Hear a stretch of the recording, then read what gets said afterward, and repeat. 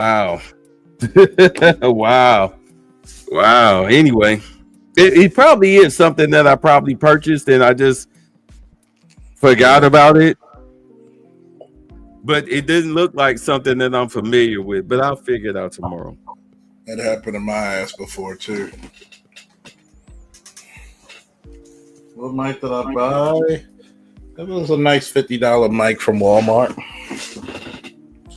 Okay, you got the one with the three prod. It was the one. It sits on my computer desk. The three prong feet with the 3 feet. No, it's a flat one. Okay, with a rotating mic. Oh, okay, all right. I think I know. You fucking me all fucking good God.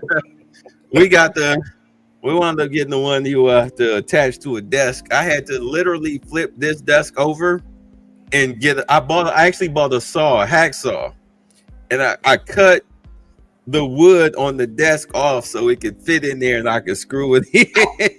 God damn. I know I'm over here mutilating furniture for Mike. But I mean it worked out. What's up, JL? J54HD. But let's get back to our subject. I'm sorry, I threw us off. Okay. When you have these women under the age of 30, they can't go home because these are the situations that are at their house where they feel that their mothers feel that their daughters are in competition with them for their boyfriends. Because what's the old saying BGS always say? For older men see themselves in younger men, older women think of themselves as younger women. So you got this delusional broad who think because niggas are desperate, they're not gonna fuck you.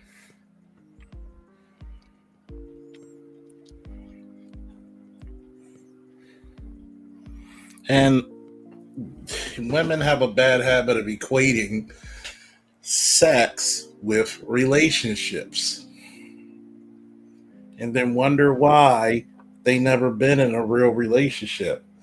Oh, I was with this guy for years. You never were with that guy. You know what happened? You were just fuck buddies. You were a side chick. Did that man ever meet your best friends? Did he meet your mother and father? No. Huh. Did you ever meet his? No. Then you were a side chick. I will never forget when I first moved down here and I met this chick. And, you know, we're on the phone talking. And she was pretty much telling me, I don't think she understood what she was saying to me, but she was telling me about this guy that she was dating who was married, supposedly separated from his wife and 3 kids.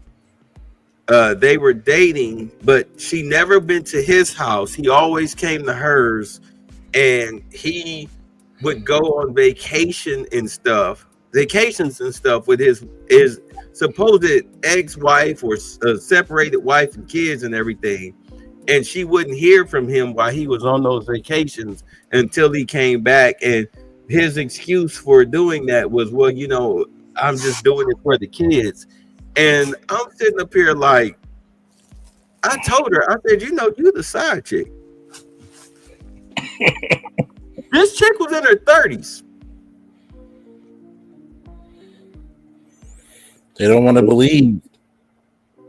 Very delulu. She told me she was an actress. I said, oh yeah, what movies you been in? Well, I auditioned for this and I auditioned for that. I'm like, in my head, I'm like, well, you're not an actress. You're just a professional auditioner, but you're not an actress. Yeah. Actresses act. Not act a fool. Right. They don't waste their time auditioning for roles that they don't get. I mean, good Lord. I mean, I'm pretty sure there's a movie company in Detroit where she's from where they make a lot of movies that Tubi gives them contracts to do. Matter of fact, I think they wound up getting like an exclusive deal from Tubi. But it's like, if you would have stayed in Detroit, maybe you could have been in one of those crazy Tubi movies. You know, with the really, really great acting, right? Oh my God. The wife it's like an Aunt Viv situation. In half the movie she turns into, she goes from a dark skinned chick with an afro to a light skinned chick with long flowing blonde hair. You know, like Aunt Viv. What? You know, I want to see Aunt Viv. We got Aunt Viv at home.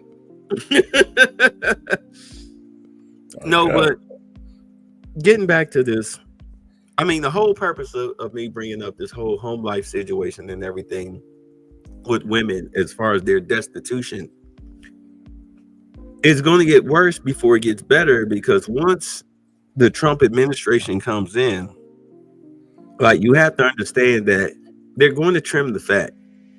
And if your state is stupid enough to call themselves trying to house illegals, that, you know, which is of course a treasonous act, because you're going against the federal government. Or, I mean, what are you really going to do? Are you really going to direct your city cops to commit treason against the U.S. government? And none of them going to do it, because guess what? They got families to feed. Exactly. So, you know, that's not going to happen. Plus, they'll be arrested, because, I mean, you're pretty much calling yourself trying to secede from the Union, which is like an act of civil war. So you're not going to do, especially for some. Huh? And you also know what the penalty for treason is, right? Death. Death. I was saying that about Clinton earlier, when he committed treason by trading the military secrets for the debt with China back when he was in office. Like, he was supposed to be swinging in the wind with his toes pointed down. Or listening to taps when you know about 12 motherfuckers with rifles. Smoking that last cigarette. People don't understand just how serious it is. But, I mean, we're talking politics here, especially American politics, which is crooked as hell. But my whole thing is that it's going to get worse first, because first you're going to have Elon and Vivek. They're going to trim the fat. They're going to go through the government spending, which really Trump wanted to do his first time in office, but COVID happened. But this time he's really going to be able to do it. I personally would not be surprised, okay, if this became like a huge task force in order to do it, and that a lot of government spending, a lot of government funding, especially when it came to social services, got trimmed out. All right, got trimmed out.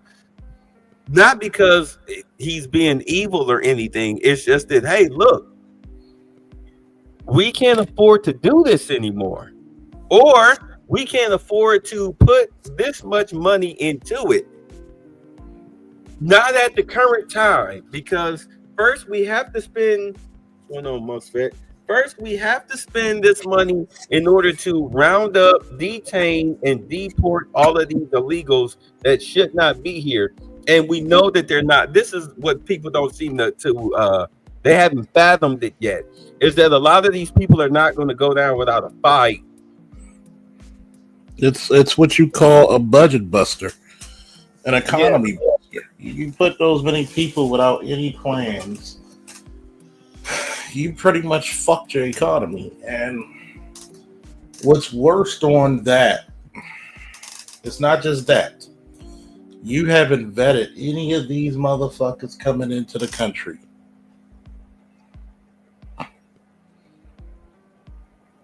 So we don't know if we got a bunch of rapists coming through. And according to Homeland Security and the FBI, you might have 10,000 rapists coming through the borders. And that's just rapists. We're not even talking about murderers or thieves and other forms of criminals. Yeah, and we got in Maryland, we have what?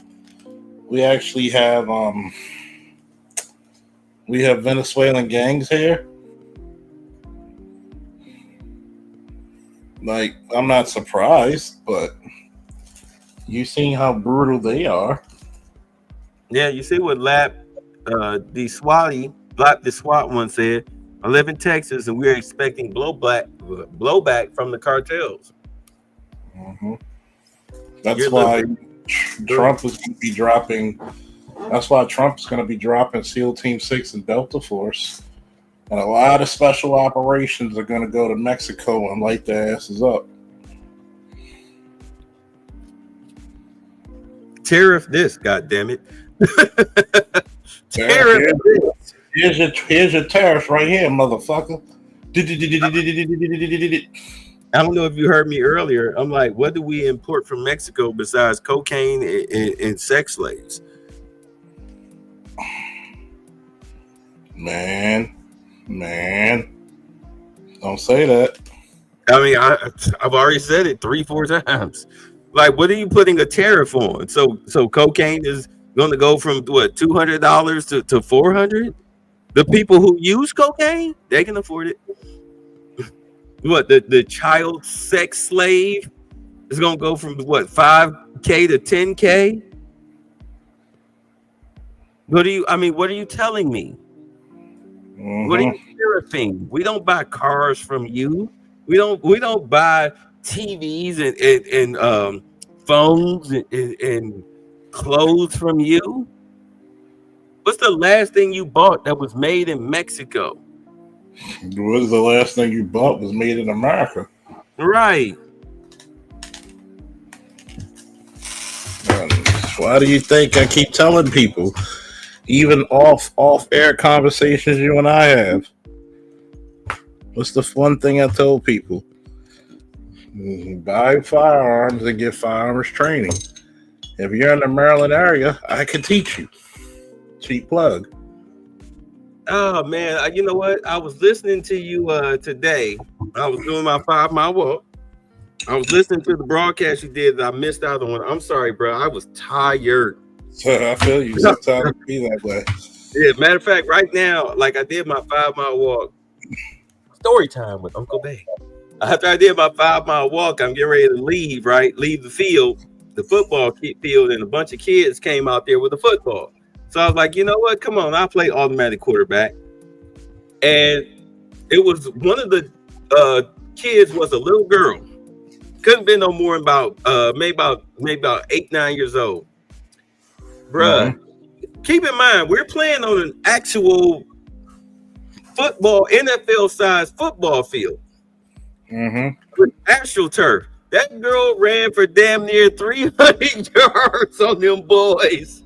She was so fast and slippery. I was calling her Barista Sanders. Yeah, she took a couple of losses, but when I told her, I said, look, don't run backwards, just run to the corners. If you feel trapped, run to the corners. Bro, she had an 80-yard run. She outran 5 boys. From behind the line of scrimmage, she was gone. But anyway, I mean, I didn't do any running, but my knees are killing me. I am sore. Oh yeah. It's that Epsom salt and ibuprofen works wonders. And look at that Triflex too. That's also pretty good for when you're doing joint heavy stuff. Yeah, I get done. I'm gonna soak tomorrow. I don't have the energy to soak tonight. Matter of fact, I'm gonna put the turkey on tonight. I'm sorry, I'm throwing this off track. So, what was I? Oh, yeah. So you were talking about. There was something you were talking about. Well, we were talking about concerning the firearms and everything. And like I've said it before, I'll say it again. If you're just now talking about getting a gun because Trump, not because of the illegals or whatnot, but you want to get a gun because Trump won, because your goofy ass is thinking Project 2025, even though you cannot name not one freaking mandate or whatnot in Project 2025 that Trump has severely disavowed several times, him and JD Vance. And I know you can say, oh, they're white people, they're lying. Whatever. Let's say they're not lying. What is the mandate in Project 2025 that's got you such being such a scary ass bitch? Name it. Yeah, that you because last time I checked, 2025 actually promotes family. If you actually read it, for those of you Right. who did. Yeah, she was track ready, bro. That little girl was fast. She was fast. And she was tall. For an 8-year-old, she was tall. She's damn near tall as me. Anyway, if you're just now talking about getting a gun, it's too late. Yeah. It's too late. Because not only do you have to, sure, you got to do the background check and the 5-day waiting and everything. I mean, first off, you don't even know what type of gun that best suits you. You have some people who are stupid enough to go out here, you 5'8", 175 pounds, and you trying to get you a dirty, hairy pistol. Bro, the blowback will blow your teeth out. The gun will slip out the head and break your face. And you got the hands of a goddamn toddler, and you want to get like a Desert Eagle. You've never fired a gun. The sound of the gunfire will scare you and have you drop the gun like a little bitch and probably wet yourself. I'm sorry, go ahead. And I'm glad you said that, because every gun is not for everyone. There are certain firearms I like. There are certain firearms that I have trouble shooting. When I was in Colorado, my hands were getting cut the fuck up because of the they had a really, really small handle on it, and the charging handle kept slide kept coming back and cutting my damn hand, the inner part webbing of my hand. Oh, Lord. So did I pass? Yeah, sure. I failed the first time because my hand was just so fucked up. I had to tape my hand and put gauze over top and tape it up, to cushion it. And I passed the second time. And you gotta be, you may have long fingers and thick palms. You may have skinny palms and long fingers. You may have thick palms and thick fingers. You don't know until you try. And I mean, let's not even get the shotguns and rifles. Like, especially for a handgun. A handgun, you need to run your rounds. On average, it's harder for people to get that handgun. You got to run your rounds. If you don't, you're going to be there for a long period of time. Tell me if I'm wrong when I say this. When it comes to shopping for a gun, okay, first and foremost, when you go shopping for a gun, you need to find a gun that's perfectly suited for you. Personally, I would say get yourself a nice little 9mm as a little starter pistol type of gun, because the kickback isn't strong like that.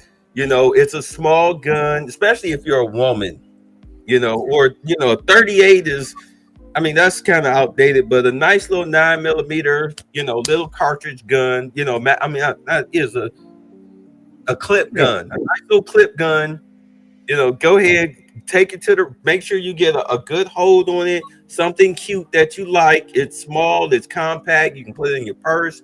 You can put it in a holster inside your pants or whatnot. There's plenty of videos of these stupid women out here who, because they got a gun, they got the gun with a holster clip or the gun tucked inside their freaking Lululemons, all exposed, and some dusty, musty, crusty, rusty Negro jack them for their gun. Yeah. Because you think that just because you have a gun that people are scared. What's up, AB Media? You think people are scared of you, but that's not true. Like, please, like, these people will jack you, as you saw, for your gun because you're not practicing proper gun safety. But get you something nice and cute. Go to the range. Practice. Right. When I was get an instructor, qualified instructor. somebody. You Not can, just your cousin, not just your cousin who ran the streets with a gun. Get a qualified instructor. yeah. Matter of fact, there are people at gun ranges who go there all the time. You can spot them. Be like, hey, like, I just bought this gun. Can you show me some tips or whatnot? Trust me. I mean, they're usually white, but if they looking at you with a smile instead of a frown, they're like, oh, good. You're a gun enthusiast. Oh, it's good to see you. Things like that. You can tell when people are friendly towards you. Yeah, And and when they're not. they got instructors at every range. They have an instructor. Pay the Yeah, money. yeah. Hey, help me out, and they'll show you how to hold a gun, how to do the stance.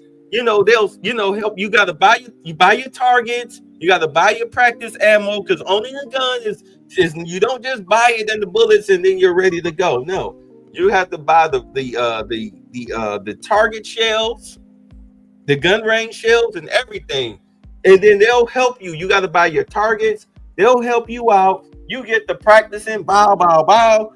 I can nail you from 50 yards away. I can blow your head off from 50 yards away. I mean, that's how much I went to the range with my 9. I can fuck you up. Most people can't do that.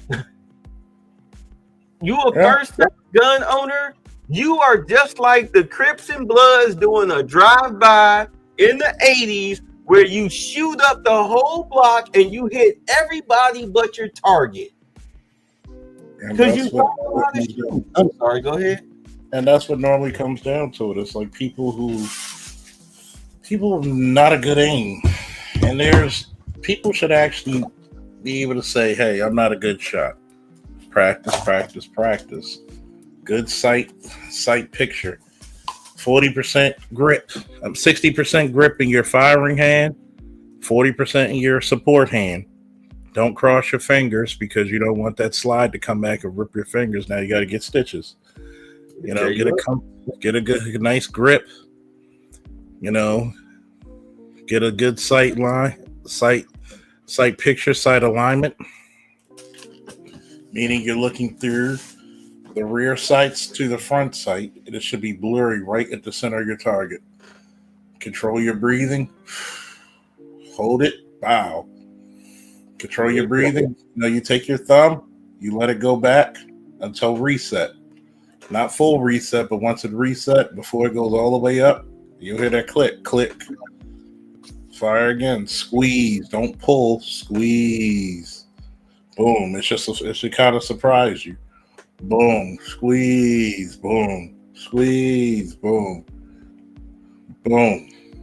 I can finally go to the range. I'm gonna do that next month or next week rather, because my AR-15 here in Georgia, bump stocks were illegal.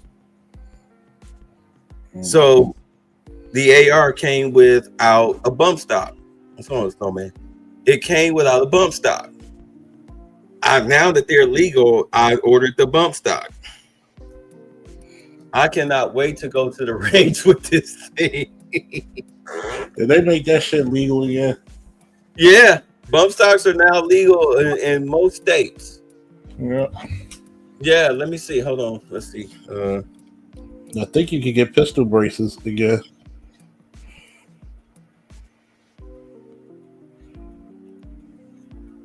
Let's see here. Let's see. Let's see here. Dang. Okay. Let's see. Hold on. All right. So it says here. Let's see here. These are the states where bump stocks are banned: California, Connecticut, DC, Delaware, Florida, Hawaii, Illinois, Maryland, Massachusetts, Minnesota, Nevada, New Jersey, New York, Rhode Island, Vermont, Virginia, and Washington.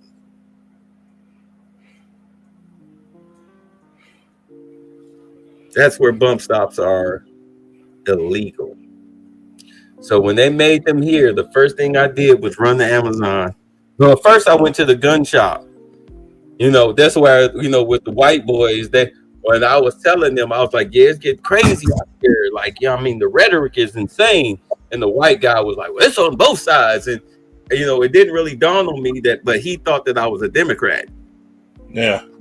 I'm So like, you're a black man, you automatically thought of as a Democrat. right. You automatically thought I was a Democrat, and it's like, dude, I'm not a Democrat or a Republican. I'm an independent, but you know, I I have don't more, trust. I have more conservative leaning views. Right. Like I don't trust either side of you. I know that, you have your frothing mouth racists on the Republican side. And I also know you have your frothy mouth racists on the Democrat side. The difference is that the Republicans will let you know up front that they don't like you, whereas the Democrats will smile in your face and stab you in the back first chance they get. Slit your All, throat. all around trying to take your place, them backstabbers. Backstabbers. Smile in your face. Oh yeah, and it's ultimately funny. Give me a sec. Hold on, keep talking. It's my dad. Hold on. Go ahead. We say I'm not a Democrat or Republican. I'm just a bill on Capitol Hill. No, but in all honesty, you're just an American Willie D. Okay. My whole thing is now is the time. If you're going to get a gun, even though I'm saying that it may be too late, but it's really not too late. But you need to be very, very diligent, because when Trump comes into office and he starts deploying these National Guard soldiers out here to start deporting these illegals, you have to understand, you're talking about people who come from a lawless land. They're not coming from a society that is United States ordered and controlled. Okay. I mean, the worst thing that could have happened was when those illegals attacked those New York cops. And then Alvin Bragg, like a dummy, let them go without any charges like that. And then the guy walking out, they're walking out throwing up middle fingers and everything, despite all of those cops being around them, because what that signaled was that these guys had no power, that the United States was weak. New York cops were weak. And therefore, what happened after that was that you guys probably don't keep up with this, but migrant crime exploded. Suddenly, the rapes and murders of little girls, and I get it, they weren't happening to little black girls, but it was happening to little girls, non-black, all the same. You still live in America. Don't be fooled that they gave a bunch of silly little negresses and Negro coons like Brandon Johnson and Brandon Scott and Tiffany Henyard and with Patricia Price and all of them. Don't be fooled that they gave these people power, because the power was fleeting. They didn't give a damn about you. They took that money from George Soros and they followed their marching orders. They didn't give a damn. Migrant crime exploded. This was one of the number one issues that had a lot of people who were non-black, who had common sense, voting for Trump the way that they did. You're talking about dealing with the migrant crisis. You're talking about getting men out of women's spaces. Like, I don't understand why you even want to be in there. Like, are you psychotic? Why are you fighting so hard to be in women's spaces when the women tell you to get the fuck out? Oh yeah, and if you notice the segue to what you said about my show the other day, that's my issue with the LGBT community that I spoke about. And what did you think about the comments I made about them being such the biggest hypocrites ever? If you look on my personal, what's going on, Max? So excellent. If you look on my personal Facebook page, I got into it with a guy, and I didn't call him a bunch of names or anything, but I just kept asking him over and over again. Because we were in that same comic book group. Yeah. I'm not trying to move the goalpost. What I want to know is that why, as you as a man, why are you fighting so hard to be in women's spaces when they're telling you they don't want you there? No, it here's the craziest part. I've always lead this. Does what you believe outweigh reality? Somebody put that in the chat for time of memorial, please. Because I'm one of those people.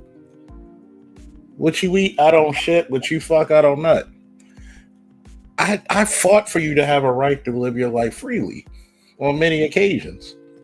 So I have no hatred towards anybody in the LGBT. I don't even need to say it.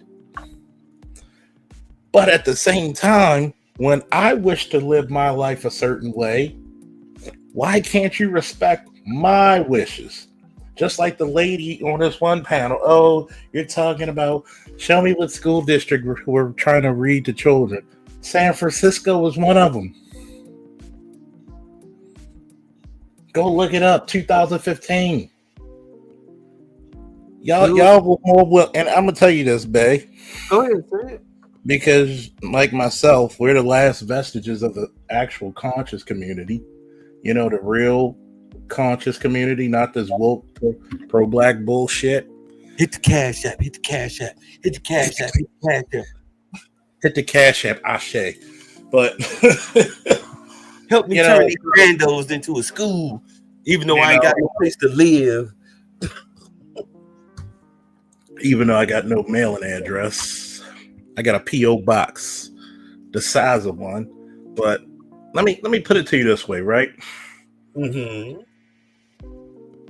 Notice how many of these schools didn't want to teach Black history, were okay teaching transgender studies. And the guy asked me in that same group, how can it be pandering? Because if Wonder Woman's a superhero, she would save anybody in need, regardless of race, religion, creed, sexuality, age, whatever. So pointing out that chick was transgender was not necessary. It did nothing for the story. I said, look at DC Comics. Every June, they come out with these variant comics. For those who are not familiar with variant comics, let's say it's Superman number 1048. It will have its original cover, but it will have another cover, same issue, but a different artist or a different style, or maybe a different theme.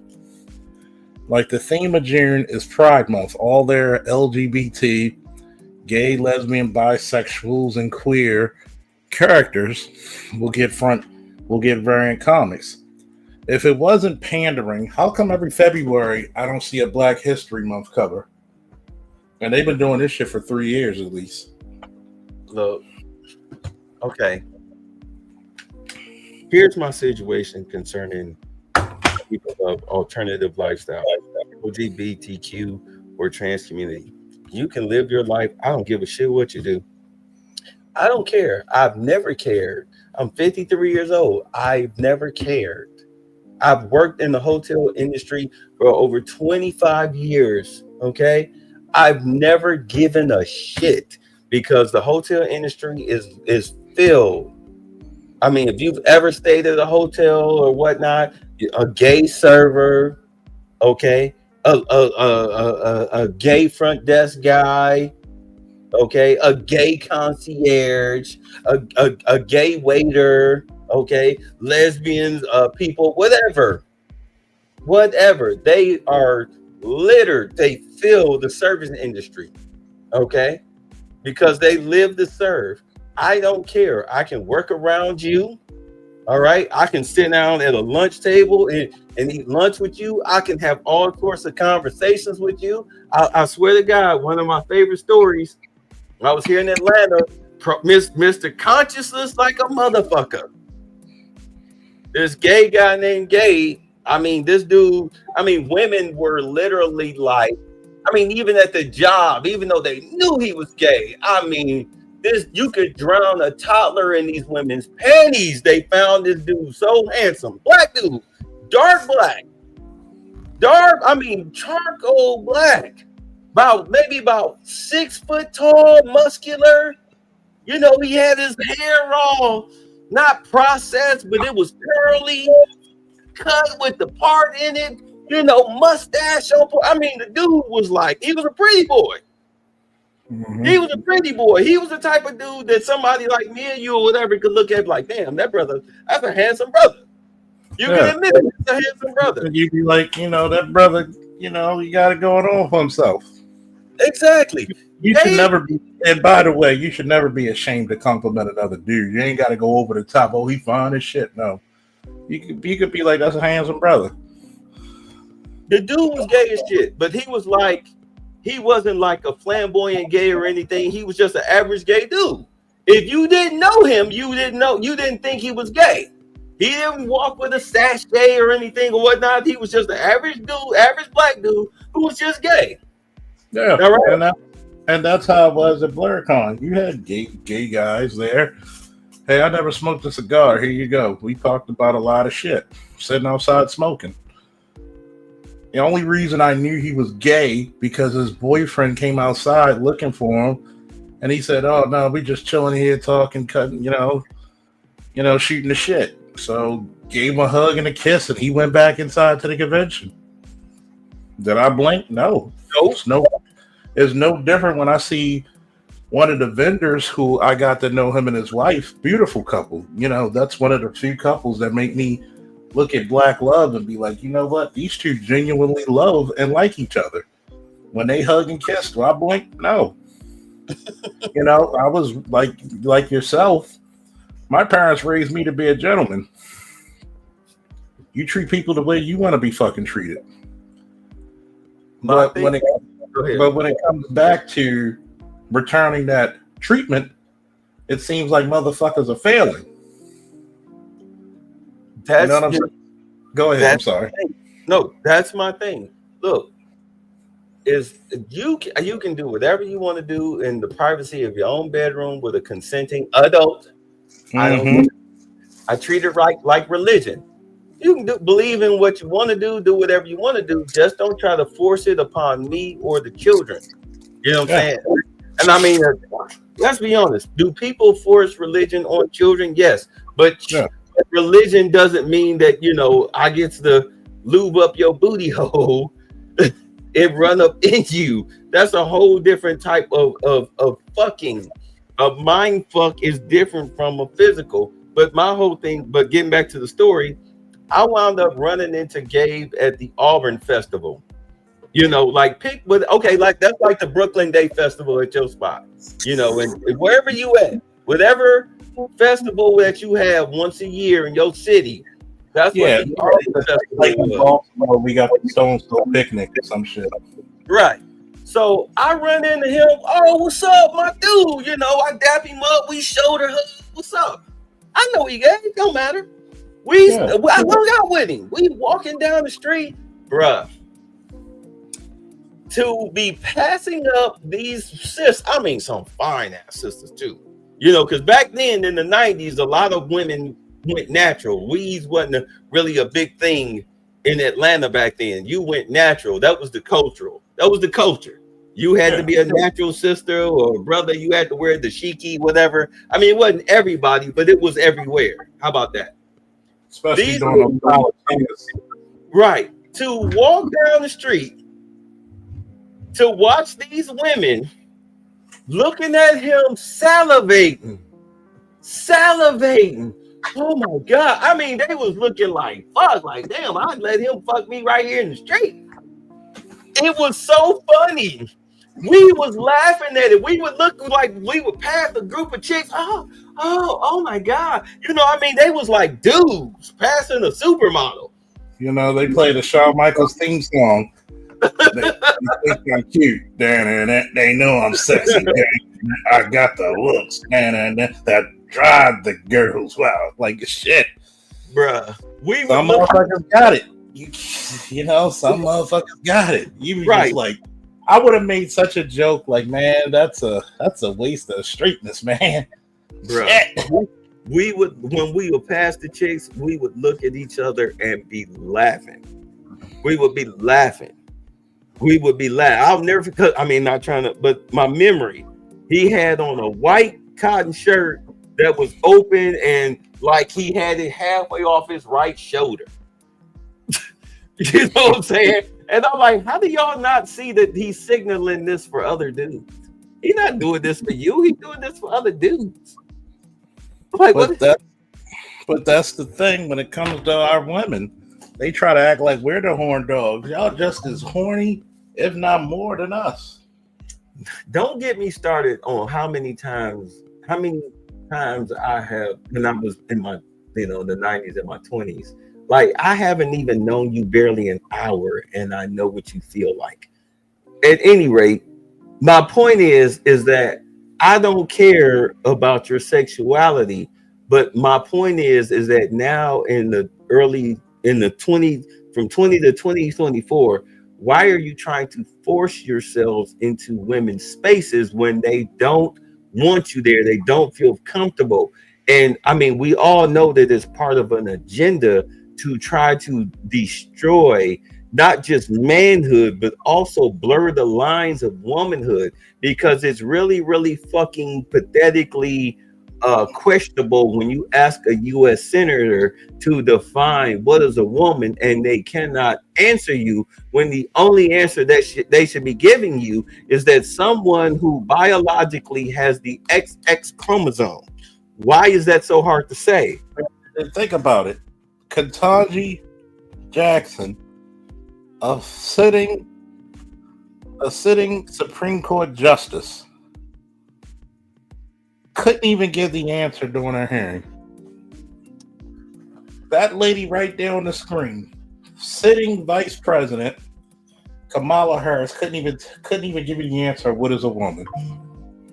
This is why Trump won overwhelming. Carter literally played Wonder Woman, said that trans women are Wonder Woman.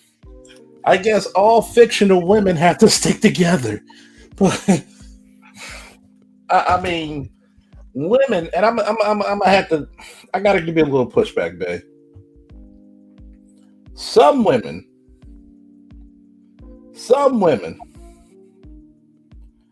but these women, some of these women are championing this shit.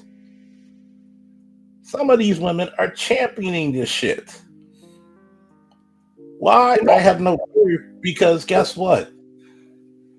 You're telling me that a transgender woman's a woman. So the men in an event or bar or club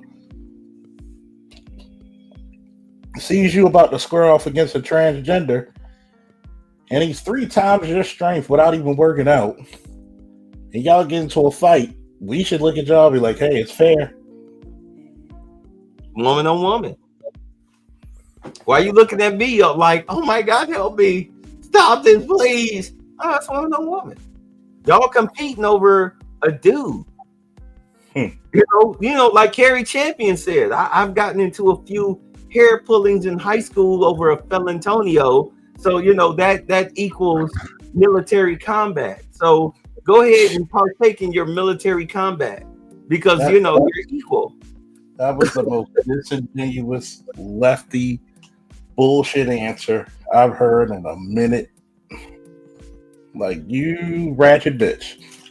I don't understand why that guy didn't stop the show right there. Like, wait, stop. Like, did you seriously compare a hair pulling 16-year-old schoolyard fight to being shot at?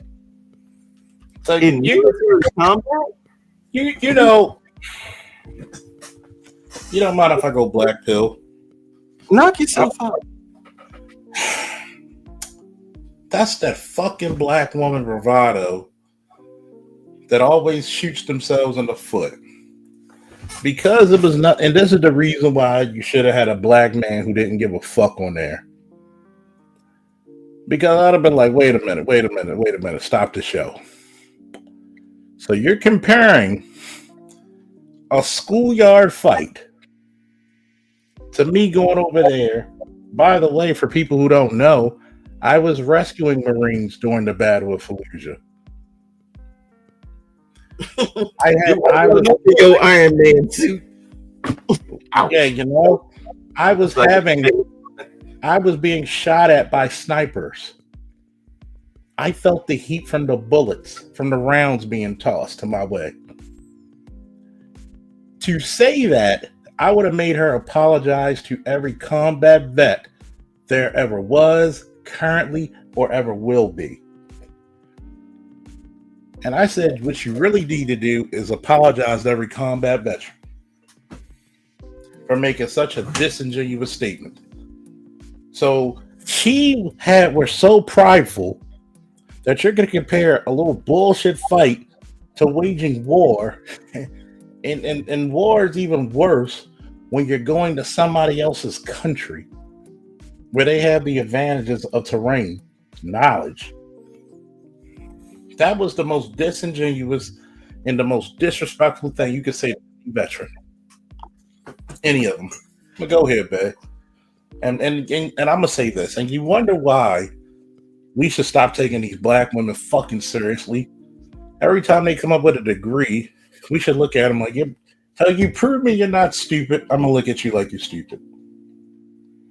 this takes us back to the original opening topic of this video when you came aboard.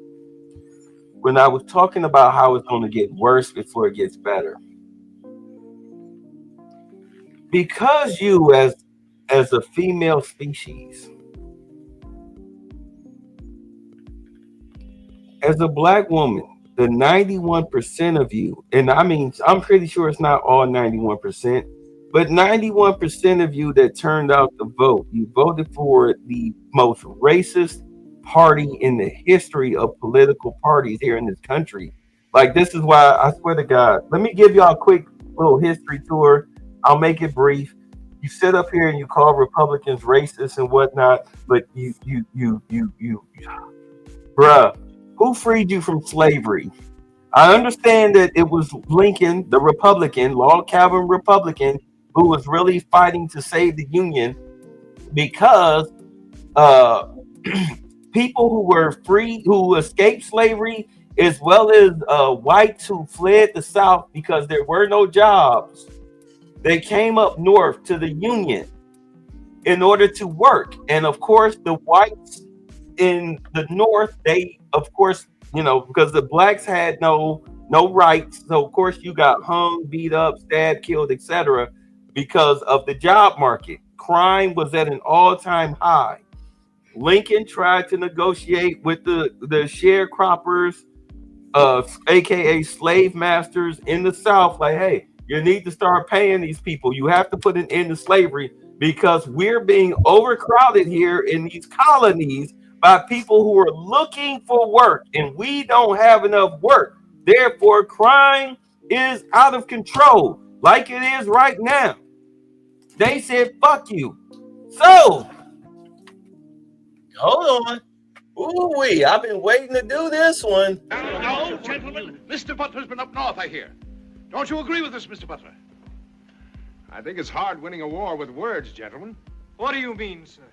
I mean, Mr. Hamilton, there's not a cannon factory in the whole South. What difference does that make, sir, to a gentleman? I'm afraid it's going to make a great deal of difference to a great many gentlemen, sir. Are you hinting, Mr. Butler, that the Yankees can lick us? No, I'm not hinting. I'm saying very plainly that the Yankees are better equipped than we. They've got factories, shipyards, coal mines, and a fleet to bottle up our harbors and starve us to death. All we've got is cotton and slaves and arrogance. That's treachery! Don't man get you off of me. Stay locked, sitting in my tummy. Cause y'all got false narratives out. Sorry. That's a hell of an intro, boy. That's slick. And by the way, this is how I know a lot of motherfuckers don't know black history or civil rights history. That man Clark Gable represented for a lot. Huh? Who was it? Clark Gable or Cary Grant? I know Cary Grant was Clark Gable gay, or was it Cary Grant? I think it was Gary Grant. Okay, yeah, it was Harry. Okay, Cary Grant. Anyway, go on, Clark Gable. Because Clark Gable actually, the rumors was he was part black. One, but he said, "I'm gonna sit out on this movie till you treat these black people better. You give them better pay." And it was verified by a lot of his co-stars that he said that. He said, "I'll quit this damn movie, Gone with the Wind." I don't know nothing about birthing no babies. But guess what? You can't even get black women to say, we ain't voting for you till you get something for our men. Hold on before we get off track. My point is, this is how the South lost the war. You heard it right there. It was summed up in that sentence. And he was factual as shit. He said, well, we got a slaves, cotton, and what? Arrogance. And how did they lose the election? All they had was LGBT, black feminists, and arrogance. You voted 91% for slavery. Do understand, the North was the Republicans. Lincoln, Republican. They freed us from slavery. It can be about economics all the fuck it wants to be, but your ass was free, were you not? The Republicans did that. Who gave you the right to vote over white women? Who gave you that right?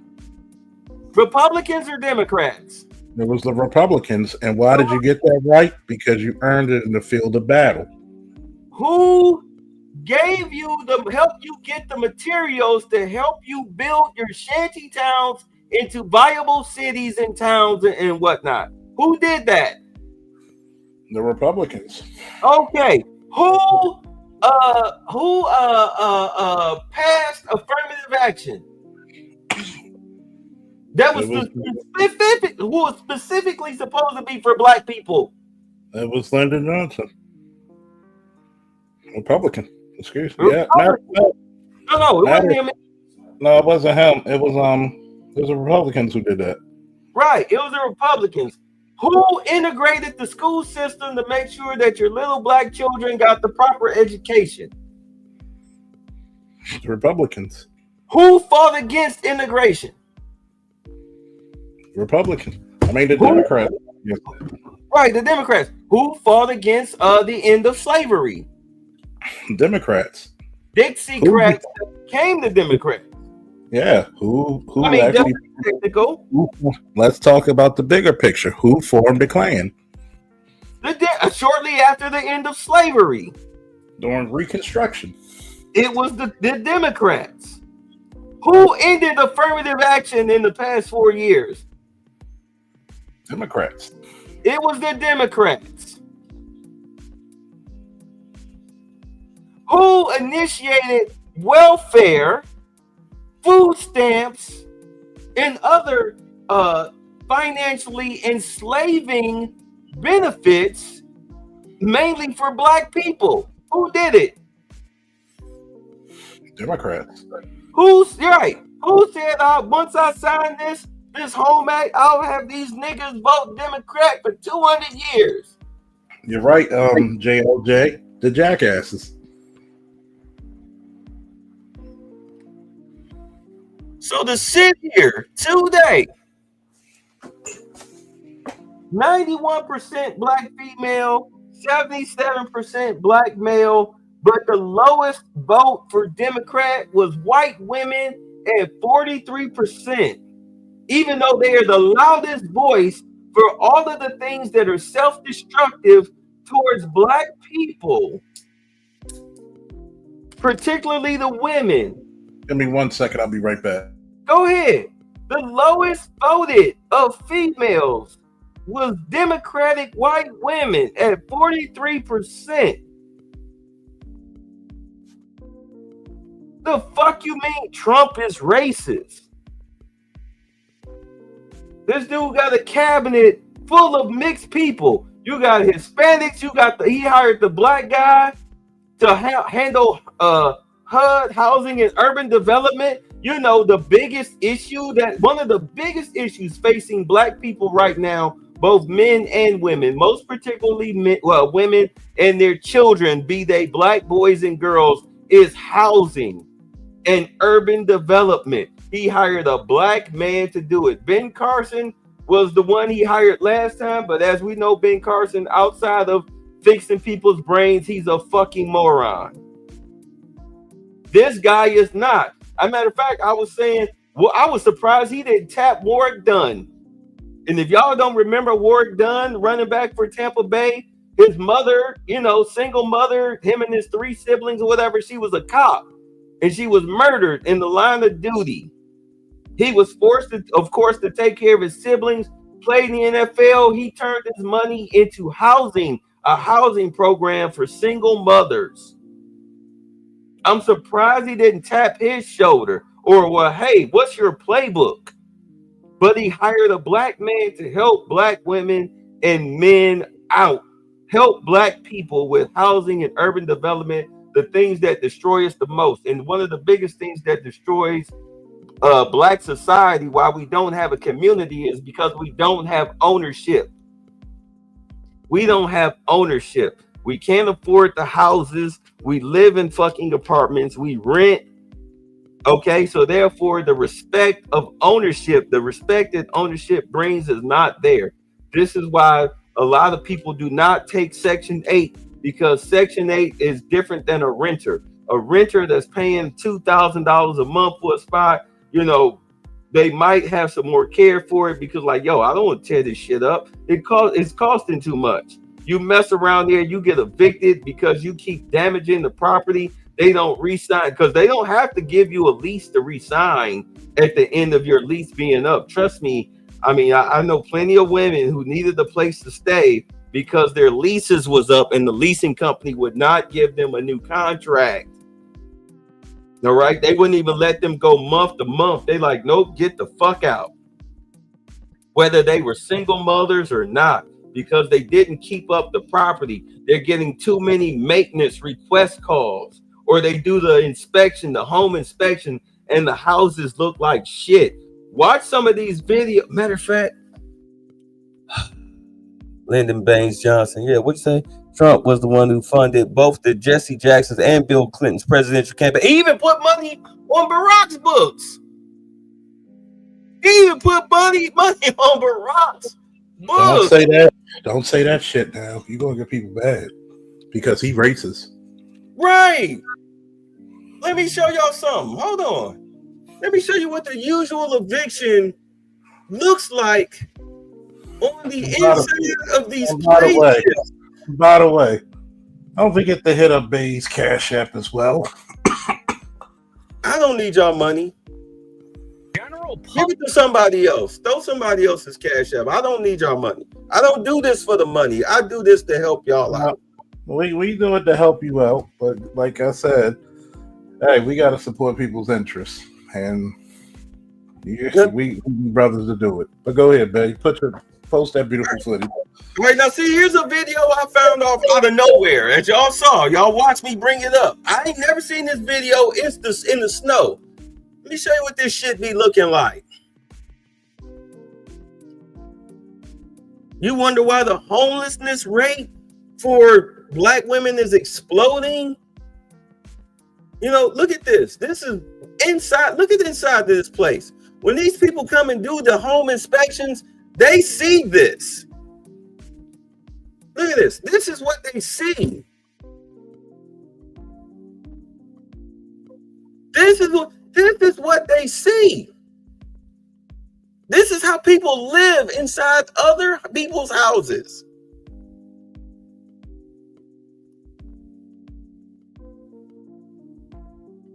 Clutter, junk everywhere. Look at this. What the fuck? Are you serious? What is that? What is that? Because do understand, landlords, when you rent, they come by at least once a year, even if it's a rental property with a rental company. They come by once a year to inspect the property to make sure that you're keeping it up. If the worst thing that they have to do is say, hey, look, you need to change the filter on the air conditioner. Oh my God, they wish that was all they had to say to you. But when you walk in as a home inspector and this is what the fuck you see, do you really think you're getting your contract renewed at the end of your lease?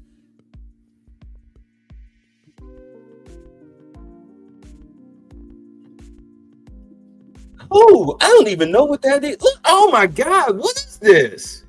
Look at, did y'all see this? What is this? What is this? Somebody live. Do you understand? There are people that literally live like this. Matter of fact, the people next door to me, clearly they got evicted, but they moved before the people came to kick them out. They have had a pool. First, the pool, they put the pool, a portable pool, a blow-up pool. First, it was in the backyard in July. And then in August, they moved it in the front yard. It's still there. That pool is still there. Even though they don't live there anymore. They moved out at the end of October. U-Haul truck and everything. They literally had people come by and cut the grass. That pool is still there.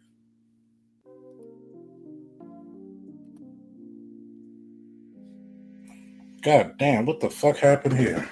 Oh, now you see it. Somebody was living like this. Remember when you asked me the question, how many times I've seen children living in houses? Yes, living in filth. That's called clean compared to some of the houses I've seen.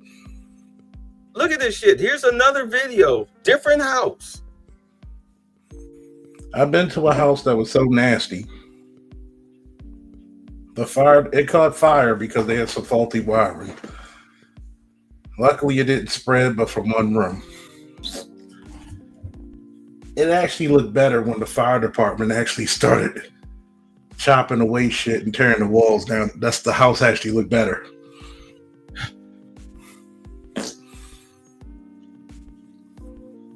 I knew a guy.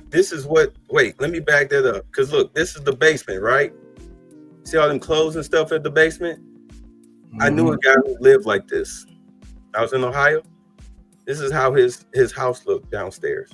Clothes everywhere. Yeah, house smelled like funk.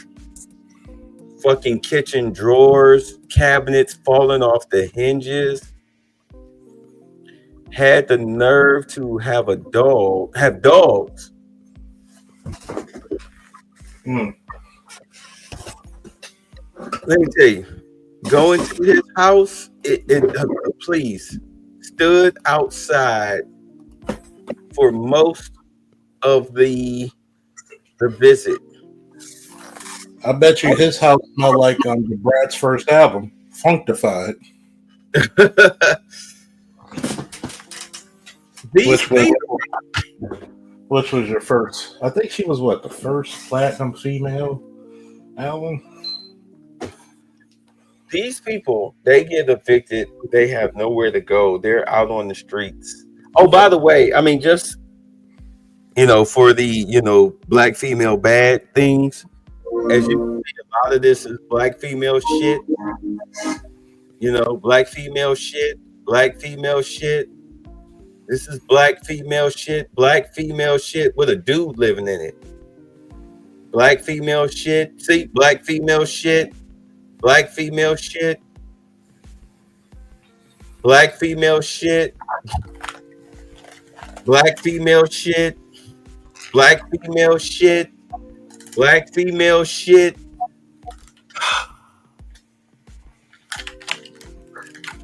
When these women sit here and complain about not cooking and cleaning because they can't, it's not that they don't know. It's not that they won't. They literally don't know how. It's not in their repertoire.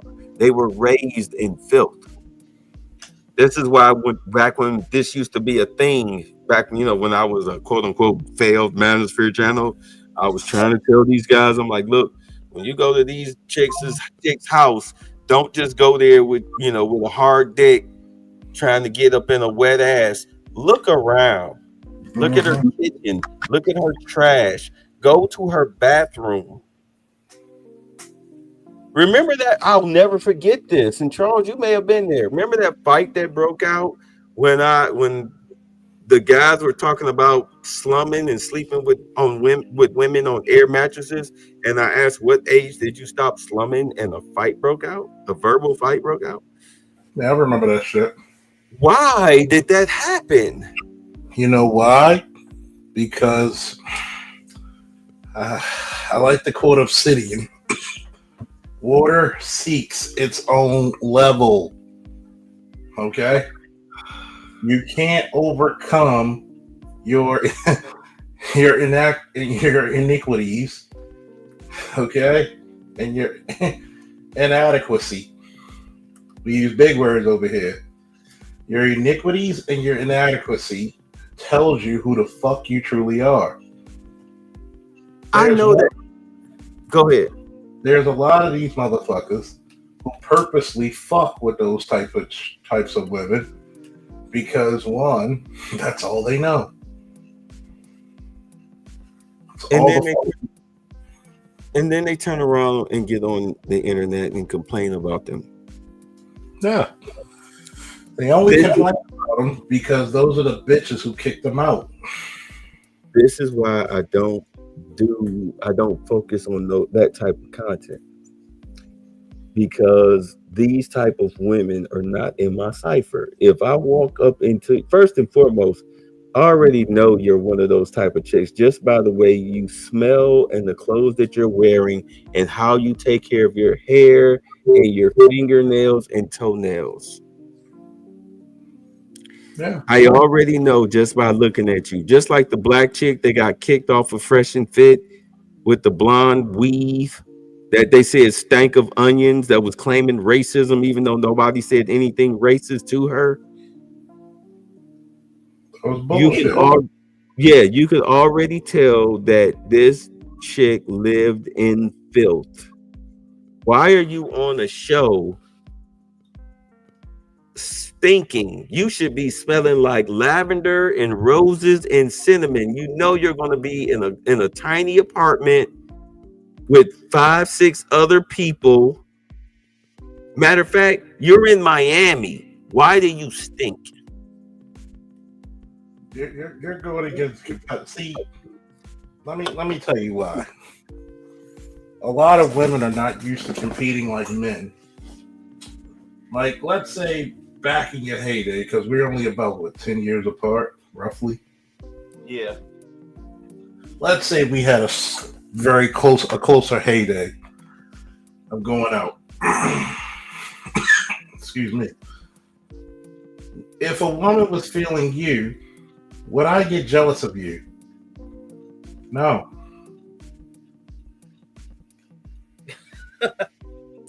I will never forget.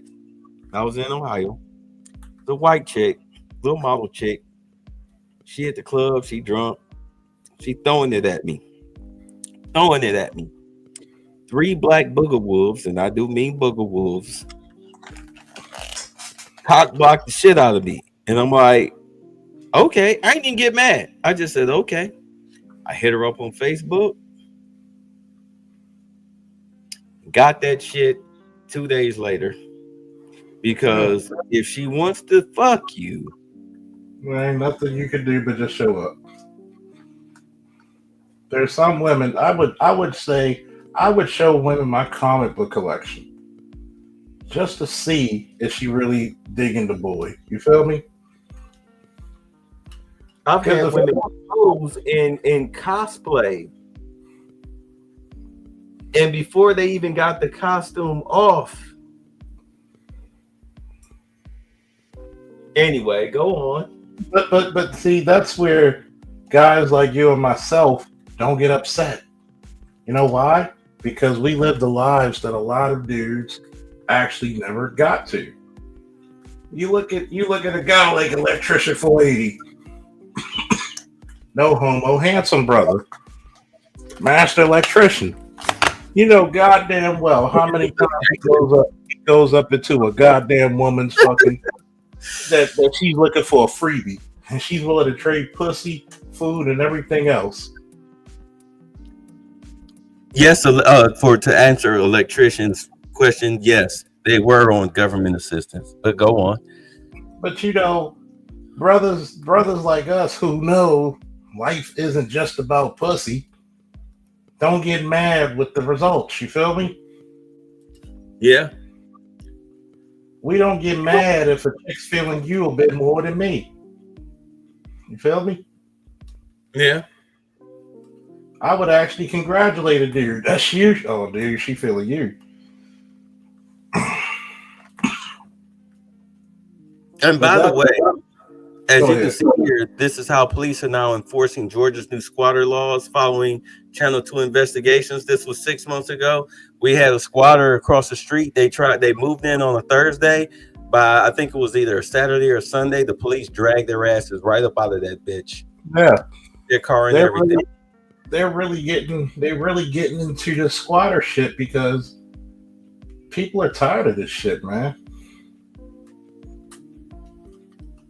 People are tired, and lawlessness is not gonna be the law of the land anymore. You feel me? Lawlessness will not be the law of the land. Did you read what he just wrote, Rocky King? What do you write? One chick whose house I went to had so much trash she had to find the bed like it was a sandworm on a rocket. But did you smash, Rocky God. King?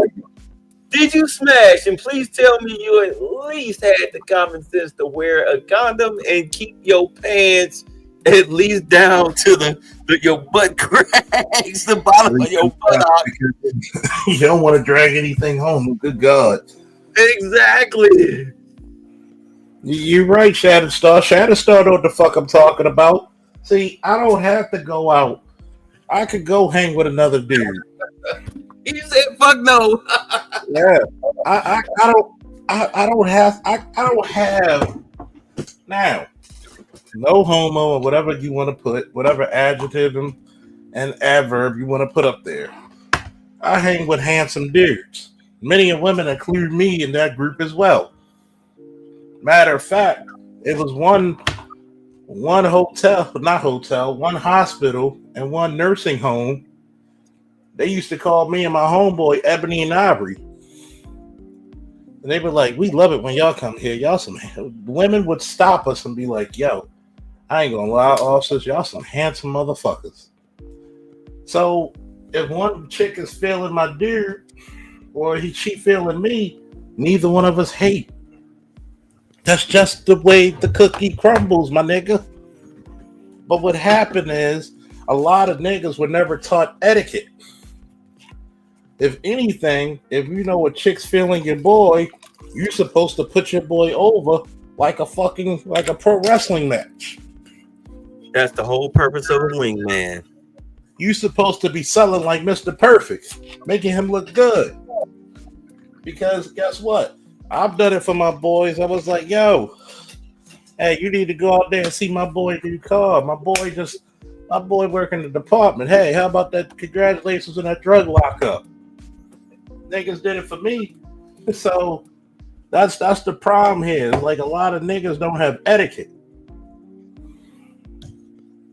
They rather cock block you because it's like either they like the chick too, or they mad that a chick like you and they're getting no game. You know what Just I like used to that whole situation that I was talking about with Gabe. Yeah. Like, you know, I didn't care that them chicks was overlooking me to look at Gabe. Like, I didn't give a shit. Like I'm fine. I used to tell people like, shit, if you could get it and I can't, fuck her for me. Shit. Right. Fuck her for me. Then we used to say that. Hey, give her one for me. Give her a couple give her shit. When you fucking for me, all you gotta do is say Thundercats Ho or something. Goddamn. I can't even think of the name of the comedian. He was one of my favorite comedians. He was like, yeah, like when your boy say, hey, you know, like, hey, give her one for me. And then like, when you're done, you turn around like, hey, well, this is for a friend of mine. Yeah, you know. But see, that's what's missing in the black community when it comes to the male folk. It's called camaraderie. We don't have that anymore. We don't.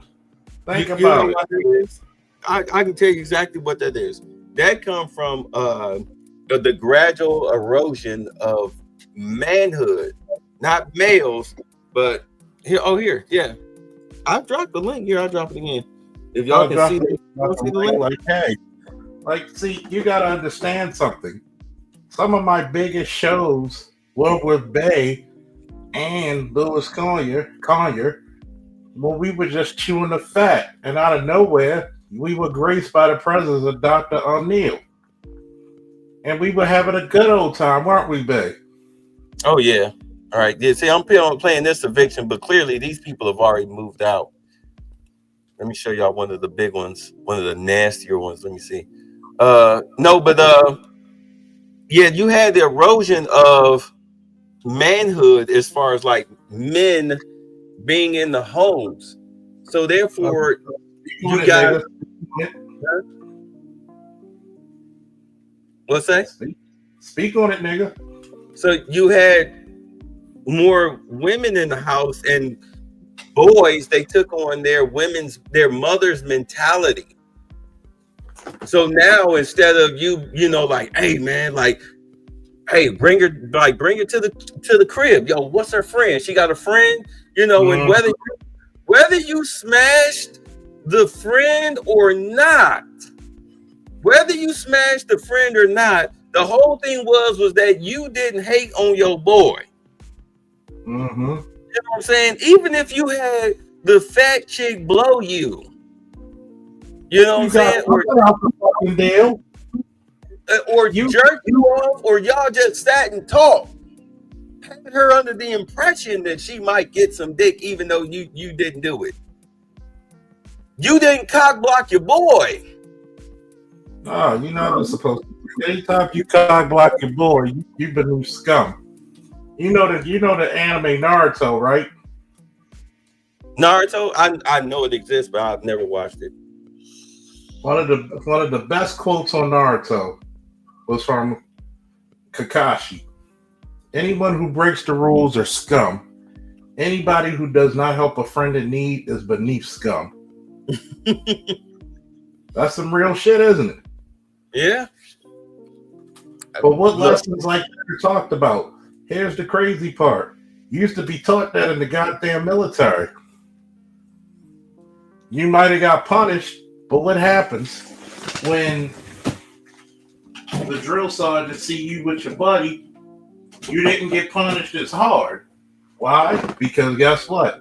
If he fucked up, we fucked up together. Exactly. We didn't leave your hands hanging. What was that? It was, matter of fact, it was on G.I. Joe when they had not Webster Slaughter, Sergeant Slaughter. When they was fighting against not Cobra, but Cobra La. And Sergeant Slaughter, right? One of the guys, one of the Joes, he was shooting, he wanted to leave. Oh, we gotta leave, we gotta get out of here, like leave him behind. Sergeant Slaughter's like, no, either we all go home or nobody goes home. Why do you think it was so important during the Battle of Fallujah? Guess what the fuck we said? Either we all go home or what? Nobody goes home. And guess what? Everybody went the fuck home. What's up, Striker 61? Sniper fire and all. Everybody went the fuck home. What's going on, Striker? Everybody, we're simulcasting. This is Bays on live stream, but that's the link in the chat. You welcome to 3 cents. See, there's a lot of shit that I tell people, look, we missing that camaraderie. This is why I told BG Art New Style that I'm not against college. I think a lot of us should go. I think we should go. But I don't think black men right now have the mentality to go. I think college, brother, when I went to college, man, it was like, it's like a rite of passage to a certain extent, because, like, when you're young, you kind of like, especially when you're going straight from high school into college, young man, you trying to, you're a pussy hound, man. You know what I'm saying? You gonna get your books on, but it's distractions, man. It's distractions everywhere. You know what I'm saying? Yeah, and guess what? And shout out to Shattered, another one of the faithful. Maybe a couple of fire songs and maybe a fire shirt. And I always give him, Namer, electrician 480, and a couple other people a lot of praise. But y'all actually during times when I was down and out, y'all made my show fire as fuck. So I got to give you y'all flowers. Man, look, I appreciate you, man, for just holding it down, bro. You know what I'm saying? Because, like I say, brother, y'all made a good point.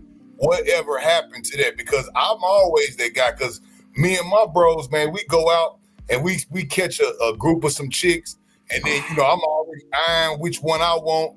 My partner, he want the other. I'm like, all right, I'm calling him out. I'm like, all right, I want the brown skin, the thick one over there. He like, all right, you want that? You want that? All right, I'm gonna get the yellow. You know what I'm saying? My other power, let me get the chocolate.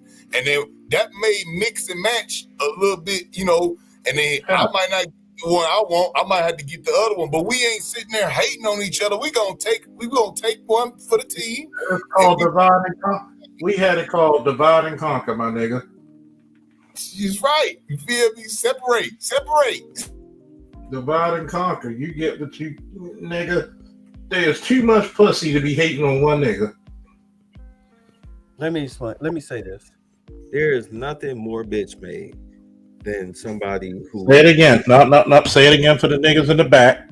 There is nothing more bitch made than somebody. Let's say they know you personally, and they turn around and use your personal information against you in order to, drag you and make themselves look good. Dirty Mackin. Mm-hmm. It should be illegal in all 50 states. Mm-hmm. That's the most effeminate shit. Male. That's male activity. Males do that in order to keep drama going, like they mamas would do. Like I say, you be talking with your mama's mouth. It's your mama's mouth that makes you do that, because men who have issues with other men, they keep it either between the two of them or in back channels, or they meet up and they squab it. What my man say? Ronnie Laws, because every generation of us lie. Like scenes from a movie scene, often more than twice. Child is born to live within the master plan. A boy supposed to grow up and be a man. See, a lot of dudes never enjoyed being men. Okay? A lot of dudes never enjoyed being men. And shout out to Electrician 480. And people be like, I'm not one of those guys. Like, yes, I do believe that you pay for your interest, because we may talk about subjects that you may need. I'm not, even though Bay is very gracious, and so am I, but it gets black men in the habit for pay for who talks for you. This is the reason why till this election to either sit on our hands or vote opposite to what everybody else in the community wanted, or actually finally vote our interests closer to our interests. And look what happened. The world sees you now. Oh yeah. If you voted Trump, in the comments section, if you did Trump, press 1. If you did Kamala, press 2. And if you went independent, press 3. No judgment. And 4 if you sat on the couch. Yeah, 4 if you sat on the couch. Because I tell you right now, I voted Jill Stein because she was the only candidate that was talking about reparations. How do you sit here in black circles and you watch her interview on the Breakfast Club where Angela Rye's niggerish ass tried to get all nasty with her for no reason, when this woman was talking about helping black people, and then she went on Jason Black's program and was talking about helping black people, and Jason Black was stumped. He was nothing he could say after that interview except okay. Yeah, she interrupted the woman when she was trying to talk about the reparations. She interrupted her, and I'm like, "Be quiet, woman. Let her talk." Like, Yeah. who else? But notice, did she check her ass? Oh yeah, she definitely checked her. Shall we bring it up? I think we should. Everybody in the church say woo. Woo! Ooh. That's a teachable moment right there. That's it, and I'm gonna tell you why. There are certain motherfuckers in this space. They will never see. You will never see a Sergeant Faulkner come up into space, and because they know goddamn well, Sergeant Faulkner's gonna check a lot of motherfuckers, even when it comes to a Brandon Tatum. Oh yeah, he been needing a chick, man, for a long time. A good chick. A lot of motherfuckers don't know this. I got 3 times the time of policing than Brandon Tatum. Oh man, I know it. I can hear it in just the way your operation. Just from I heard Tatum talk about some of the stuff that he did, and he was talking about some of the drugs and stuff. He didn't even know the difference between some of the drugs, and I'm like, how you sitting up here talking about you some cop and you don't even know the difference between meth and fentanyl? I mean, it's just stupid. Dude, I'm gonna tell you this question. I taught the Secret Service drugs. When the Secret Service, because a lot of people don't know, Secret Service was originally part of the Department of Treasury. So even to this day, we still call them for all our Treasury issues. Well, yeah, so, that's what counterfeit money. They still come out for that counterfeit. So when they do credit card fraud, major credit card fraud and shit like that, we still talk. Oh shit, blew myself up. You know, I taught the Secret Service drugs. Okay, who knows drugs better than a Baltimore cop? Yeah, bro. You feel the me? home of the wire, baby. I mean, shit. Even shit, y'all. Like, I'm gonna give you an example, and I know a lot of people. Hold on, should I go Tim Black, or should I go some of these other morons who act like Angela Rod did something? Go Tim Black. Yeah, okay. Go Tim Black. So, you know what? I remember once years ago, I came to Tim Black, and you know, I realized, you know, over a period of time, he was right. You know, he was right. I don't mess with Amazing Lucas. I mean, this dude don't know what side his brain is. You talking about Amazing Doofus? Yeah, I have no respect for Lucas. I have less respect for Lucas than I have for Tatum, because Lucas, he doesn't even keep his spiel going. He flips and flops. You don't know where he is. He don't know where he is. With Tatum, he's going to stand square what he really thinks. It may not be right, but you got to respect it. I mean, he believes in what he's saying. He's not doing it, you know, for a check. Is what he actually believes in. Now, he may not be my cup of tea on a lot of things. I'm not gonna lie. He's not my cup of tea on a lot of things. But some things, you know, I listen to him. He like, yeah, you know, he right on that. Some things I want his opinion on. Some things I don't even care about. I'm just on it. If I tell people, hold on, Tim Black, fair use. But if you get the copyright notice, my brother, we trying to give you shout outs. We not trying to make money off. None of us have monetized channels, so you know, you don't have the copyright strike. You were saying, shout out to Black, man. Shout out to Tim Black, man. I'm subscribed to the channel. I think the brother is hella intelligent, and he has, you know what I'm saying, the gusto to say what he say, man. And he be spot on with he calls that shit to the point. He calls a shovel a goddamn spade, and that's what it is. All right, you wanted to say some officer of the goddamn law before I played this? I'm gonna say this. I've told people, if I can sit down with a cigar and some goddamn cigars and some cognac and talk to Tatum, y'all would actually be surprised. There'd probably be more shit that we actually agree upon, and it's probably about 15, maybe 20% we don't. I can see that. I can. He was a former SWAT officer. He's a former SWAT officer. There's some tactical shit I've been in Iraq.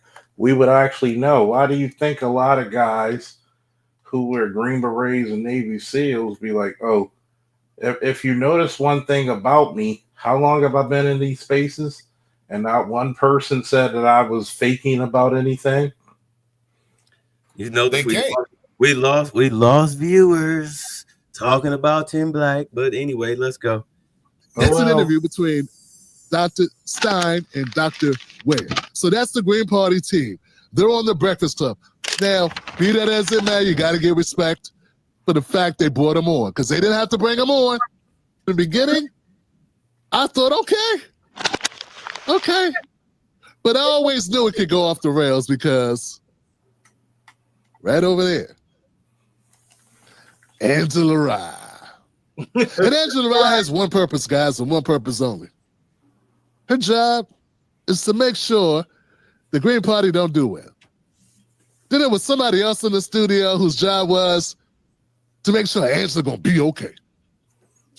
To make sure Angela had back. Pause it. This entire interview, all we had was Pause it. Go ahead. And you know, and I'm purposely pausing it because that's how they want you to do fair use shit. Notice there were no lies told of what he said. He called it down a lot. Not one lie what he told. If you ever look at the Democratic, I'm not even going to just say Democratic. If you look at the Liberal Party, because if you notice lately, the so-called Democratic Party are warmongers. How the fuck do you have... I'm going to bring up a good point for a second before we go finish the video. Have you ever heard Dick Cheney talk negative about Joe Biden? Of course not. He makes him money. Never. You see it right now with what's going on. Have you ever heard Joe Biden talk negative about Dick Cheney? No. Never. They're cut from the same goddamn cloth. He's not called Jim Crow Joe for nothing. Who Strom Thurmond was his fucking mentor? Mr. Who else is a no? What is the company name? What is the name of the company that Dick Cheney owns? Excuse me. Halliburton. Guess who was live in a living color when I was in Iraq? Halliburton. And Kellogg Brown and Root. Kellogg Brown and Root, KBR. Thank you, my nigga, my brother from another mother. Shatterstar. Thank you. KBR was another one. For the record, ever since Friday, November 1st, their stock has been steady climbing. It has been on a non-dip incline since November 15th. What did I say? At $31.88 a share. What did I say? Here's the proof. Here's the proof. What did I say after the election? What stocks to look at? What did I say? Look at Halliburton and look at KBR. But motherfuckers don't think, and motherfuckers don't think this side of the space doesn't have intelligent motherfuckers. Well, KBR ain't doing so hot. Well, at least let's check their monthly. Yeah, they're not doing too hot. Not yet. But definitely Halliburton. All right, let's go back to per share though. They're still higher per share.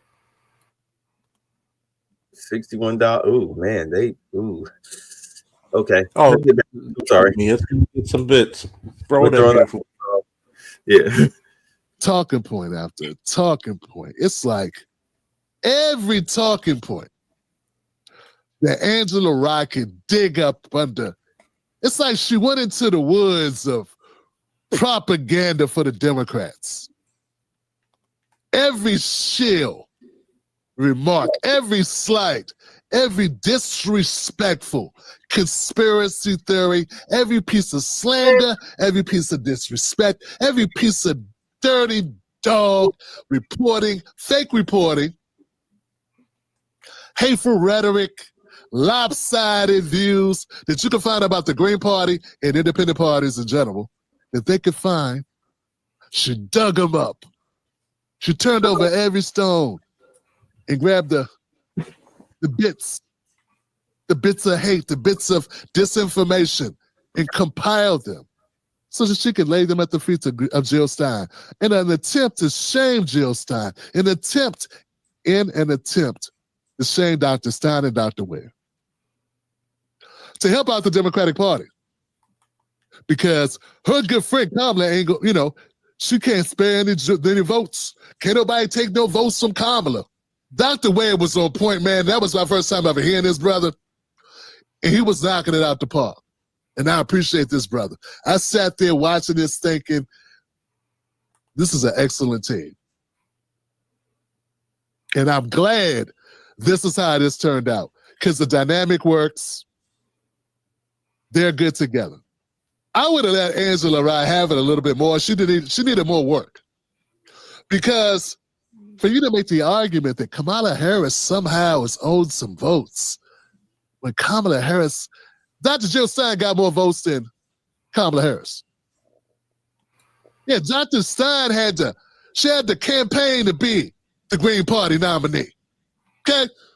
She didn't throw anybody under the bus to be nominee. In fact, she didn't even want to be nominee. That's my understanding.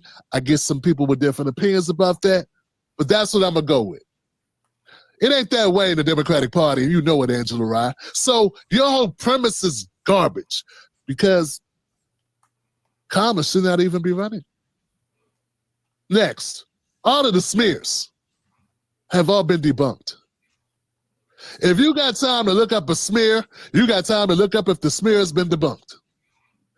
When you come out, lawyer, Angela Rye's a lawyer, when you come out and you're a lawyer and you're reading a smear on the air, you took time to look up the smear, you could have did the additional search to look up the truth, the debunking of the smear.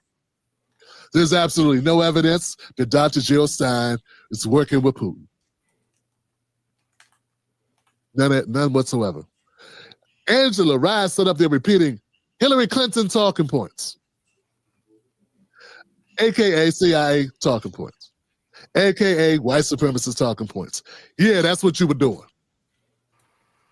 Pause that. Pause it right there. It was amazing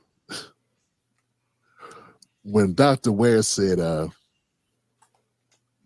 was it? I don't know who it was. It was either Dr. Ware or Dr. Stein. You notice he just made a great point. They always do this, man. Anytime someone says something contrary to their damn talking points and shilling, they come out with this Putin stuff. Man, these people don't even know no damn Putin. They just, oh, you're a Putin shield. Angela Rye don't know nothing about no damn Putin. Why? How do you know she's a Putin shield? When they said that about Tulsi, that shit boiled my damn blood. She took an oath. She's a lieutenant colonel. How dare Thank you. What rank is Tulsi Gabbard? Lieutenant colonel. She's a battalion commander. Or, if not, she's a brigade XO. She answers to a colonel and a fucking 1-star. And this is my thing. You're the most insulting thing you can do is challenge a man's or woman's allegiance to their country. Honor. You challenge my honor. That back in the days, what happened when they challenged honor? You used to have to take them 10 paces. You got to think about this. This is how long ago I've been joined the military. Most of your favorite YouTubers who are Navy SEALs, Green Berets, I've been in the military before them. I can't do his video. And this is the craziness about it when they keep challenging known officers and enlisted people who serve ridiculously honorable to the military. And you did what? They had a couple of high school fights. They had some high school fights. That's what she said. High school fights. Yeah, that's my Antonio. That's my Pookie. I was just fucking in the backseat of his stolen car. Babe, if you don't fucking make a t-shirt of Antonio, me and you gonna fight, nigga. Look, I've said that shit on Facebook the other day. People didn't know what I was talking about. I was like, y'all know who Antonio is? Because if you don't know, you're probably dating him now, bitch. They know. They just don't want to admit it. That's all. Antonio. I can't play his video because there's no clip of the Breakfast Club on it. It's just him talking. I want to get what Jill Stein was saying. No, I was going at it. Saying shit. Get the But clip. Can you play the audio in the background and just play the audio and then just have like a picture or something? There's no. What I'm saying is Tim Black. He only thing he did was made a commentary of what was said on. I want to actually play what Jill Stein said. But yes, I can do the audio. But my whole thing is that was Tulsi Gabbard, was she a Russian asset when she was a Democrat? No. Okay. She wasn't with Putin then, right?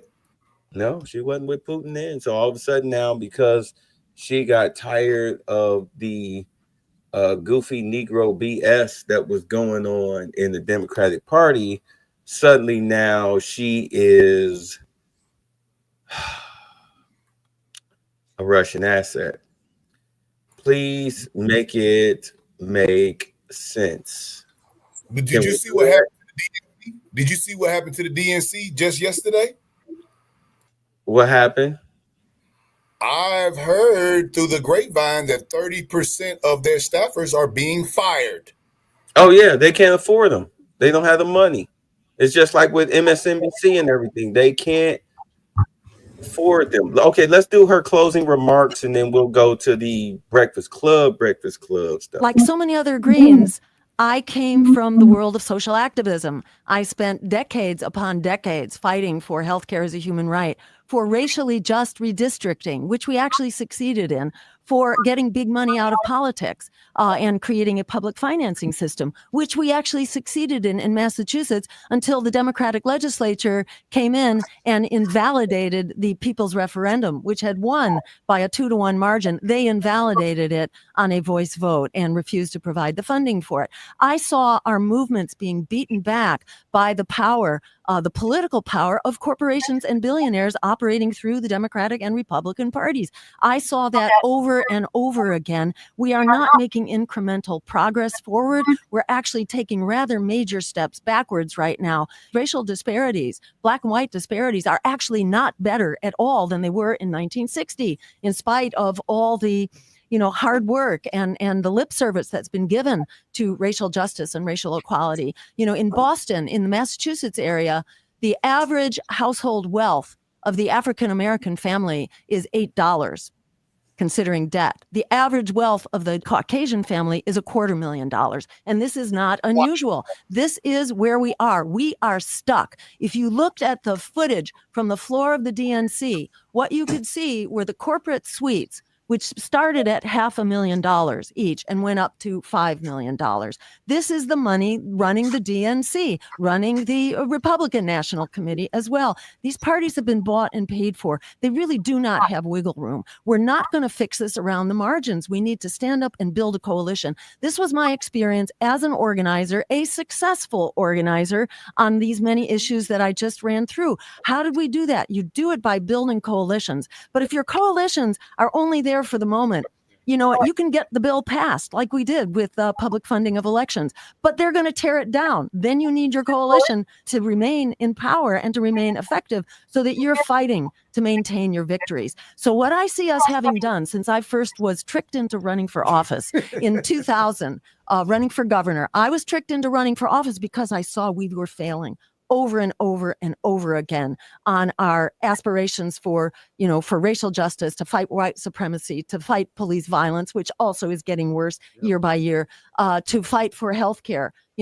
The health disparities between African-American and white population is about 3 years. 3 years of life taken away from African Americans. And that's before you add in the disparities in education. If you factor in education disparities as well, that 3 years grows to 10 years, a decade taken off the lives of most African Americans. To me, this was just unacceptable. I could not sit there and take it over and over again, especially after the Democrats reversed our achievements to get at the core problem, which is the corruption of money in politics. We solved that, and they basically tore that solution to shreds. I could not stand there. That's when I got recruited to run for office, because I began to realize this is about building coalitions. That doesn't happen overnight. It takes a lot of education. It takes a lot of work. And so I ran in that first race for governor, challenging actually Mitt Romney, who was running for governor on the Republican ticket. And you know what? We had to fight our way to get into a televised debate, but we did succeed because the turnout was huge in the rallies that were demanding to open up the debates. And that debate was opened up on one occasion. The Green Party's proposals, which we've run through several times, went over like a lead balloon inside of that TV studio. And I walked out of there thinking, oh, well, at least I tried. But when I walked out, I was mobbed by the press who told me that I had won the instant online viewer poll, which we didn't even know was going on. And to me, that was like a revelation that, oh my God, people actually agree with us. We don't need to change people's minds. People's minds have been changed by the desperate state of our economy, by, the incredible injustices, by the police state that we're living in, et cetera. And it wasn't nearly as bad back then. At that point, it's like a curtain went up for me. And I saw, oh my God, this is not a matter of having to change people's minds. People are already there. It's just that people are denied knowing that there are options that actually empower us. Hey, that's a great point. Look, what I was thinking is now we changed the political landscape, right? Black men in specific, right? And now here's a woman, a white woman, right? Green Party. She's universally unliked by either party. And now she's the only one that actually said anything about reparations. And she made a great point on the disparities. 3 years. She's actually done some damn research. She shows that 3 years African Americans are put behind. And if you put in the educational, we start off 10 years behind the average white counterpart. Okay. She's talking about reparations. Why would you get mad at this woman if we just said, hey, look, we held her to account? We could force them to actually speak about reparations. But no, you got Angela Cry over here that'll go hard on this woman, and ain't now one of your candidates said a damn thing about reparations. Matter of fact, Steve Harvey told everybody to shut up and don't even ask Kamala about it. That son of a bitch. After he sucked Trump's dick for a year, 8 years ago. Yeah. Why do you think, Antonio? Why do you think guys like Trump never trusted a motherfucker like him? I can't blame him. You see that? You see the picture? Courtesy of Lewis. Yo, you and Lewis should sell t-shirts of Antonio. Trademark that shit because that shit is hot. I want to do the let them eat fate. I'll do this, but I want to do the let them eat fate. Yeah, they ought to. Because, I'm sorry. Let these bitches burn. I believe in the crucible. Shout out to the Marine Corps. Hoorah. Even though I'm a soldier. I got no Marines because my daddy's a Marine. So, when we always joke Marine Corps and soldiers, but guess what? Guess who have each other's back the most? Marines. Marines to us are like special operations if they got the worst of gear. The motherfuckers gung ho all day, man. Gung ho. And I appreciate you joining the channel. Lap D SWAT one. Meant to say that about an hour ago. But you know what the problem is? One thing to you, babe. Check this out. You is not gonna catch me in this league, man. I see you trying to catch up to my team, man. I'm just letting you know. I'm gonna see you in the playoffs, player. Playoffs. You see, I'm sneaking up. I'm slowly but surely crawling out of my hole because my problem is y'all got my quarterback before I could get to him because the draft started before I was ready, so I couldn't get the quarterbacks that I wanted. Who was you trying to get? I was trying to get Joe Burrow. Okay, Joe Burrow. I knew I definitely didn't want the one Kermit the Frog. I definitely didn't want him, but I wanted Joe Burrow. I wanted Lamar Jackson. Yeah, Lamar. Okay. And who's the other guy? The other quarterback. Oh my God. Josh Allen. Yes, Josh Allen. Because That's those guys, they're running, throwing quarterbacks. They always gonna put up points. And if you've noticed, Joe Burrow has been on a 5 touchdown freaking streak. Man, they sleeping on Burrow. Man, I saw him. I think Podhead's got him now. Man, He's the best quarterback in the look. I don't care what you say. He's the best quarterback in the AFC. He's the best quarterback in the AFC. If you can go to the Super Bowl with just 3 offensive linemen, get the fuck out of here. He actually gets more points on average than damn Josh Allen, to be honest. What's up? Niggas sleep on Lamar, dude. Yeah, that's why, because Lamar's had some 4 and 5 touchdown pass games too. So Lamar's the best fucking quarterback in the NFL for the last 3 fucking years. And it's hard to deny it. This is how stupid the NFL is. You allow Lamar Jackson to get Derrick Henry. You dumb motherfuckers. You just gave Thanos the whole Infinity Gauntlet. Why in the fuck as the fuck the Dallas Cowboys? Why in the fuck as the Cleveland Browns? You have you create the most cap space in the league in free agency, despite the Deshaun Watson contract. You know Nick Chubb is not going to be back to the middle of the year, and he's not going to come back as Nick Chubb from 2019. Why in the fuck did you let Derrick Henry? You didn't even call him. Fuck the Cowboys. You as the Browns, as a power running team, knowing Deshaun Watson is iffy, why didn't you make that phone call to Derrick Henry? Thank you. And how you gonna let him go to your damn division rival? And guess who's using them well? The Ravens. The motherfucking Angry Birds. Say it with me now. The motherfucking Angry Birds. If you give Derrick Henry 20 plus carries, there's a strong chance your ass is gonna lose because he gonna wear your ass out. And he's gonna wear your ass out. Guess what happened? They scared to tackle. I saw some cornerbacks. He had about 10 more yards to go for touchdown. They just stopped running. Would you tackle a Buick? That motherfucker's a Cadillac Seville. Man, that's that Fleetwood Bro-Am, man. That's that Fleetwood. It's gonna tear some shit up if he hit it. I am not tackling the Magic School Bus. I know that. Imagine this part, man. You have Derrick Henry, and God knows you saw what Justice Hill can do. He's Ray Rice 2.0.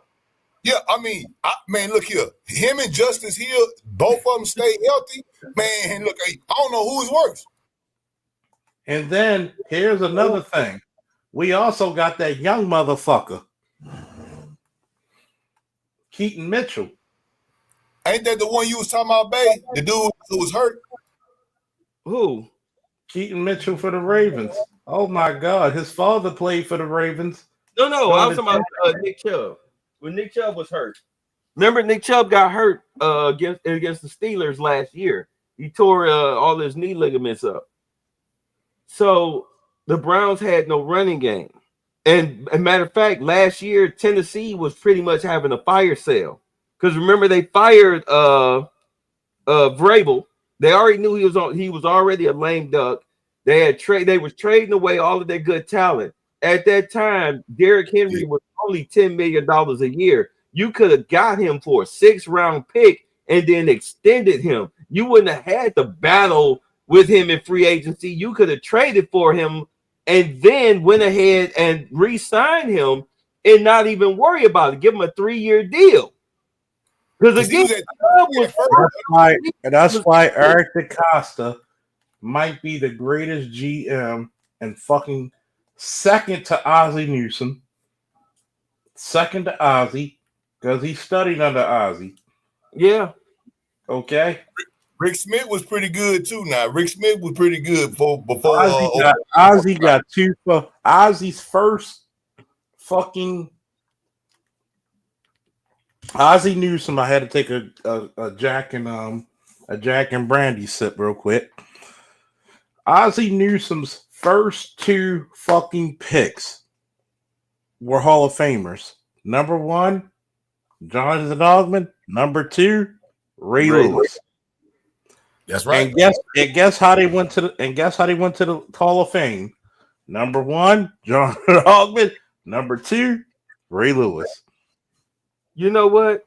Ozzy Newsome is so good that he's about to have three more, damn near four more Hall of Fame picks who played in the 2000s. Bolden, Yonder, yeah, Reed go? and Terrell Suggs. Did Reed go? The safety, Reed? Is Reed in the hall yet?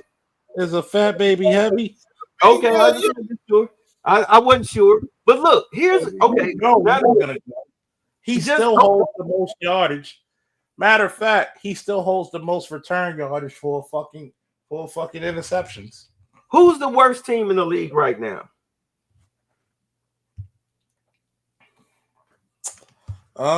Probably Dallas Cowboys are obviously one of the worst. Okay, mix them out because they have Al Davis of the NFC as their owner. So mix them out. So Rams.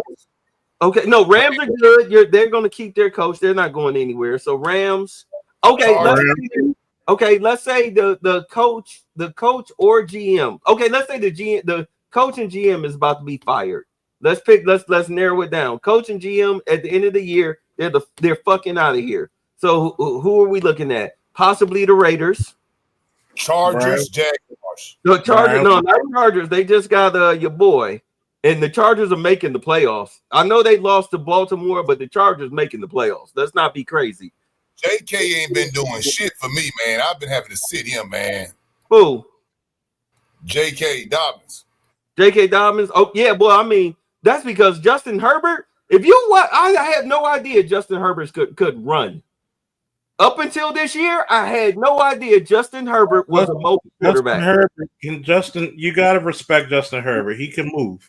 Yeah, I had no idea, and they would have beat the Ravens had they Palmer knew how to fucking catch. But by the way, here's some stats for you when it comes to just comes to primetime games. Best win percentage in primetime games, starting quarterback since 1970 merger.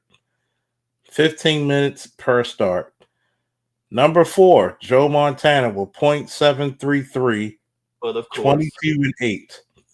Ken Stabler with .738, 15-5-1.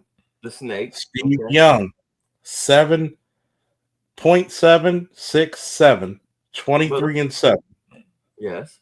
Lamar Jackson at .800, 20-5. Good God. That's beautiful. Okay, so we're looking at Giants. The Giants are definitely going to fire their coach and GM because they fucked up the what's the running back? What's the running back they let go? Went to Philadelphia. Saquon Barkley. You fucked that up. You fucked up the Daniel Jones situation. Brian Dable. I mean, he on the hot seat, but I mean it's not his fault because he didn't get to pick his quarterback. But if you the Giants, you need to clean house and start over. So you're looking at the Giants. You're possibly looking at the Jaguars. Okay, but they're going to keep Trevor Lawrence, but they're going to try it all over with a brand new coach and a defense coordinator. Chicago Bears, they're going to clean house. So, but they already have their quarterback. They got a hellified defense, but their offense is shit. So you're looking at Bears, Jaguars, Giants. Who else? I mean, I know we're talking about Jets, but let's exclude the Jets because who the fuck in their right mind would go and coach the Jets? Who else? You got the fucking the Patriots.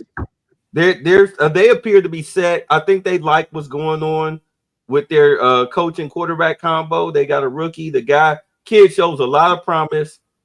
He's overthrown balls with games on the line, but you can coach that out of him. What about Denver? What about Denver? Denver is making the playoffs. Highlight T Wrigley's comment. Wait, hold on.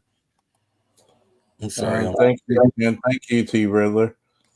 Because all I try to do is give back to people and give some knowledge. Me and Babe been tight for years, almost a decade. We known each other for almost 10 years, right? Who, us? Yeah. Yeah, something about that. Oh, you want me to post the Fel Antonio? He put the Octavius pic with me. And I pray during this holiday season for T Riddler, just highlight his. And I pray that everybody enjoys their Thanksgiving and Black Friday and their holidays peacefully, because I know for a lot of people it might be some anxiety. And I'm gonna give y'all some. We're gonna get back to the sports talk, but I'm gonna give y'all back a little piece of advice. For some of us, we may not be talking to a lot of our family members. I'm going to suggest this. Attempt to make peace. That way, if that person or those individuals do not want to make peace, at least you tried. Anything else, that's on them. But if you try it, at least you extended your leaf in peace. After that, if they don't take your peace offering, fuck them. That's all I say. Fuck them. For sure, bro. That's what I meant with it. Yeah, don't kiss anybody's ass, but you extend peace. I know my nephew, he's on vacation from active duty up here. I'm gonna cuss him out because I'm trying to find where the fuck he is right now with him and his wife.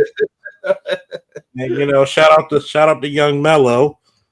Love you, Nick. Love you, nephew. He just graduated a couple of days ago. He's going to AIT, as a Intel specialist, and he's also going to RIP, which is Ranger School. Yeah, man, my nephew, man, he's a Marine. He just went back to Hawaii. He about to get ready and be deployed, man. And that's like I say, man, I was so proud of him when he came home. You know what I'm saying? And he was all dressed up, man. I was just like, man, I remember this boy when he was at my knee. You know what I'm saying? I thought he would have been no damn Marine. I thought this motherfucker, I didn't even think, he wasn't even the military type, Charles.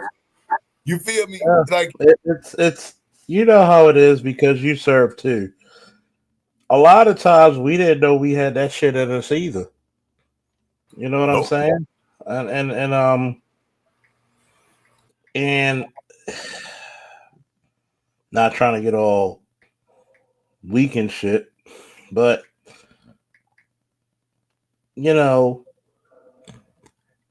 it's a blessing to be able to pass down some knowledge to the next generation. You want the motherfuckers to actually to actually do better than us. Hell yeah, that's the whole goal. And that's why I don't understand a lot of women where they get in this mindset and like they try to compete with their damn children, like especially the daughters. Yeah, I'm like, yo, you supposed to be making them better. Like, stop handicapping them and putting dumb shit in their head. As men, we know we'll be judged by our progeny. If our kids ain't shit, they ain't gonna say, oh, the kids ain't shit. They're gonna say, yeah, daddy ain't shit. That's what they're gonna say. You know what I'm saying? They ain't gonna blame the mom. They're gonna say, daddy ain't shit. Where was the daddy at? Absolutely fucking correct. Because we take pride in our progeny. If the father is not there to influence the child, then clearly you are the bad influence. But the thing is that females, No, they are. no, no, no, big. You gotta say that shit again because they didn't capture the essence of what the fuck you just said. I'll say it again. If the father is not there, the bad influence in the child's life is you.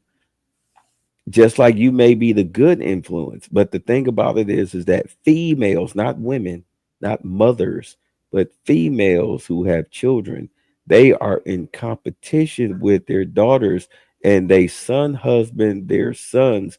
I mean, it's in all honesty, you, if you were to really be able to dig into the true thoughts, if you were to give them the Wonder Woman lasso of truth with a lot of these boys, I guarantee you that at some point in their life, their mothers felt them up while they were sleeping, if not worse. Man, I can't even put it past on that one, brother, because the son husband epidemic is real.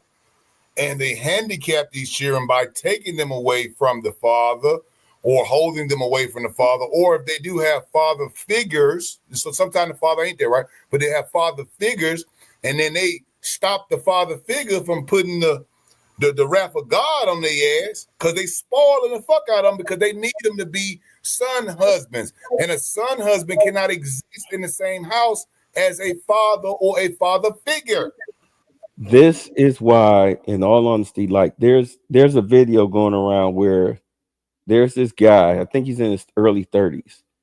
His parents were married, they got a divorce, the father passed away, but the father left the house to his son, to his son. So, Okay. you know, the son, of course, moves into the house. Because understand the mother was living somewhere else. So the son moved into the house, and then the mother came and stayed with him at the house because this was their family home until the divorce. So after a few years, the mother, because he was talking about how his mom would go on vacations with him and everything, you know, this whole son husband situation. So suddenly the mother takes on a lover and she gets married, and the husband moves into the family home that's owned by the son. The the new husband is under the impression because of the mother, the wife, that that's the mother's house. So he keeps saying to the man, the son, he keeps dropping his like, yo, you got to get the fuck up out of here because the son was at home all day making money online. Keep in mind the house is paid for. Only thing he's paying is, you know, utilities and land tax. Right. So he working from home, and the boy or the man kept telling the husband, like, what is you talking about? Like, and he told his mom, yo, you need to tell him what's up. The mother kept dismissing what her son was saying until it came to a head. The boy, well, I keep calling him the boy. The son wound up kicking the husband out, and of course, his mother went with him. And the mother felt that what he did, kicking the husband out, was wrong. But my whole thing is, okay, motherfucker, why are you moving into your wife's house? That's my biggest question. You married this woman, right? Yes. Why are you moving into her house? Because she told you that the house was paid for? So you figured you gonna save some money on rent? No, nigga. Get your if you living if you apartment living and the woman you messing with got a house, y'all two need to, you don't move into her shit, y'all move into y'all shit. I.e., you leave there, I leave here, we get a place together. Right. Y'all shit. Key, point, and word. Y'all shit. You feel me? We both on the lease. This is a fresh lease. Or you're moving into my house. Because I'm not, as a grown, I've said this 1,000 fucking times.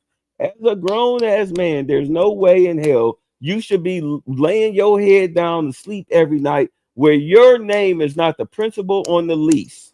That's the worst thing you can do, because at any time, somebody, whoever is the principal's name on the lease, can tell you to get the fuck out. Brother, I'm gonna give you a prime example of that. And I was young enough to actually, thank God, I had a couple of older brothers that helped me out. The only time that I signed my name on a marriage certificate, okay, and I did not go back and finish it, right? And the girl got mad as hell. And she was like, well, why you won't marry? Why you won't marry me? I said, well, look here, baby. You know what I'm saying? Right now, I'm not in the career field that I need to be in. I need to get my money up. I don't feel right as a man if I cannot provide at least a home and a situation for my damn family. And that includes you, bitch, and my kids and your kids. Okay? So if I cannot do that, I don't feel right as a man marrying you. And that ain't saying that we can't get married, but as a man, I cannot, in my proper status, cannot do that. And I will never be no kind of homosexual or allow a woman to have her name on. And you know what's funny too? I'm glad you mentioned that. A woman will try to force you to do because she said, oh, well, no, it's cool. You know, I know you're going to get your job situation going to get better. And, I take care of everything. No, that is a trap, because the moment that you stand up on your fucking square, what is she going to do? Get the fuck out. This my house. This my shit. Get the fuck out. Fool. She ain't gonna just tell you to get out. She gonna go throw your shit outside. She gonna get loud in front of neighbors. She gonna do dare you to touch her. Dare you to touch her. And you done. You don't have no rights on nothing. You don't, even if it's your kids in the house. Officer Charles of the goddamn law, are you there? How many domestics have you run up on where the woman was the principal on the lease? If he's there, he's probably on the phone. But at any rate, I learned that at 25 years old. I moved in. This was the first and last time I ever did this. I moved in with this chick, single mother of 3. Left my apartment, moved into her with her house, her rented house. We wound up getting into it on my birthday, and after I came home from work, and she kicked me out. But the beauty of it was that the relationship was already rocky. I already knew what was up. I was already, I had signed, in all honesty, I had signed my lease to a new apartment that day. Okay, I'm back now. Ask me the question you were asking. How many times did you roll up on a domestic and the woman was the principal on the lease and therefore the man had to go? 70% of domestic violence, the woman is the aggressor in the black community. 70%. This on the ground, on the field statistics here. And by the way, that's FBI statistics. So you know what that means? That's nationwide. I feel you, but how many times did you roll up on a personally? How many times? And the woman said, I mean, not how many times, but the woman said, "This my house. He got to get the fuck out, get out of my apartment, etc., etc., etc." She made it a point to say that it was her spot. How many hairs do you have on your head? Because that's the first thing of fuck it, it's past 12 o'clock. How many times a bitch gonna say that? That's every day. I mean, it's happening you right gotta now. Understand something, right? Females are insecure about power. The power. Men innately are born with power. Because all you have to do is reach a certain age, you're stronger than the average female. That's what frightens them. They think that all of these females think they're pretty enough to get a better man than you. Let me put it to you this way. I told so many females Go Even get a the better man than me. Don't get an older man. Get a nigga same age. Get a better man than me.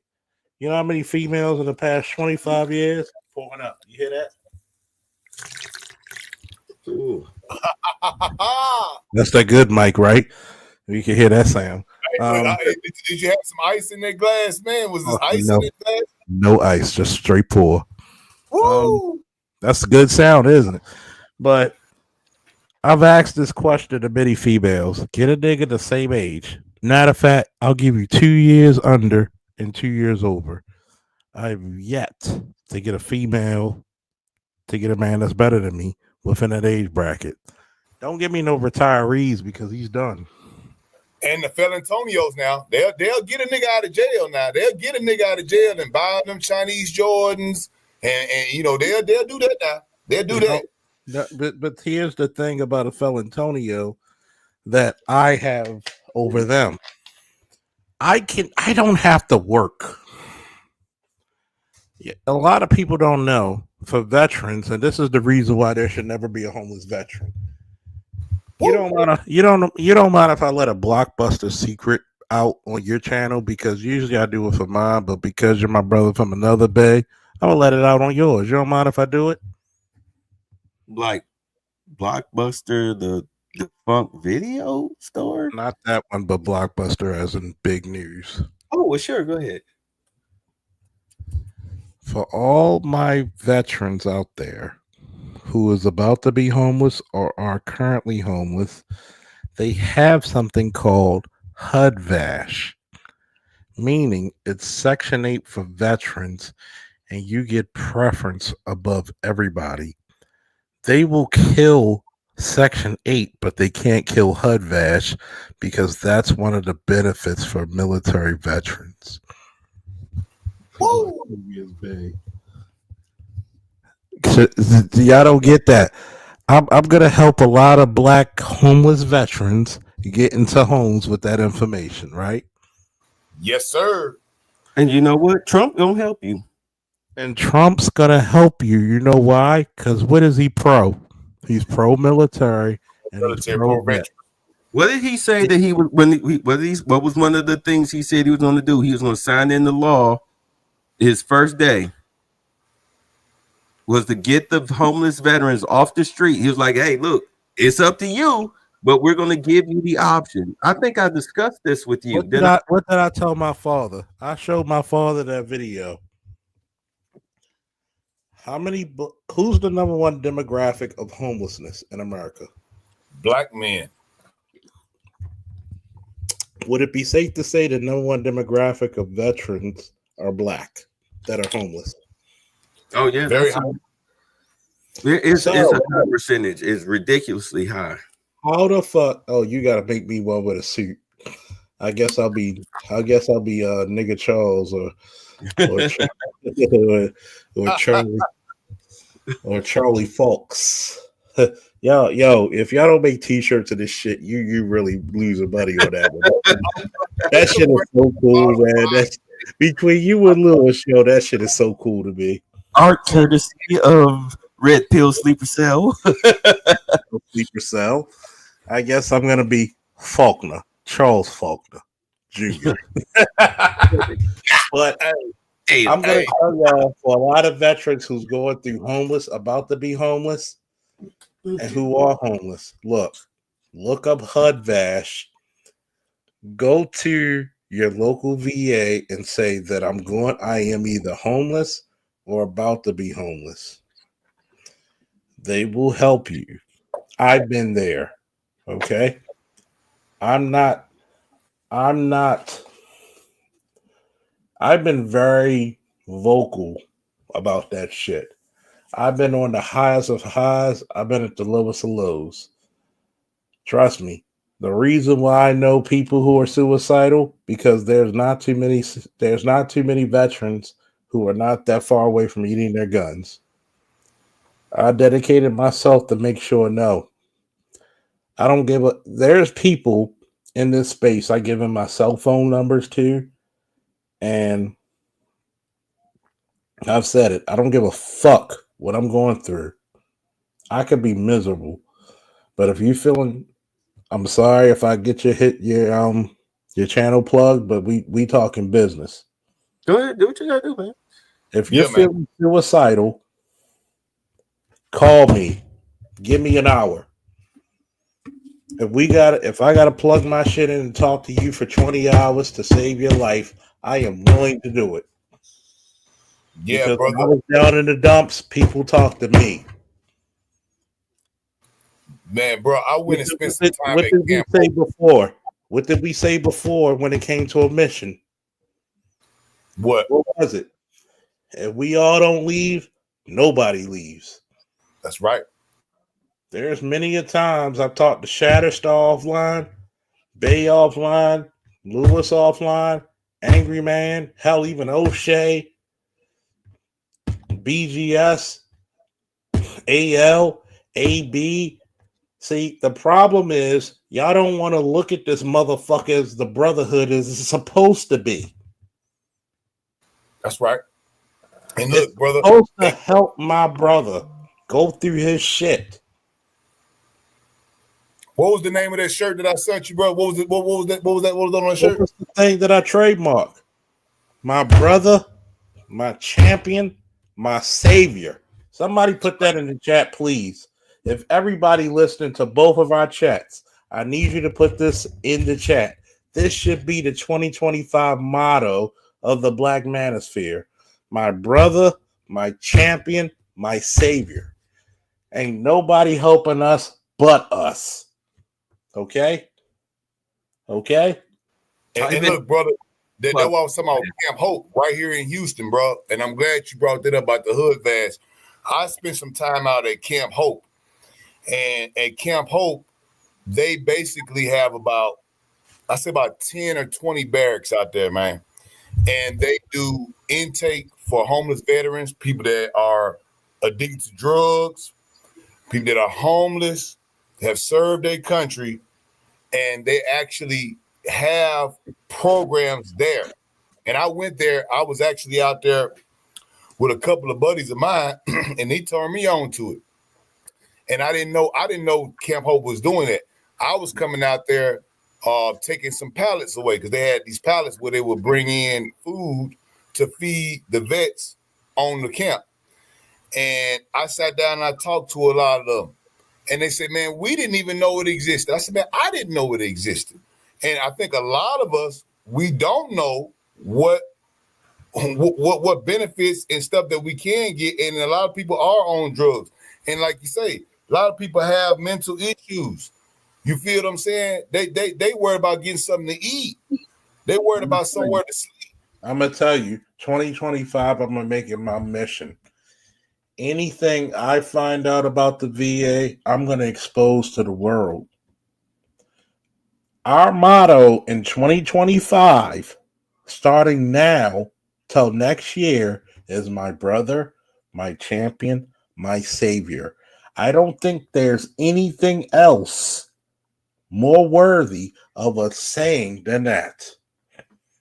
Okay? I can't say nothing wrong in none of that what you said at all. That should have been the permanent motto of the Black Manosphere. My brother, my champion, my savior. The only people that's been saving black men were what? Other men. And guess what? I'm making t-shirts out of that shit. I'm making hoodies out of that shit. Because I trademarked that. If you need to go around with a positive message to the new year, it's my brother, my champion, my savior. Post it on Facebook, just give me the credit. I trademarked that shit. But seriously, even though I seriously did, but seriously, that's the motivation that we should have from now till forever. If you man, can't, where's my boy Brian Snowman at, man? You damn sure right, bro. You need to hit that button on that one. You be all hitting the button right there. Don't make me spill my cup. Yeah. Babe, where is he at? Because Brian got eliminated, man. If you bring that chart back up, man, he in number 8, 2 and 10, man. I don't think he been changing out his men. Man, I'm gonna tell you what. When it comes to happiness, y'all motherfuckers don't know how y'all saved my life during COVID, during after my career with Baltimore Police, during after my career with BCCC as a police sergeant. How much y'all supported young black men. Believe it or not, when I had my GoFundMe up, there are so many black men who got their handgun permit, their security permit, their private eye permit, and there are so many who went to the military to become information specialists, Army Rangers, and other shit. Going to police departments. Oh, but what about the money? I'll show you pictures of the money where your money went. Hey, oh, trust me, nothing but love, JLJ. Nothing but love. Babe, you number 4. You're number 4 on M's magnificent team, man. You're 7-5, man. Okay, because I know that's your other team, dog. I know you ain't snake. Yeah, I seriously only have one team. Well, you 5-7, so you got to go against Podheads. You and Podheads lined up at under 500, 3 games back, with a 4 and a 3% chance in the playoff. M magnificent team on my ass at 7-5. We got a 4-way tie right now, and the tiebreaker comes in.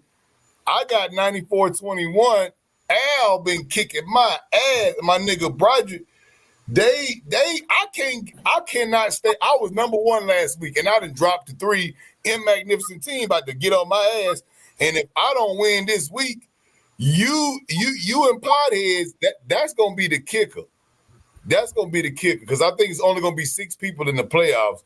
And right now the top man is at 98-28. I'm at 94-21, and you at 87-15. But currently looking at if we look at your fantasy cast this week, you actually got a favorable matchup. Now okay, there you go. You need to change your empty spot on your wide receiver though. You went and got Warren Jennings. That was my boy. I know you went and got him. Ramondre Stevenson. I see you with Baker Mayfield over there. I see you starting Baker over Jalen Hurts, but I know why you did that, because they playing Baltimore. Well, actually, I want to get rid of. I mean, since we're talking fantasy football, but I've been trying to get rid of Jalen Hurts. You want to get rid of Jalen Hurts? I want to get rid of Jalen Hurts. Baker Mayfield has been balling out. The only game I benched him since I picked him up was the 49er game, and that's because I knew that they was going to kick the shit out of him, and that's exactly what happened. Jordan Love for Jalen? No. The bye week is over. I trust my Baker. Well, who you gonna put in that wide receiver spot? Because I'm looking at that. You got Xavier Worthy on the other side. You going against Watts. He projected at 8-12. You got to put somebody in there, man. You going with CD? I got money on CD this week. I got money on CD tomorrow that he gets more than 60. I think Prize Picks got him at 68 yards. I just well, I'm about to pick him up now. The receiver that I need, I just need to drop somebody. I don't want it to be, damn it. I really do like my running backs. Even Ramondre Stevenson is doing well for the Patriots. Najee Harris has been doing well. Big Chuba, but Chuba had a couple good games, man. I like Chuba.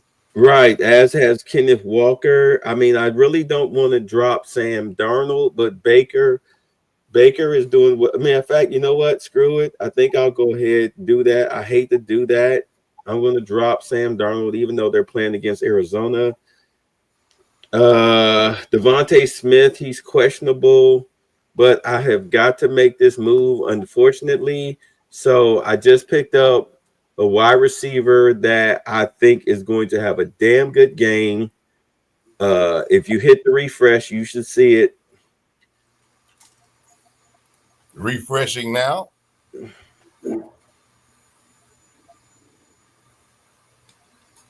Ah, you son of a bitch!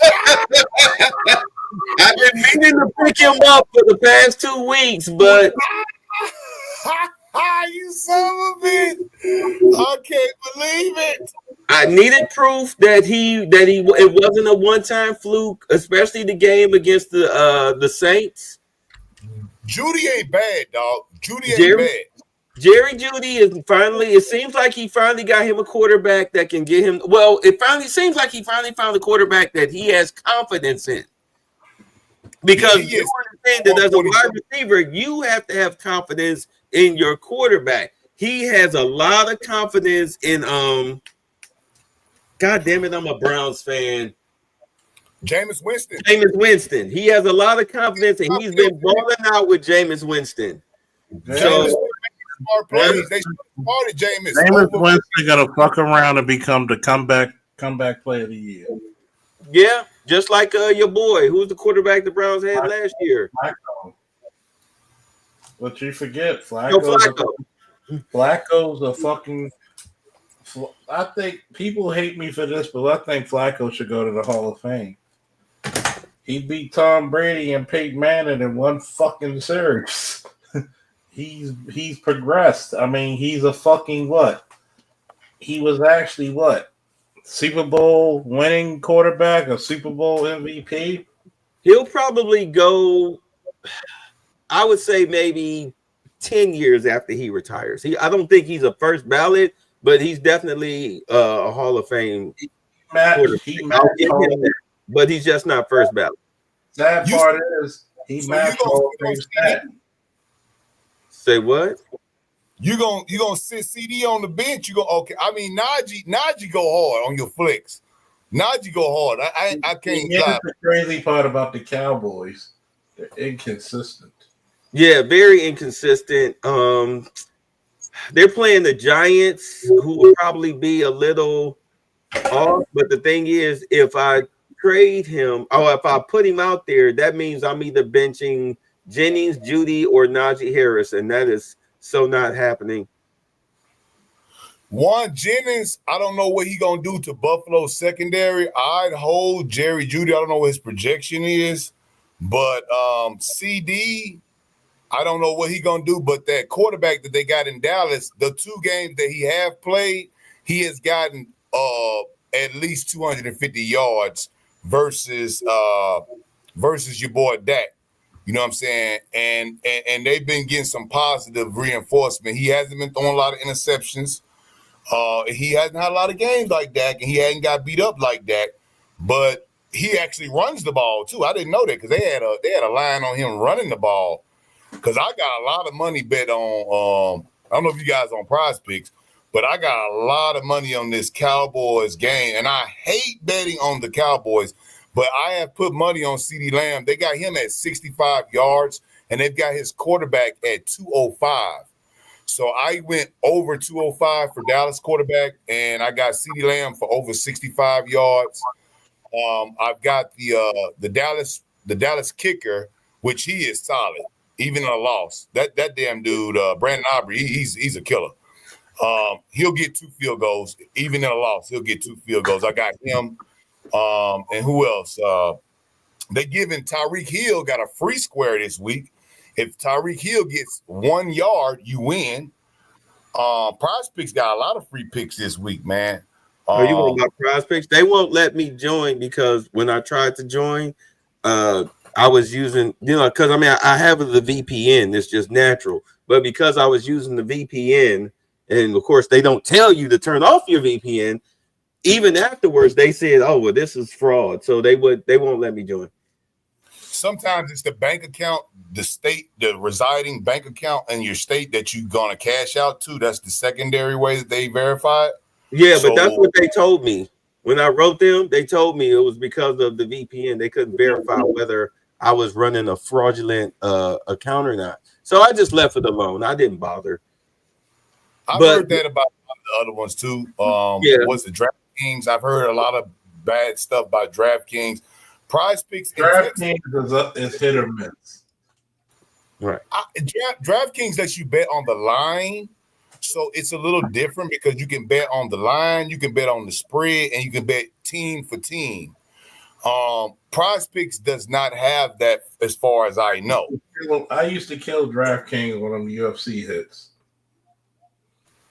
That's what would be a great thing to bet on. I'm scared to bet on fighting, dog. I mean, you know, I've been following UFC since the 90s, dude.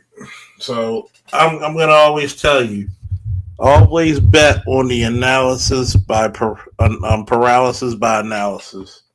Who has the more skills? Who has the better skill set? There's always going to be a win out for me. You know what? That's the thing with like with my fantasy team. I know Baker is going. I mean, Baker's going up against Carolina. He's going to try to throw 20 touchdown passes. He hate them fucking players. Devon Achane for the Miami. He going up against Green Bay. And if you've noticed, ever since what's the name came back from concussion, Tua, he's really been using Achane and who's the other guy? Waddle. They've been his go-to players. Ashane and Waddle have been his go-tos. Where the tight end been coming through too. This tight end as well been coming through. Ashane scores. He's been scoring like crazy. Kenneth Walker against the New York Jets. I mean, they're a defeated team. The stupidest thing they ever done was fire the head coach when really your biggest problem was that offensive coordinator and quarterback. There's no way in hell I would have done that. Juwan Jennings as the third wide receiver, he's been, in all honesty, he has been Purdy's go-to guy quietly. Yeah, Jerry Jeudy, like I said, his confidence in his quarterback has really exploded, and you can see it in his play. Zach Ertz, he was quiet for a while, but ever since, the quarterback he settled in, he has been a scoring machine. I see you starting Ertz over your other tight end. Who's Goddard? Well, yeah, I mean, you're going up against Baltimore. I know Baltimore has a shitty pass defense, but the thing about Philadelphia is that they rely way too much on what's the running back? Barkley. They're a very Barkley heavy laden team. We're also a great rush defense. Right. So I mean, but Tennessee has 1 minute. Y'all might hear me shit on a person real quick. Go ahead. I'm gonna shit on this nigga real badly because he's gonna tell me that woke has been here longer than what's the term? Conscious. Oh no, conscious is way older. Never. Are you kidding me? The woke didn't come about to what 2015, 18, somewhere around there before white folks got their hands on it. I'm gonna read what this idiot stated because the reason why I connected with Bay because me and Bay been in the same spaces, even though when he was an adult when I was in high school. He said actually the term woke has a long, serious history in black culture. As far as being bastardized, you eloquently put it, it's been deemed a negative by conservatives. Take a moment to research it for yourself. First of all, nobody ever called it woke. It's always been conscious through the black community. Notice how people always say, open your third eye. That's your awakening, which is your consciousness. Nobody called it woke since the 2010s. That's right. And it's when the leftist agenda tried to take it over, especially when it came to Me Too, LGBT, and other crappy organizations. Yeah. And even because see, that's what they do, Charles. They co-opt the terms. It's language. So if they control the narrative, they don't have to control the people. They just control the narrative. And who's at the top of the narrative? Who do we know? People, oh my God, that is so funny. And Oh see, no! here's the part about it. Can we Hey, play the babe. drunk video? Hey, babe, where were you during the Million Man March? Shit, I was in Atlanta watching on TV. That's where I was. You were I at was the there. yeah. I was there in the 8th grade. So when a lot of these motherfuckers try to challenge my gangster, I was there, beating my chest. It was required through a black Catholic school to go. There was no, oh, I don't feel like going. No, you took your black ass and you went. Shut the Yeah. fuck up. I think I was in 5th.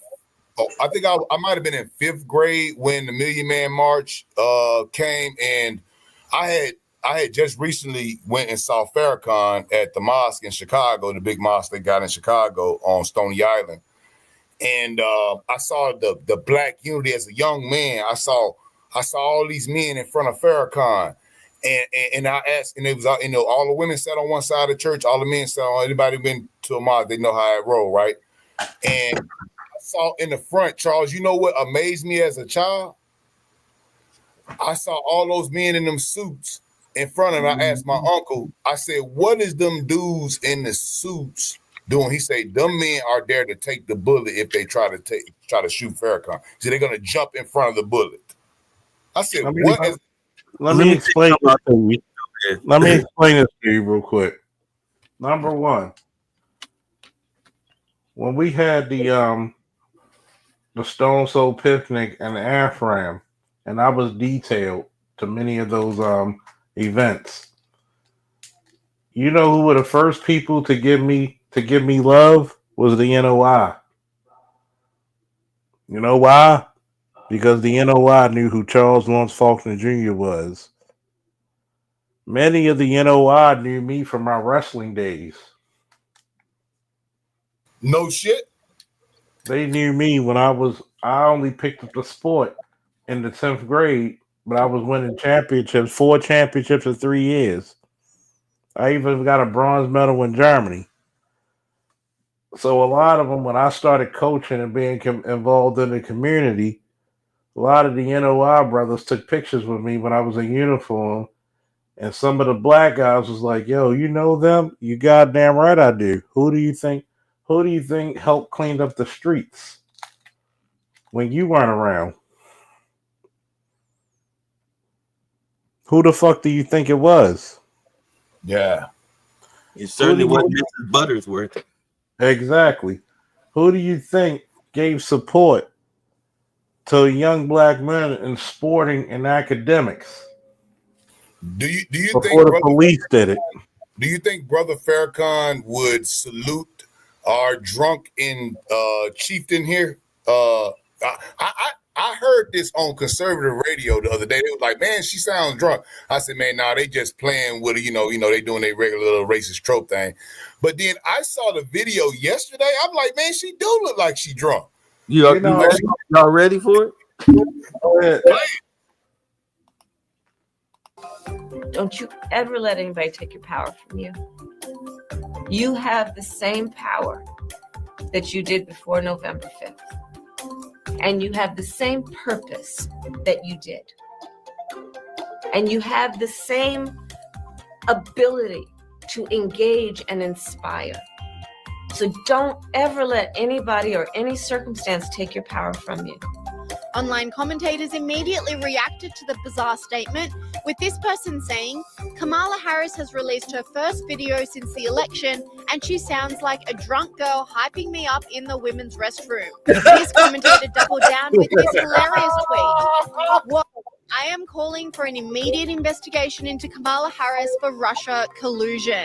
My sources say she has consumed all of their vodka. And this commentator has echoed the same criticism of Kamala we all voiced during the election campaign, that she talks but says nothing at all. Is Kamala Harris drunk? The Democrats just released this video of Kamala Harris sending an urgent reminder to her followers to keep fighting. It's kind of funny. She's trying to sound inspiring but ends up saying absolutely nothing. And it wasn't only Kamala Harris who was part of the strange video. Tim Waltz also made an appearance, also for the first time since his thumping defeat. It's incredibly disappointing now, and look, candidly, it's a bit scary because there's a very different vision that's being put out there. But now more than ever, we need the light to shine through. We need to be able to be that hope for the neighbor who's really wondering. What the fuck is he talking about? What did this dude? He's too busy putting tampons in the boys' restaurant. Put tampons up his ass. I cannot sit here and watch Tim Walz. Why is his face so red? What is wrong with? He look like he owns something. I can't trust these people. I cannot trust nail one of them, man. Let me tell you something. Tim Waltz, he got busted 3 times lying. First was stolen valor. Then what? What else did he lie about? Said he was somewhere where he wasn't. That was the biggest part of the fucking that hit him hard with stolen valor. Yep. You use all the veterans of the military with stolen valor. His unit came out. His unit came out and was denied. His own family are wearing Trump shirts. His family. Then he gonna sit up there. I'm gonna tell you the worst part of it, Charles. And people can say what they say, but man, this is the damn governor. You live in the governor's mansion. You living on our tax dollars. And this man got up there and said his mama can't pay for her medicine. Nigga, you got all the money. You won't pay for your own mama medicine. You weak, boy. Well, Tim, let her have control of her bank account then. Because there's no way. I'm sorry. What were you going to say, Mr. Charles? Here's the bad part about it. The same reason Hillary lost the election is the same reason they did. When you fuck with the military, and shout out to what's the UFC fighter who was a Ranger and a Green Beret? Tim Kennedy. And he told the truth about Benghazi. Any You know, I'm sorry, go ahead. Did you know they had 60 Green Berets? 60 Green Berets on a plane within an hour to 2 hours to Benghazi. Yeah, man. That was that what was it? 15 Green Berets will overthrow a country over there. What the fuck do you think 60 would have done? Bro, State Department sat there and ignored us. Let us die. And any service member, I'm pretty sure Shatterstar, Sandog, Red Pill Sleeper Cell, aka Lewis, Destro was a Marine. Any of us would have been willing to go if we were an hour away to go help our brothers and sisters in Benghazi. No question would have been asked. Right, Shatter? What's the mission? Either we all come home or none of us come home. Lewis, if you want to come up, hit a 1 in the chat. I'll send you the link. Please do. Because first and foremost, you would have sent me with my QRF. Oh, we would have came out that bitch. Oh, we would have came out that bitch. Y'all want to finish this? Oh, the tactical team I was in Iraq, you had 3- and 4-star generals who said we were the best fucking tactical team in Iraq. Bro, when the Green Berets went on missions and personally request Viper Team, which was the name of our fucking QRF. Yeah. When the Green Berets personally requested us, what the fuck does that tell you? Send in the boogeymen. Send in the boogeymen. For a lot of you motherfuckers, we had over 354 missions in the first 6 months of an 18-month tour. If you would have sent a lot of people, who are my subscribers. Sandog, Shattered Star, Cerulean, Grinch, Destro, LAPD SWAT. Man, we got so many brothers, veterans. It's ridiculous over here, bro. Others. Oh, we would have got them people out of there, or Damn, died trying. Look, they had a JTech on site. They calling in state because now it's state stuff now. My thing is this: state knew, CIA knew that those dudes wasn't no regular fucking protest. They already had the intel that they were not. They had the intel that they were going to attack. And they ignored us and let this man be killed. The ambassador was burnt alive. You're right, James S. There's a lot of motherfuckers who are subscribers of mine. When there's an old saying, when God said, "Who shall I send?" And there were people that said, "Send me, my Lord. Send me." Yeah. And that was the first and his last mistake. And he said that out of his mouth that he was a sergeant major, commanding sergeant major. Am I correct? Is that what he said? That's what he said. And what was his ending rank?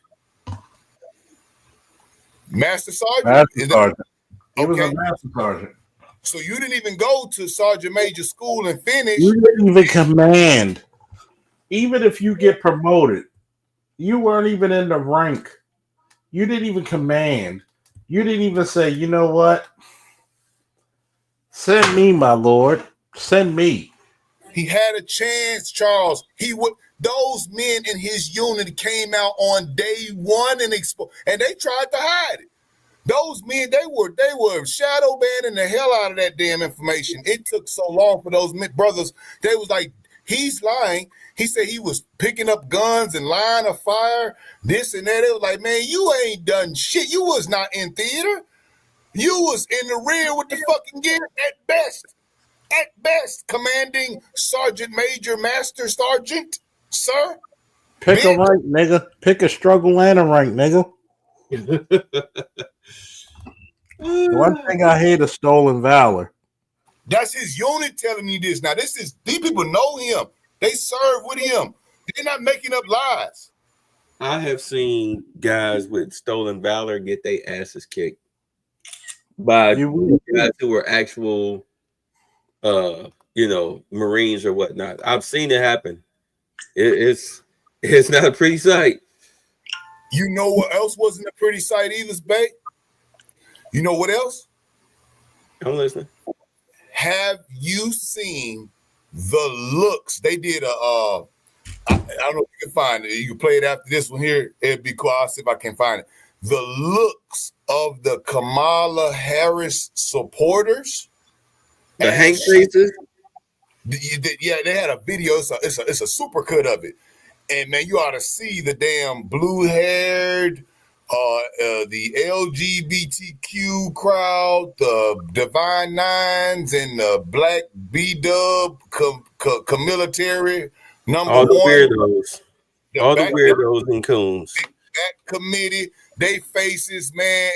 And it was so funny, bro. I was like, ooh. I said, whoever was shooting them videos, they paid it because they got them in 4K looking. And then the woman didn't even come out there. She didn't even come out there. That's why I said Put the link in the chat for Lewis. Oh, you hear? Oh, trust me. I need to talk to Lewis one-on-one, and I gotta ask him a question. There you go. Because I think he has an idea of what the fuck I'm asking. He probably ate. Yeah, but that's why when Tim Walt said, "Well, we're gonna keep fighting. We're sorry." Like, hold on, like, dude, who? I'm sorry, who actually lost in this? Let's really take a tally of who lost in this election.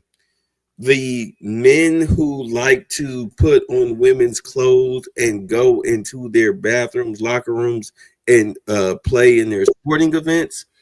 We also lost. Who else lost in this? Black women, because let's be honest, DEI did not benefit the heterosexual black male. So you looking at black Bay, show this. Men, hold on a second. Black women and gay black men and white women, these blue haired, these feminazi nuts or whatnot, they lost,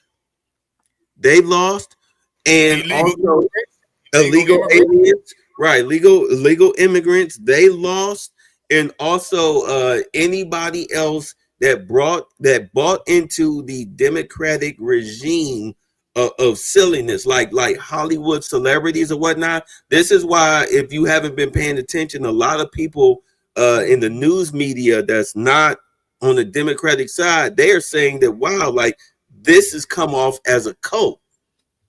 It's come off as a cult, and I believe them. What you got there, Lewis? Let me see. I gotta ask Lewis a question. Oh, you got Johnny Walker. I got this for my birthday Friday, but I ain't gonna get. Oh, happy birthday, man! Happy. Yeah, he turned 26. He turned 26 last week. Yeah, you're a young looking man there. 49. Only thing better than that is You Gentleman know, Jack, man. You know, Lewis, the blackest nigga I know, drinking some Johnny Walker. Yeah, I'm the Black Manosphere's favorite mulatto. Oh yes, definitely. I gotta ask you a question about brother from another. I gotta ask you this question, Marie, Devil Dog. And you know where I'm gonna go. If the brothers and sisters in Benghazi needed help, would you be willing to go? That's not even a question. Not even a goddamn question. I always tell people, when God said, "Who shall I send?" Send me, Lord. Send me. You ain't gotta ask, Lord. You know my heart. Send me. Send me.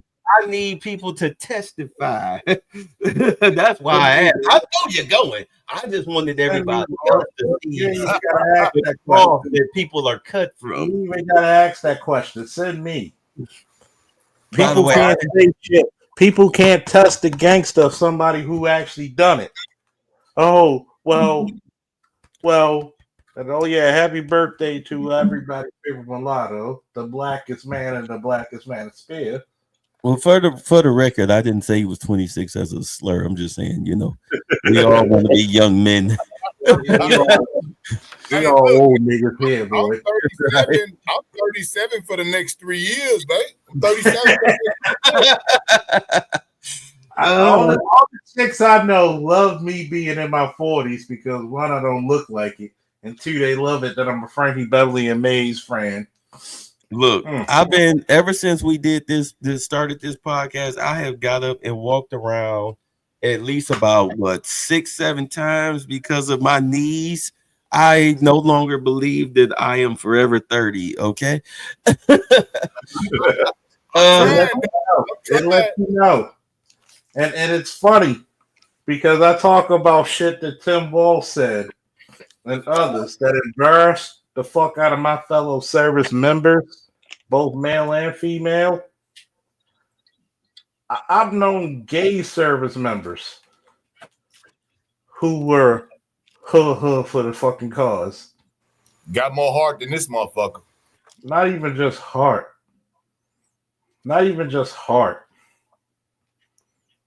The motherfuckers were gay. We knew it. We never told their business because, like me and Lewis, it was don't ask, don't tell. Can you do your fucking job? Don't ask, don't tell.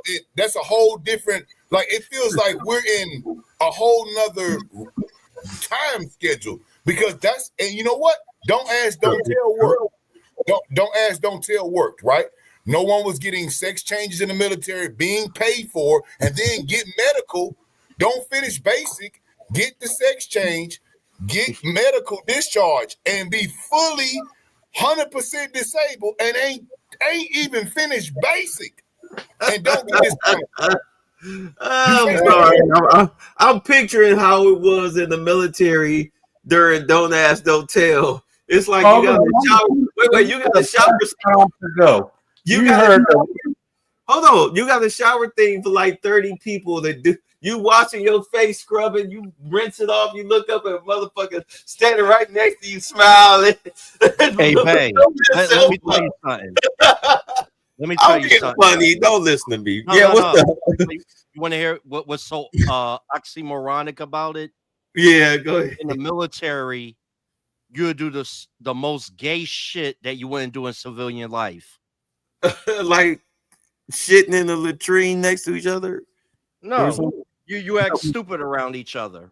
Oh, Bunch of men, like with a gay bunch of jokes men. and everything. Oh yeah. Oh yeah. We used to I'm do a- that on the football team in the locker room, make gay jokes with each other. Especially the term "good game." Good game. Niggas hated that shit, boy. Oh Lord. Oh yeah, good game. Now that's like damn near fighting words right there. Especially I done beat you in something. Oh, it's over with. And we might have to go and square up right then. I'm gonna pull a Kerry champion out of my hat, and like when we used to go, we'd be on the swim team or go swimming in high school. Had to take a shower afterwards so we wouldn't stink like chlorine. A lot of guys walk with their heads looking everywhere except below the shoulders, or covered themselves with the washcloth or whatnot. But never mind that there was a lot of rat tails. So I guess that's an experience. I don't know. Don't fucking listen. Yeah, man. You know the thing about it, what Charles was saying about this stupid dude that we got up on the screen. You can continue to play this because I want us to remember, like Charles said, just like you said, Bay and Lewis. You know that my auntie was a sergeant major in the Marines. Now you gotta be a jarhead for a black woman to be in El Salvador, a sergeant major. My auntie is like hard-nosed as fuck. And when she heard about this fucking dude claiming he was a command sergeant major, she went absolutely apeshit. Absolutely apeshit. This Jerry Smith motherfucker right here. Let me play. Just slammed the governor, saying Tim Walz thinks it's scary that voters rejected him on election day. Well, get used to it, because we're rejecting you again in 2026. The video comes after Kamala Harris has been MIA since her election defeat to Donald Trump in early November. Check this out. One reporter in the White House has had the temerity to ask, where the heck is Kamala? We have not seen her since the election. Check out what the press secretary had to say. To Hawaii, while DNC staffers are just wondering what they're going to do. The vice president has taken time off to go spend time with her family. I don't think there's anything wrong with that. She has worked very hard over the last 4 years, and her taking a couple of days to be with her family, good for her. You got the president walking off into the fucking Amazon jungle. Peru, the cartel, is the cartel back there? I didn't see no Secret Service.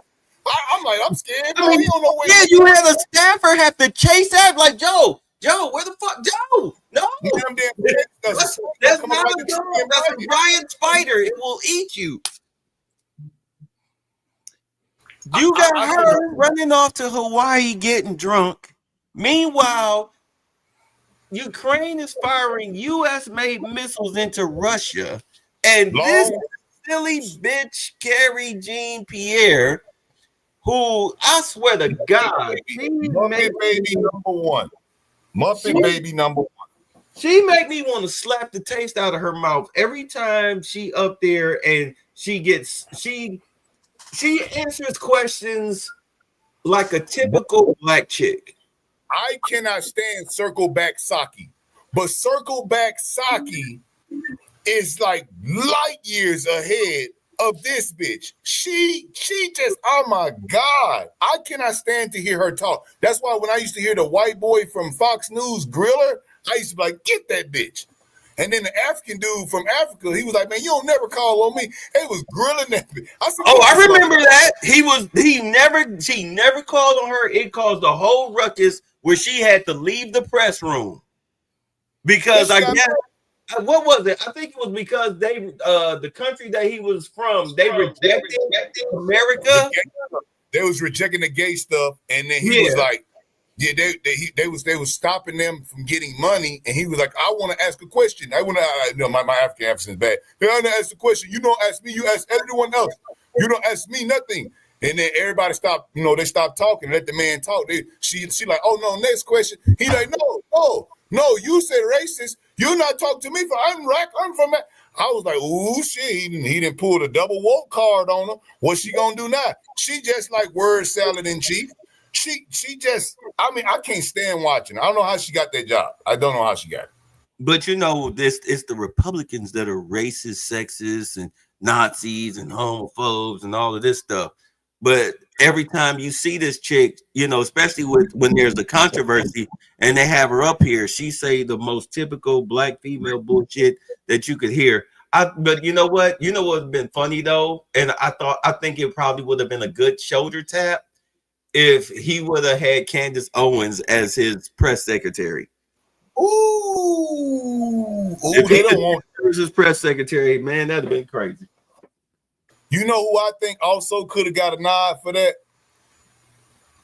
Now, hear me out now, because when I say this, we know Trump would never do it. Okay. But what I'm saying, who will be effective?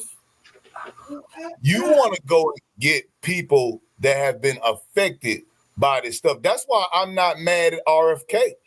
I think that's a great. Now, he said some dumb shit the other day when they was having it, and I was with Tim Black because Tim Black was like, yeah, man, you know, they should have pulled him to the side and said, RFK, now you need to stop saying that, you know, because, you know, that's not, you know, hey, you know, you come from, you know, your daddy was killed, your uncle, JFK, you know, we love you, dog. But, you know, you can't get to talking about black issues. When you start saying stuff about black issues, Byron Donalds need to be standing right beside you. What'd he say? And then he has said, I'm paraphrasing. I don't want to butcher. You can bring it up, but I'm paraphrasing it. What he was saying is that black people, we need to stop worrying so much about trying to eliminate racism, because racism will never be eliminated no matter how hard we try. We have to come up above the racism and pick ourselves up above the bootstrap. Now, he didn't say that, but what he was saying was in that vein, right? And that's not necessarily wrong, because as we're sitting here talking about, like what Art says, hey, man, we need the brothers consult to get them in school. Brothers that don't want to go to the military or who can't, they flat-footed or they broke their leg or something. Wait, was it recent or a year ago? Yeah, it just happened the other day. You can pull it up right now. It's Right, he was I'm talking going through it right now on another page. It was RFK addresses black racism, and just filter it for the last week, and you should be able to pull it up. And what he was saying was on the surface, as a white, rich, political guy, I understand what he was trying to get, but you need Byron Donalds there beside him to say, hold on, RFK, Bobby, let me talk to black people. But see, you know, they got Byron in mixed too. That's why we have to hold the Republicans. I got it. Oh wait, nah, go ahead. That's David Parkman. Go ahead, because I got David Parkman and what's the Porky Pig. I don't want to listen to either one of them morons. Is that Roland Martin? You said Porky Pig? Yeah, I don't want to hear anything he has to say. He is a bootlicking coon who should probably. I don't want to give him no oxygen. Right. When Bobby says these things, and it brings it back to the point of Jill Stein and the third party. Look how just 22%, and my moniker, 22% of black men, don't let them tell you it was only 18 and 15%. That's bullshit. I saw the numbers. It was 22%, okay, of black men voted for, and it was 7% of black women that voted for Trump. That means that's 30. That's 29. That's 30%. Don't let them marginalize that. That is a big number. And guess what? Just the fact that we're doing this, and look at how they're being dismantled. We're going to pick up more numbers, but that doesn't mean we're going to give it to the Republicans. The Republicans were just the lesser of the two evils of what we're going on now. And at least Trump is trying to go against some of these bastards. Well, hey, if they don't speak to what we're saying, guess what? Jill Stein has actually mentioned in policy for reparations. Yet Angela Rye wants to sit there and say shut the woman up when she talking about reparations. Well, guess what? We could, just like we took our motherfucking support away from the Democratic Party, if Trump don't act right and follow our motherfucking shit, and we're gonna get in contact with Byron, we're gonna give the administration a chance. But guess what? I liking what Jill Stein talking about and the brother that was with her. They talking about reparations. Guess what? We could take that 30%, we could build it to 50%, and we can take it over there to the Green Party and get some votes over there. And But bring brothers like that's what Jill Stein was trying to say. She said, look, like in her whole speech on the Breakfast Club, where she was trying, because you know, Angela Rye was trying to call her a loser. Oh, you never run, y'all ain't never run, y'all know. She was like, well, yeah, that's because the Democratic Party suppresses us as a political party. They steal our stuff. They mess around. They call us, you know, Russian agents and all of this goofy stuff. And y'all are stupid enough to believe it. But in all honesty, $1 billion. As you said, if they can get 5% of the vote, then they can get on the debate stage. Remember, she was saying at the end, like our whole thing is we had to fight to get on the debate stage. If the Green Party can get on the debate stage and they can actually talk about, I put it to you like this: if they can talk about reparations and get the ear of the black vote, the black voter. All right, because the black vote is what will get them to the national stage. Black people will push it. This is the beauty of her being on the Breakfast Club and Jason Black's program now during this whole for the next 4 years, because the Democratic Party is in shambles. Nobody's looking at them. If you can go ahead and spend the next 4 years going on like Club Shay Shay, who's that? Who's the other guy? The one that Trump was on? The one that they claimed that Joe Rogan, Theo Vaughn, right? And Joe Rogan, right? You go, you know, even the Cam Newtons. If you can get on these podcasts, especially these black guys with podcasts, and some of these black women, but mainly the black male vote. If you can get the black male vote, okay, because do understand, despite it all, black women do follow black men. Some of them do have common sense. But if you can get the black male vote, if you can turn them away from the Democratic Party, which has done absolutely nothing for them, and say, hey, look, I'm trying to do this for you. We are the Green Party. These are our policies. We're going to sit here and talk to you. Get invited, even if you have to pay. Find yourself into the NABJ. Okay? Get it out there to the black voters that we are pushing for reparations. We know y'all are struggling. We're the only party that's actually promising to do something for you as a people directly when everybody else turn their nose at you. If you can, for the next 4 years, get them to see that, guaranteed come 2028, the Democratic Party will fall. It will. You know what? How about the numbers, right? 22%, right? Black men. We got 7% black women. Now, like you just said, despite the lies, black women do follow black men. The good ones, right? They do. You know, if you're a strong man, your woman's supposed to follow you. It's natural. So I say, dare I say, a prediction. Okay, if we had 7% of black women vote for Trump, I think with the way the Democratic Party is falling, and with people like us and holding these politicians accountable, I'd say we could get another 7%. We could double that black women, just like we doubled the black man vote for Trump. We could double the black women's vote. Now the men can do that. Because the decent thinking-minded women, they're gonna be like, hold on, you know what? The Democrats ain't been doing nothing for. They giving all these people who ain't even paid the taxes all our money. So if you just convince them of that, they'll be on board, because now they following us. They follow the money. So guess what? If we can get 7% of them to double up, that's 14% plus 22. What is that for my math majors? That's 36%. That is over 1/3 of the black vote. Now, you think we can't do nothing with 1/3 of the black vote? If Jill Stein said reparations, you think we couldn't get on that national stage with that, y'all? Yeah. Yeah, that's her whole point. All she needs is, like she said, all we need is 5% of all they needed was 5% of the vote this election that just happened to get up there. And as we saw, we sat there. Lewis, you remember? We had the live election coverage, and we were going through the amount of votes that people were getting, and it was Jill Stein and some other guy.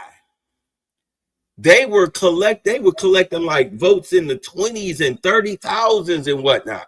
So they were getting the votes. People were voting independent like crazy. It's just a matter of, was it enough for them to be a part of the 2028 election cycle? It's not that I think they'll win. They're not going to win, but you do need a separate party. Black people need a separate party that is truly their own, that's not the Democrats. And if you still think that the Republicans are racist, even though they've done the most for you in the history of America than any other people or any other political party, then you need to make something like the Green Party your own. Make other, hello? You guys still here? Oh, yeah, make other. Remember what Tupac was doing before they killed him? Huh? You remember what Tupac was doing before they killed him? Yelling and screaming at the media? Tupac was actually trying to create a party for black people. I don't remember that. Okay, so I'm not saying it didn't happen. I'm just saying I don't remember it. So here's what I got. The only thing I got is some guy named Power to the People podcast. RFK Jr. tell him, if you can see this, RFK telling black folks how to deal with racism. That's like 23 minutes.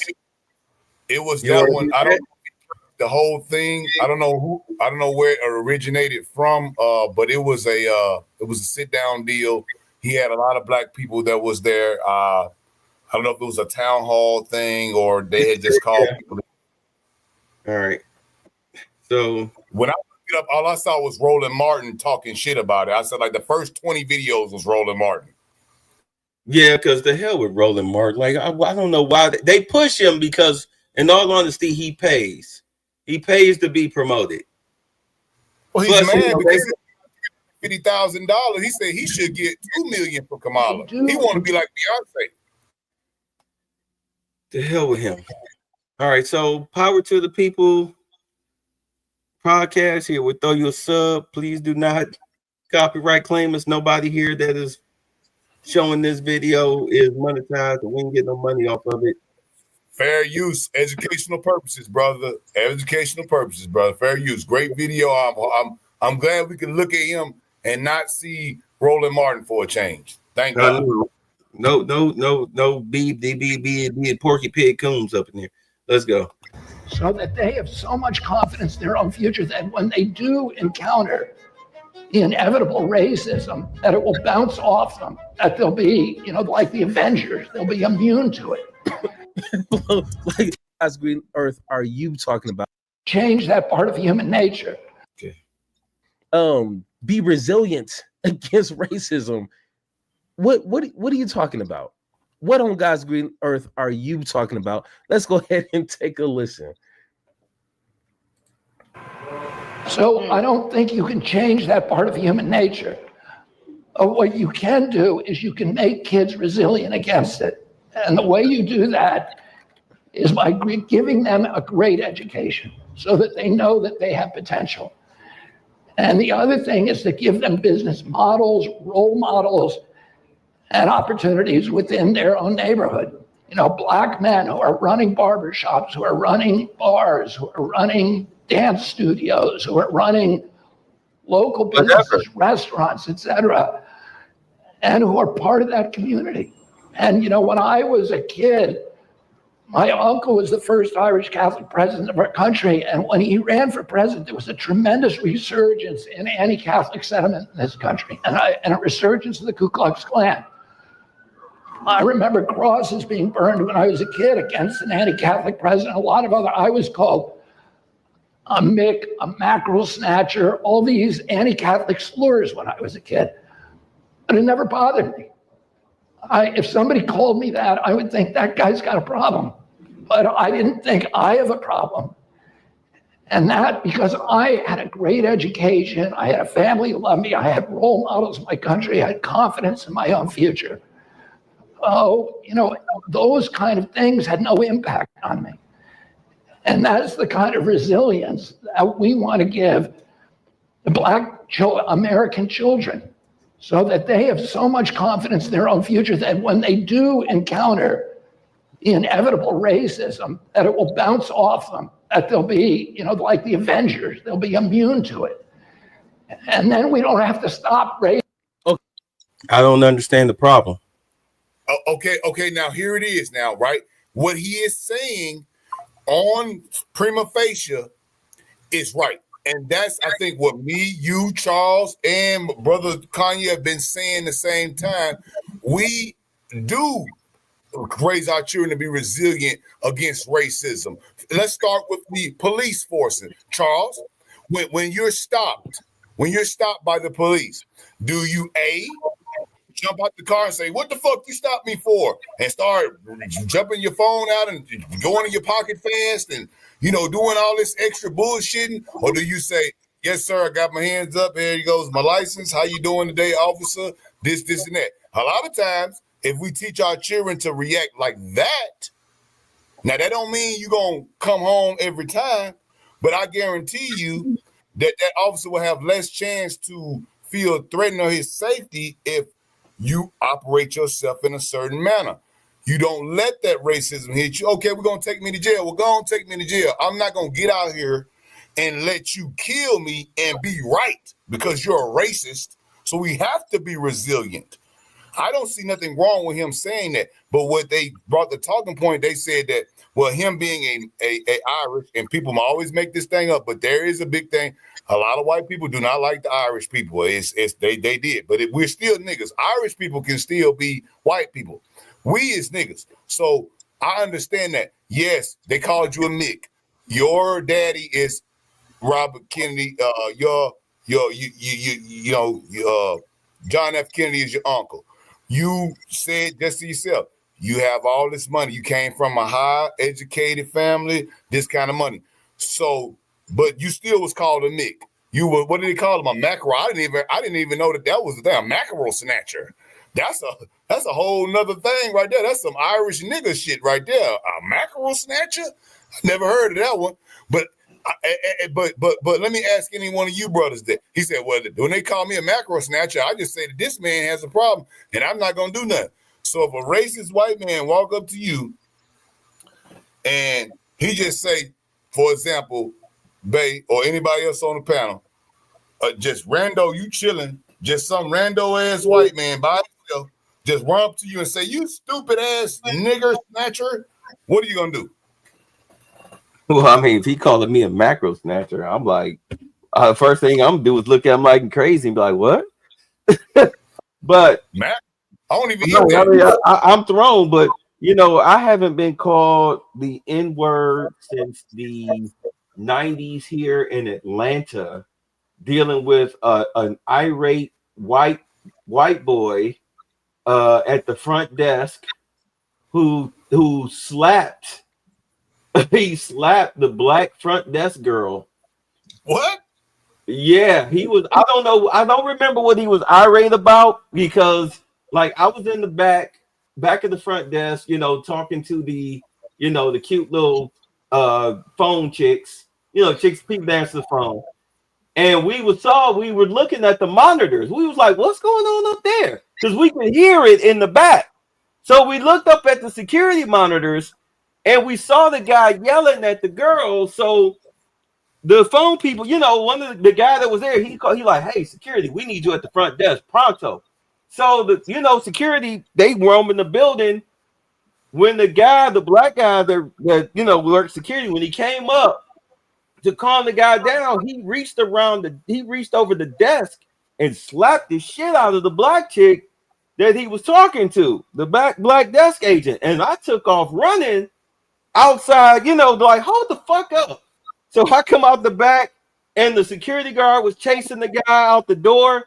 And he was like, when he was saying, "Oh, this hotel is full of nothing but a bunch of dirty nigger monkeys. You're a bunch of dirty nigger monkeys."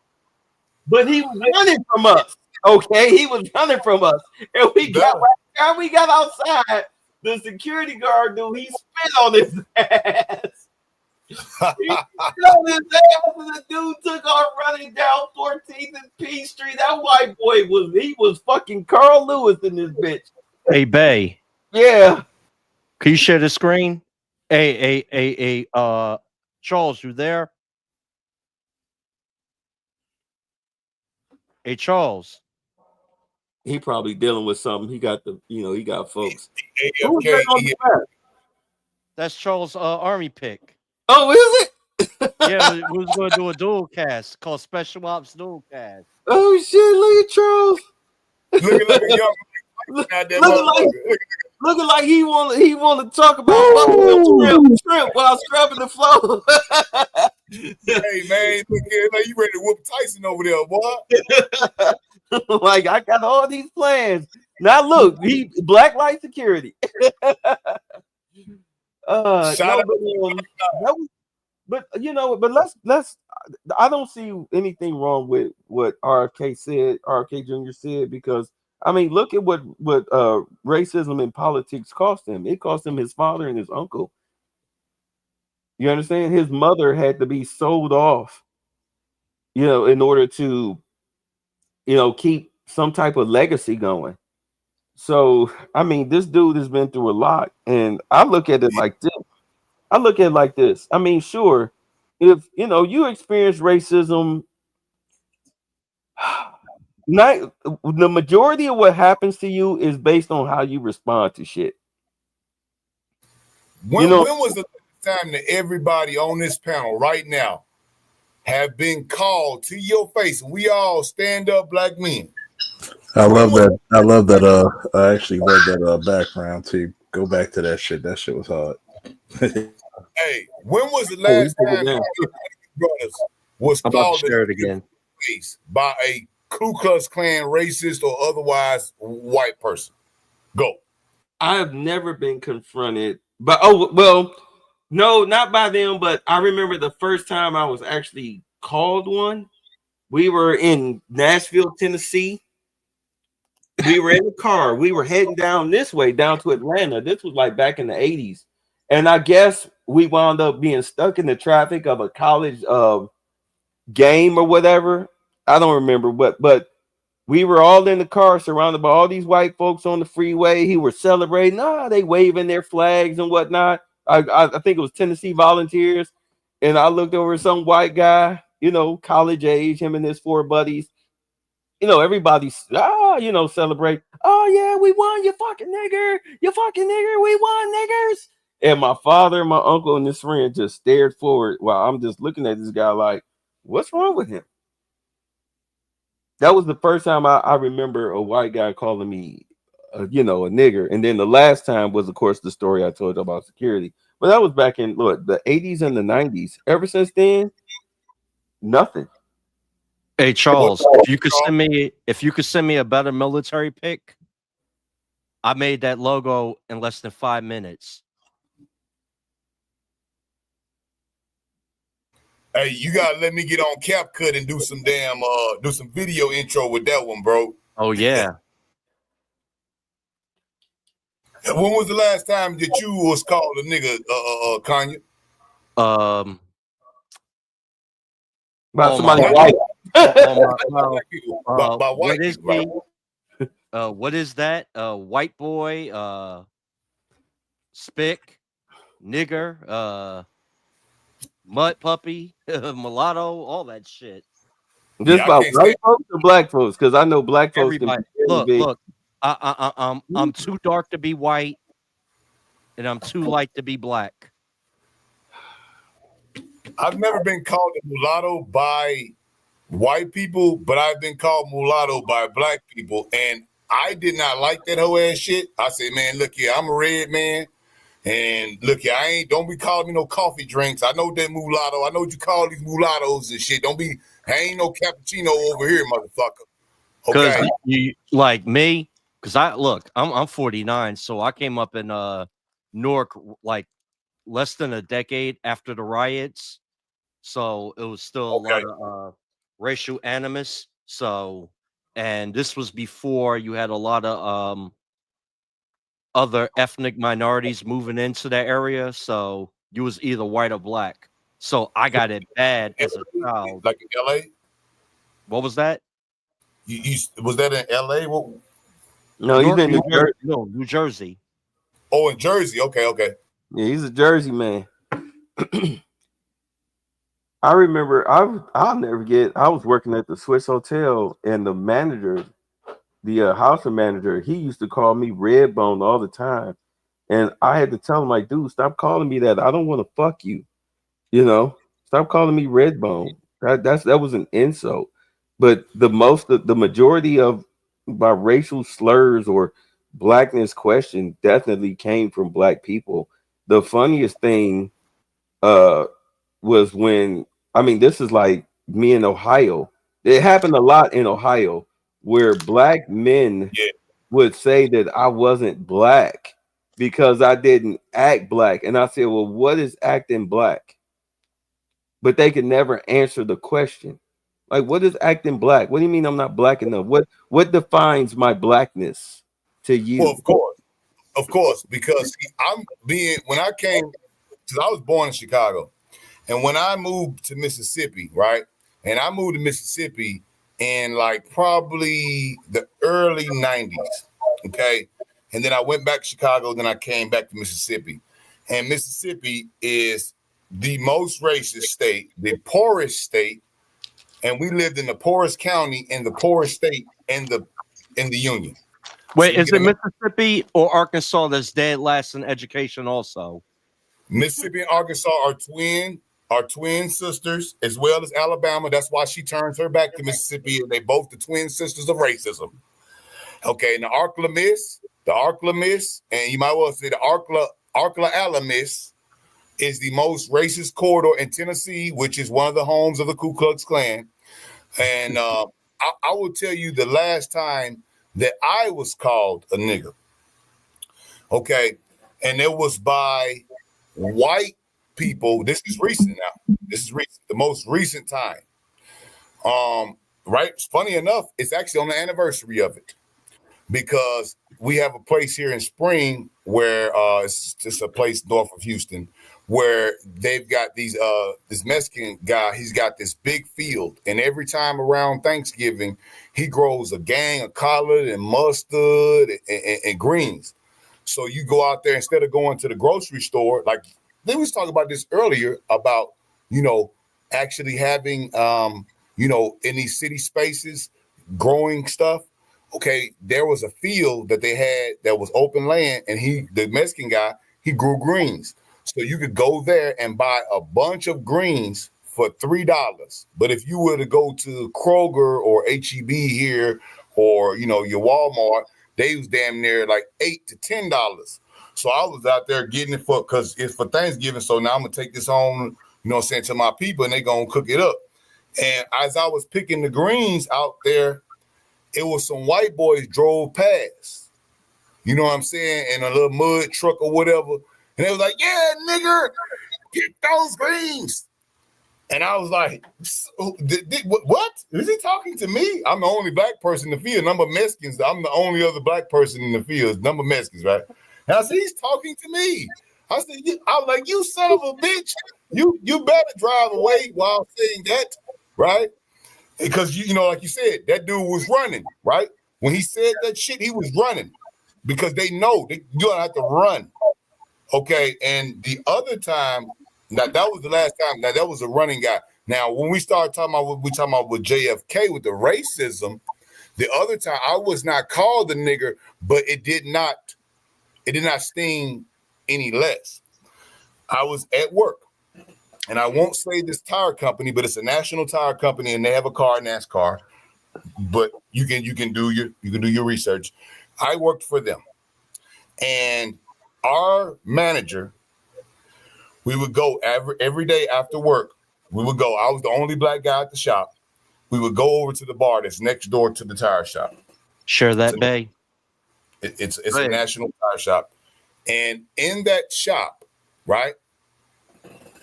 In that shop, we would go all, and the manager would buy us all beer and buy us, steak night. We get all steaks. He buy, we cool. He never called me a nigga, right? A.L. Evans want the link. He want to come up. Sorry for the interruption. No problem. I'm not trying to carry this on, but I just want to make this point because this is very important to what you were talking about with the RFK, right? Because that's why I feel like he's missing some of the point as well, although I know he means well. Where this guy I got a raise. I'm making more than the white guys. I'm the only black guy there. I'm making more than white guys because I work harder than them. Okay. So he says one day, now we've been drinking buddies for a year and a half. Every day he buys us all whatever we want. And then we were talking about something in Galveston. And he said, yeah, I want to go to this damn I will go down here to the Strand, man, and go to this big bar, this biker bar. He was like, yeah, they got that damn, he was talking about, it was a guy, I think it was Satchmo or it was Louis Armstrong. They had a brass statue of it down there because in Mardi Gras, they got Mardi Gras in Galveston as well. So they Hold on a second. Al, send me, if you can't see it, send me your email. I put it in Charles' link. I put it in Charles' page. Okay, He's on Charles' page. He was down there. He saw a bronze statue of Satchmo and or Louis Armstrong. I can't remember who it was. He's playing the brass. It was a brass statue, and he could not remember who the guy's name was. So he's talking to the assistant manager, right? And I'm walking back. I just got a picture of Shiner Bach on his dime, and I'm walking back to the table, and he was getting like so comfortable in his talking. You know what he said about Louis and Satchmo? Because he couldn't remember their names. He was talking about this brass statue, how great it was, and he was talking about the Mardi Gras and all that. You know how he described Satchmo? He said he couldn't remember who the guy was. He said that nigger man that plays the trombone or the trumpet or whatever, the nigger man, the brass statue over there at the Strand. And I walked up on him. I'm like, man, what nigger man? He said, oh, no. I wasn't saying it like that. I was just saying, the black guy. I'm like, yeah, check that, homie. But see, now that's just my manager, right? So now it's like, that's racism. Now I'm finna go at you. Yeah, I'm gonna get my comeuppance. Yeah, I'm gonna tell you, bitch ass motherfucker, fuck you, stupid ass cracker, bitch ass mackerel. What do you call it? Mackerel. Hold on a second. Al, you all right, man? You keep dropping. Damn, he dropped again. What is going on? I'm sorry. Go ahead. You dirty mackerel snatcher. Now if I'd have called his Nick ass that shit, okay, he'd have been up in arms, right? And I said, man, that's not right, brother. And he said, no, I didn't mean it like that. I didn't mean it. I wasn't calling you a nigger. I was talking about the black guy. And see, now that's the thing RFK misses, because now when we fight racism as black men, you know how hard I had to fight to get that job in a thing with nothing but mud truck, tobacco spitting white boys. How did you handle that though? Well, what I did was I told him that I didn't appreciate that, because I said, what you say, man? Nigga, man. Nigga. He, no, I'm black man. I didn't mean it like that. I said, who you talking about? He said, man, he played the trumpet and saxophone. I said, you talking about Louis Armstrong, saxophone? I couldn't remember who it was. It was one of them, because Mardi Gras, he was at this place. It's a Mardi Gras in Galveston. It's thing. And then remember, Juneteenth, all that happened in Galveston. See, it's history behind that. You know what I'm saying? And I didn't appreciate that. I still worked there, and he respected me. But I could have taken that to another level and went all the way off, lost the job that I fought so hard to get paid more than the white boys. And I think that that's the point of what RFK is saying. We must be resilient. And he didn't call me no nigga, but guess what? If they is calling you a nigga, you know what I learned? Keep your damn phone on record. Don't fight them. Record that shit. Get your lawyer, sue their ass. You'll take them down. That's what we need to do. Instead of fighting and, he called me a nigga. Oh, yeah, it's time to whoop a motherfucker's ass for that. But if it's in an official oppression type of deal, man, record their ass. That's what the lawyer told me. He said, man, record their ass. Man, you'll own this certain company that I will not name, and I didn't record that. He said, if you would have recorded that, man, I could have got you all that there. I said, man, it's all right. I'm gonna keep my job. But I told him what it was. But had I jumped that man at the bar, what would have happened? You'd have been in jail. You'd had to fight a court case and everything. And this is exactly, your life would have been destroyed. Because I mean, 3 days in jail can find yourself having to start all over again, because there's no way in hell you would have kept your job. Even if he said what he said, they would have dealt with that, but you would have been fired for assault. And in Texas, right, it's the at will. It's an at will state. So they can fire you because your haircut. And then we had to be bald faced. It was like military. You couldn't have a 5 o'clock shadow. Like, So they was serious. So what was it that RFK Jr. said that you don't agree with when he said they used to call him a Mick and be like, what's wrong with that guy? So what do you not agree with?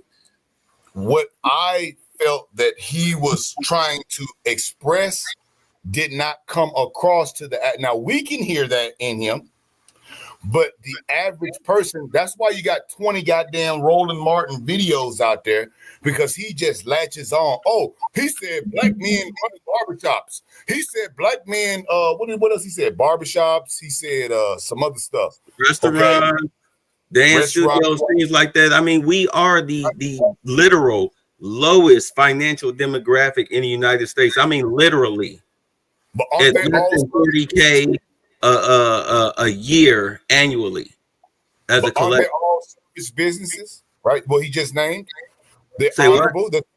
Yes, they're honorable businesses, and that's exactly what he was saying. Like, you know, I mean, he said pretty much our biggest problem is that we do not celebrate black men who were doing a damn thing. Lewis, what's that? The black man, I mean, black people lack the what?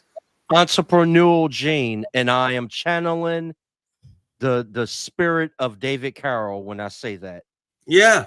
So when we do not step up and celebrate those, what's the biggest thing we always bitch about? These chicks are celebrating a nigga coming out of jail, but not graduating from college. You had an old dude do a video where the boy was graduating from high school and he on the bus by himself.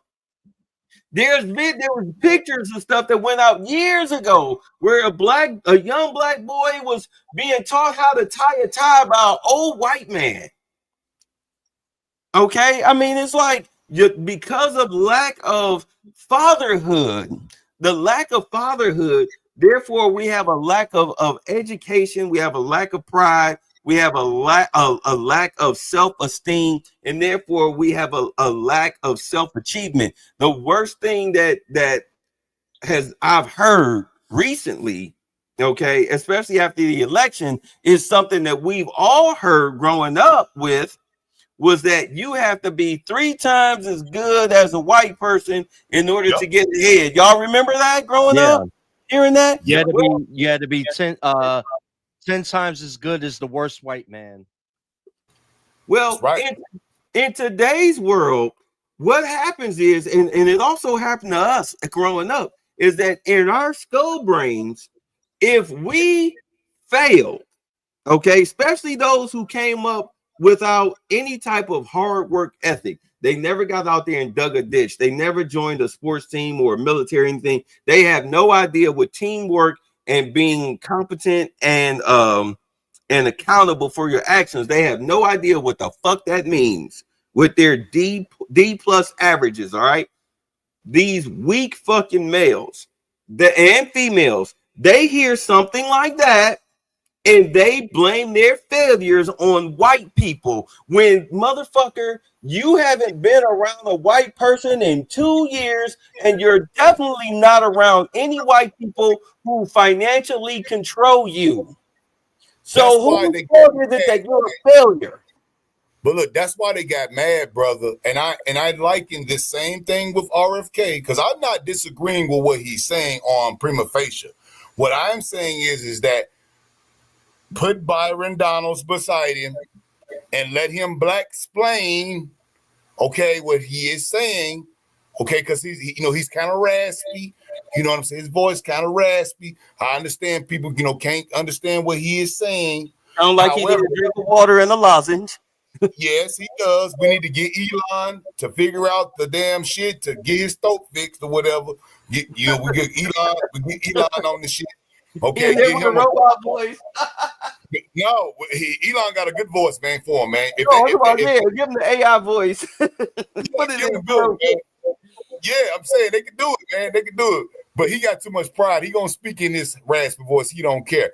But I liken it to what they said about black jobs. And my black boomer, Korean War veteran, motherfucking stepdaddy, when the first thing he said, man, I can't believe you vote for Trump, man. I heard about us because I'm unashamed. I will tell you. He said, yeah, I heard you. I know you over there fucking with your boss. Yeah, I went and voted early for him. He said, man, I can't see how you young niggas vote for this white man when I came through Jim Crow and man, this and that. And how dare he say? And I'm like, well, what did he say? Did Uncle Trump call you a nigga? Because he didn't. Did he call anybody a nigga? A striker. You know how many times I had to shut that trope up when they're like, well, Trump is a racist. And I asked them, what president wasn't racist? Exactly. That's what I was trying to say. He's like, well, I ain't gonna vote for no white man. And I said, nigga, besides Barack Obama, what else have we had to vote for in all these damn years you've been alive, nigga? What the fuck is you talking about? That nigga was voting for us. I'm sorry, he was voting for a squirrel. And all his voting life, he was voting for a squirrel, a hamster, a gerbil. What the fuck? Look, my whole thing is this. I mean, as black people, when you are still immature, and I don't mean this to really slam us, but I need to be 100% honest with us. When we're young and we're immature, we are very race sensitive because we're taught that, white folks hate black folks. And it can be 100% true. It can be 50% true. It doesn't even fucking matter if it's true or not, but we do know it's true. But the thing about it is that if you are so fixated on it to where you're hypersensitive, where you making 50,000 goddamn videos about what RFK said, all right, talking about roly poly, where you making all these goddamn videos and you calling Trump a racist, with zero proof. Hey, Bay, Roland Martin is getting paid to be a tech dog on RFK. Well, who's paying him? Because in that show ain't Kamala. The DNC. Well, you know what? I don't think okay, because to me, Roland is very irrelevant. I mean, painfully irrelevant. My thing, hold on, let me get this out. Let me get this out while it's still in my brain scope. I'm sorry. My thing is this: if you are that hypersensitive, you might actually want to seek therapy, because what it is, if you can't get past that, you will forever blame white people and racism for all of your problems, and you will never grow as a person. You will never grow as a person. You'll forever be stunted, just like that black chick that got kicked off of Fresh and Fit. Yeah, all right, with the blonde weave and stank of onions and shit. She literally sat up there and tried to tell the Hispanic girl who was an officer in the Navy that her as a rapper and a singer is more is on a higher level than this chick who has who is young and starting her military career. She's been in the military 4 to 6 years, and she trying to say that she was better than her, and all she did was cause a ruckus. Huh? Like she got some type of honor over military service. Right. What honor does she have? Exactly. And that's what I'm saying. She's so stuck in this whole racism game. She couldn't even prove that anybody was racist. It was all in her skull brain. That, I mean, it made her a walking embarrassment. And I hate to say this, but she is pretty much like, I mean, there's so many poster childs of today's black women who see racism and misogyny and everything. I thought it was Sunny Holston, but you can slide that chick in there too. You're stuck. There's no growth. It's to the point where they don't even take it seriously. And the thing about it is that because you've ran with that so much, especially the past couple of years, and with this election, that nobody even takes you seriously, even if it does happen. And unfortunately, because you threw that out there so much, the backlash when Trump actually does finally take power from the common average citizen, they're gonna fuck you up for that. And guess what? You know what's funny, Bay? Bad about that. Now, they saying that, brother. Okay, now think about it like this. Trump said black jobs. And these no good bootlick sons of bitches took that and said it was wrong. Meanwhile, they will sit there and say, we need the Mexicans to cut our grass. We need the Mexicans to do all the agricultural jobs. Benny Thompson, my goddamn senator, sits there and says, well, not senator, I think he congressman. That son of a bitch say, well, we can't find no black men in Mississippi to work the farm, so we need illegals. We need illegals to do this. Now, he from Mississippi. Now, we built that whole state on cotton. We built the whole damn state on our back. You gonna sit here and tell me we can't hire these men? And I can say this because I used to work in the fields. You son of a bitch, bootlick, no good bastard.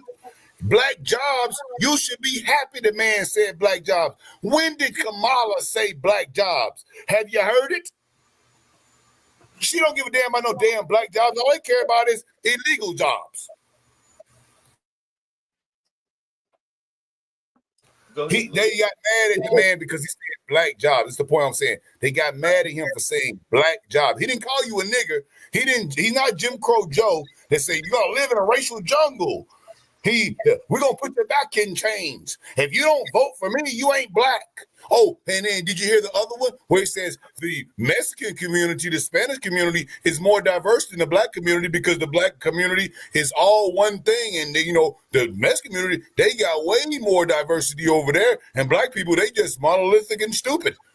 He says this, but they don't say nothing about that. But Trump said, well, we're going to put black jobs and put black people back to work. Notice when he was in office, black unemployment was at a very low rate. And guess what? The jobs report were not fake. Black people was working. They were not as homeless as they are now. They were not. But when we say black jobs, it's like we called us a nigga. What the fuck? Go ahead, Louis. You about to say something? Well, I honestly, pardon me, I honestly believe that these people believe in this racism trope because they've been coddled all their life. See, we got calluses all over our body from being called this, but with this woke culture, with them being coddled, they can't actually handle it. And I hate to say this, but a large segment of the black community need to be protected from their own fucking self. They need to be banned from the internet. Bravo, Mike Brigade, 22%ers, baby. That's right. Yeah, but that's why I say, that's what I'm saying. They feel that everything is racist. They think their failures is racist. They think that the election was lost because of racism. And it's like, no, it had absolutely nothing to do with that. Like, you don't see not one person talking about, yeah, we voted for Trump because we didn't want the Niagara in. Nobody has said that. If anything, we said that the chick was incompetent. She's stupid. I mean, Jesus Christ. I saw a video of her on there drunk. Can you imagine? I keep bringing up Brewster's Millions. If y'all haven't seen it yet, brilliant Richard Pryor movie with John Candy. John Candy, my boys, man. Them some comedy giants, man. Yeah, she was spending that money like she was on Brewster's Millions. How the hell do you burn through $1 billion in 3 months to where you are in a $20 million deficit? And you wanted this as your president. I'm sorry, But that's why when they sit up here and still bitch, moan, whine, and complain about her losing the election, I just look at them. Like, but you can just go ahead and cry harder. Keep saying it's racism. Go ahead, Sonny Holston. We'll just keep having you read legal notes until they wound up. I don't think they're going to cancel The View, but I think it's going to get to the point where they're going to shake it up because Well, you know what? Shake it up. These motherfuckers don't know racism. If racism smack them in the face with a sock full of nickels, oh God. Let me shut the fuck up. Al, hold on a second. Al, I don't know what's going on. I keep adding you to this chat, but you know, I don't know what keeps kicking you. Hey, Al, are you on Wi-Fi? Here I go. I'll add to stage. There he is. I'm not touching anything. And now he's gone. So it's not me. Hey, yo, if you're using your phone, try a different browser. Use Chrome. Or use Chrome if you're using your phone. And then if Chrome is open, close it and then reopen it again. Sorry, here you go again. I'm trying to walk to get my knees from being tight. There we go. You Okay. don't want me to talk to keep booting me out. I'm not booting you. See, there it is. I'm not booting him out. When you come Hey, Al, it's not me. reboot your phone. Yeah, reboot your phone, bro. Either that or go to airplane mode and then come back. Try it like that. Maybe your signal could be bad. I mean, any other time he can come up here like it's not a problem. I don't understand what's going on. Oh, there you go. He just came back. Right.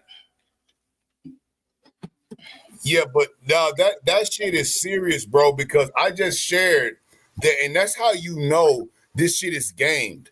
Because I shared that, and if you know, we're not encouraging anybody. Recording this. God damn it. What the fuck? Hey, yo, restart your phone, boss. Look, I'm gonna show y'all it's not me. That's all right. So I'm gonna wait till he come up because he's gonna come up again. Yeah, bro. Like, close your Chrome out. I don't know if you got Android or iPhone, but if you got Android, press the 3 lines and then press the throw the Chrome out and then start it up again and then hit your YouTube link again from StreamYard. That ought to get you because your cache, you probably got to clear your cache, bro. Oh, it's cache? Yeah. Sometimes on the phone, the cookies, they get caught up. Yeah, but look, I shared you this so just to show you as a actual a lesson of what we are looking at here. The first, I type in RFK, Black Speech Racist, and I get one. Okay, here we go. Now look, you added. Hey, yeah, there. And he's gone. See, it's not me. You hit the keyboard with your toe. My third leg. Something. You know they always say we had tails with black men. We got tails. You know what? See if you can add me as a friend, and then we'll go. We'll see if that makes it stick. You know, subscribe to me, and then come back in and see if that'll stick. Because I'm out of options. We were talking about racism, right? Yo, look, this is the racist person that they have here. Now, if you share this screen, you look at these top 1, 2, 3, 4, 5, 6. Amazing Lucas. Oh my God. So all right, here we go. There. I typed in RFK Black Speech Racist when I was first telling you about what RFK said, right? And you had said that, you said, man, I don't see nothing but Roland Martin. And now look, I went and searched it and I see the same thing. So the algorithm is not just on, it's gamed both ways. So now we got RFK Jr.'s audacity telling Black America to be resilient. What's wrong with that? Fuck you, RFK Jr. This is in his title and his tag. These is the niggas that they now. Meanwhile, do you guys up here remember when they call us uneducated niggas if we voted for Trump? Yep.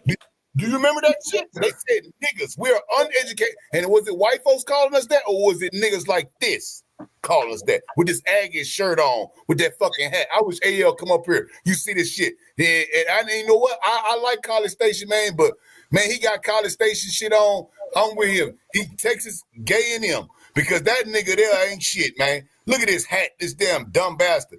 Look at him. One, 2, 3, 4, 5. Then we got 6. Amazing Lucas. Oh my God, he's right. Funny how that is, huh? 32,000 views. Hell, Amazing Lucas getting more views damn near than Roman.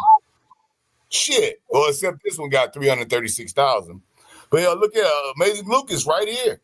And then we got Black Conservative Perspective, another brother who will not say one word about fucking reparations, although I do like some of his points, but he is anti-reparations. I know his check got to come. I understand that. And then we've got our normal, Jimmy Kimmel that gets up there. He's the new white Van Jones, white men for Kamala. He cries. He's the new Van Jones. Van Jones hurt us, so he ain't been crying lately. And then we got our brother, Phil. You know what I'm saying? This is who we're getting here.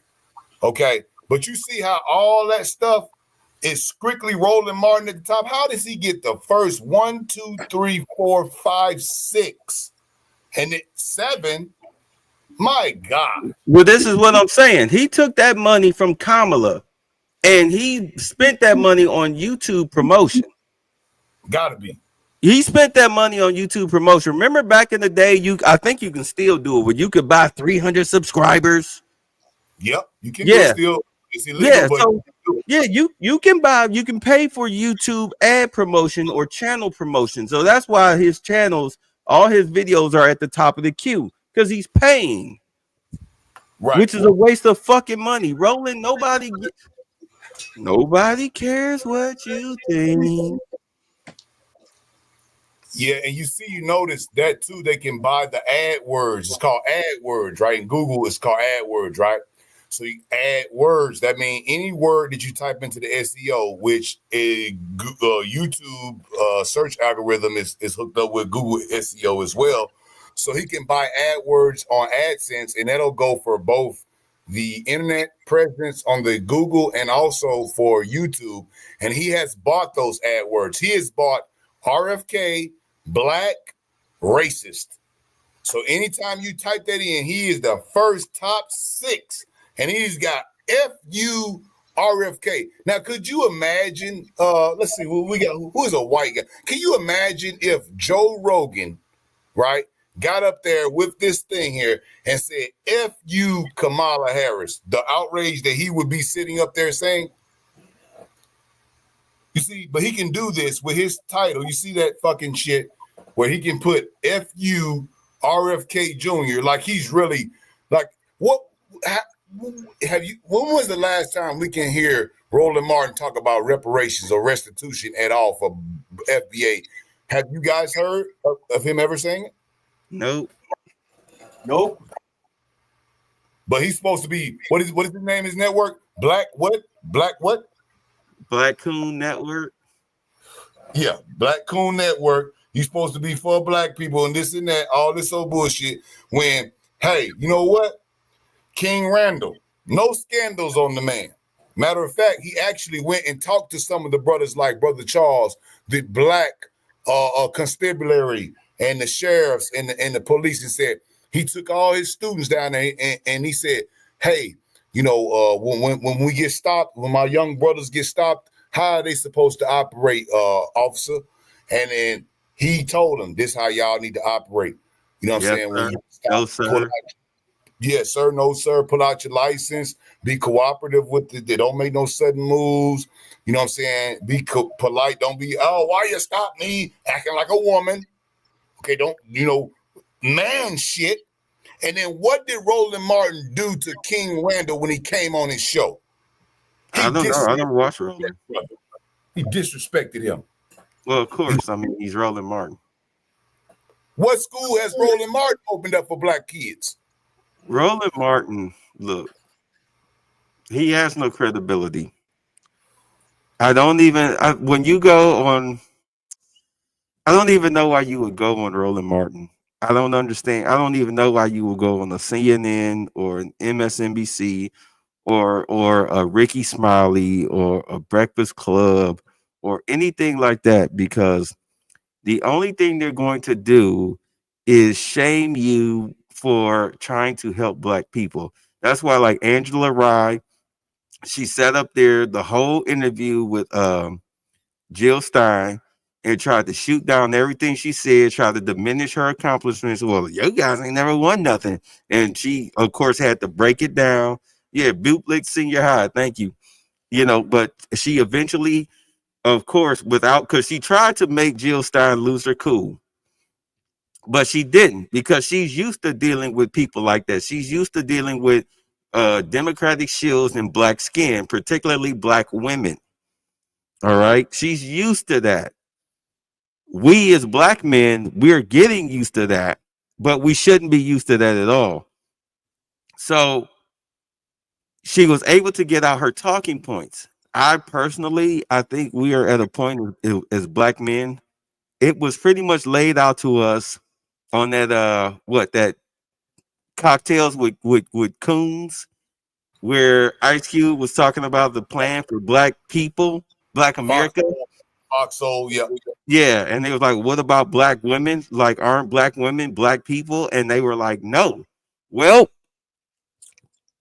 we're a separate class. We're a separate class away from you niggas. Away from you niggas. That's why they call us niggas, because see, they're the right hand of white supremacy. Because they can say niggas and white folks can't say it. A black woman will talk about you if you close your ears and just listen to how she talks about you. You would think that it was coming from a white supremacist. And the truth of the matter is that white, lesbian, man-hating feminist ideology, and if you're familiar with feminism, it was rooted in racism, because black men had the right to vote before white women. Thus came the women's suffrage / feminist movement, to make sure that no black person had more rights than a white woman ever. They use black women as their lapdogs. So black women are now at a point, we don't even need the Klan. Why do you think you don't see the Ku Klux Klan attacking black folks and burning crosses or anything? Because they use their women to do their dirty work, and they raise their sons to do the dirty work of white supremacists. This is why they redline you and blockbusting and all of that. They keep you poor, they put you in boxes, and they let you kill each other. They eventually let you kill yourself off. They keep your education low, so therefore you're stupid. You never rise up financially. Yeah, Gloria Steinem. Yeah, you never rise up financially, because these schools, public schools used to educate you at an 8th grade level to know how to read, write, and count. So that way you are a permanent underclass. Now they don't even teach you that. If you just sign your name every day, they will pass you and pass you and pass you and pass you and pass you until you graduate. Why do you think so many of these black women, when I was in my 20s down here in Atlanta, they were all enrolled, ACU, AUC, whatever. And I would talk to these chicks, first semesters, freshmen. Oh yeah, I'm here for engineering, doctor, lawyer, et cetera, et cetera, et cetera. You see them the next semester, and they are no longer trying to be doctors, lawyers, engineers, because they're not educated enough. They're undereducated. So they get these liberal arts, women's studies, what's the one that they used to do all the time, that made sure that they at least got a job in HR, psychology degrees. Yeah, sociology, psychology. Yeah, all of that little easy, goofy stuff. They litter themselves with that. Okay, to at least ensure that they got a secretary job, because that is what you were educated to be, a goddamn paper pusher. And now here we are in the digital age, the AI age or whatnot. They don't need you anymore. They don't need you anymore. And the Democratic Party tried to do you a favor by giving you a leg up with DEI, okay, after COVID, giving you jobs. How'd And that now work that out? you have destroyed these companies because of the policies, you've destroyed entertainment, you've destroyed matter of fact, fuck it. You just destroyed society as a whole because Yeah. of your children and your ideology. The worst thing that ever happened was to put black Democrats in positions of power, be it from a mayorship to an HR position, a gas station manager. It doesn't matter because you lack accountability. You see black men as beneath you, and you stab what you call your black female counterpart. You stab them in the back every chance you get, and you do it because it excites you. Yeah, that's the feeling they get off of it, and for whatever reason, and this is why I had so much problems, brother. And I noticed that from the jumps. Like I need to trim my nose here. I can't wear. I need to trim my nose here. Hey, bro, like I remember I had my first child at 14, right? First child of what? My first child, my daughter, my oldest, I had her when I was 14 years old, right? So I got a fresh look at parenting as a child, right? And then I was a first person from the child support system where I started to see how it was weaponized against black men. And I thought I was just like the only guy because they make you feel like you're just you're a deadbeat, this, that. They make you feel. And when I used to call, when they had my stuff, my baby mother. Now, see, black women, yeah, you right. And see, that's that George Bush shit, that no child left behind bullshit, where he's social promoting these fucking children and we can't even fucking read. Okay, that no child left behind bullshit is why you got the motherfuckers up there at HBCU, socially promoted, probably got a scholarship over black men, and then they go in there for lawyers and then they wind up being goddamn secretaries. This is the reason why. And you look at it and you say to yourself, you say, well, damn. So then what happens in the state agencies? When you call down to the child support office, who do you get? Do you get a black man? No. You get a whole bunch of black women, older, B-dubs, completely disgusted with their fucking lives. I called in one day, my baby mama, see, she's smart. That motherfucker smart, but smart stupid, but smart. Because that motherfucker had me on child support in 3 states and 3 counties in Mississippi. I was on child support in Chicago. I was on child support in Texas. I was on child support in Mississippi. And I was on child support in 2 counties in Mississippi. When I got down to them people and tried to call, I said, man, why is y'all taking all this fucking money out of my damn check? That woman said, sir, we cannot talk to you. I said, what the fuck do you mean? You're the non-custodial parent. I said, yeah, I am. But I am the father of this child. And who do you take the damn money out of the paycheck? Who is the damn blood bag here? It's me. How can you tell me you can't talk to me? Y'all charging me in 5 damn states for one damn baby, letting this bitch get away with it, suspending my license, getting me in trouble with police for no reason at all, because y'all can't figure out the paperwork. And I'm telling you, y'all got me down there wrong. They banned me. They banned me from calling. I could not call. They blocked my number. I could not call the child support office. They said, you got to call Jackson. I had to call the Capitol to talk to a child support representative. And I finally got a white woman, funny enough, that actually, she didn't want to do shit either. She was on feminist shit. And when it came to Texas, I had to have Texas call Chicago because I couldn't even get in contact with them in Chicago. Good fucking luck. Chicago is the worst. Don't ever get in. Don't Detroit, Chicago. I mean, I know Mississippi and Texas is bad, But Detroit and Chicago, you can't even talk to a person on the phone. Okay, I had to have Texas. It was a black woman that was the manager. She said, I'm tired. I got all the way up to the manager, and she said, sir, you're only supposed to be getting charged. I think I was only supposed to be getting charged $300. They was taking like $700 out of my check every month.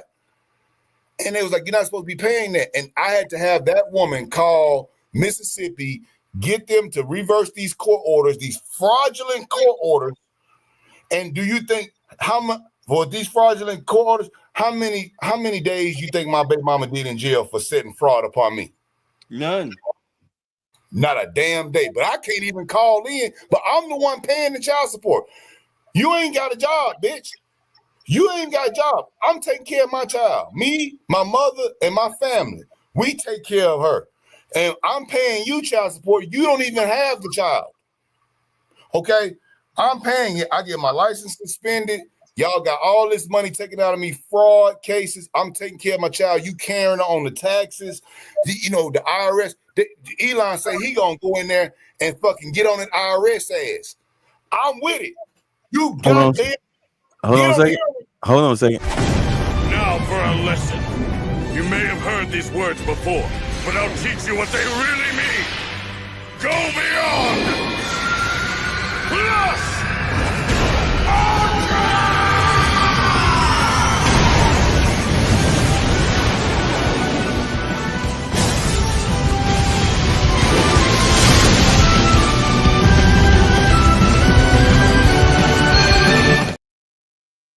I hope Elon like like that. I hope he send him to space. I hope he fucking audit the IRS. The IRS has never been audited. They need to audit. If he audit if that alone, if he audits the IRS, man, do it. He better Hey do guys, yeah. I'm about to go to sleep. I'm not in off. I've been up since 7 in the morning. Go ahead. It's good having you up here. All right. Yeah, All right. brother. Happy Thanksgiving.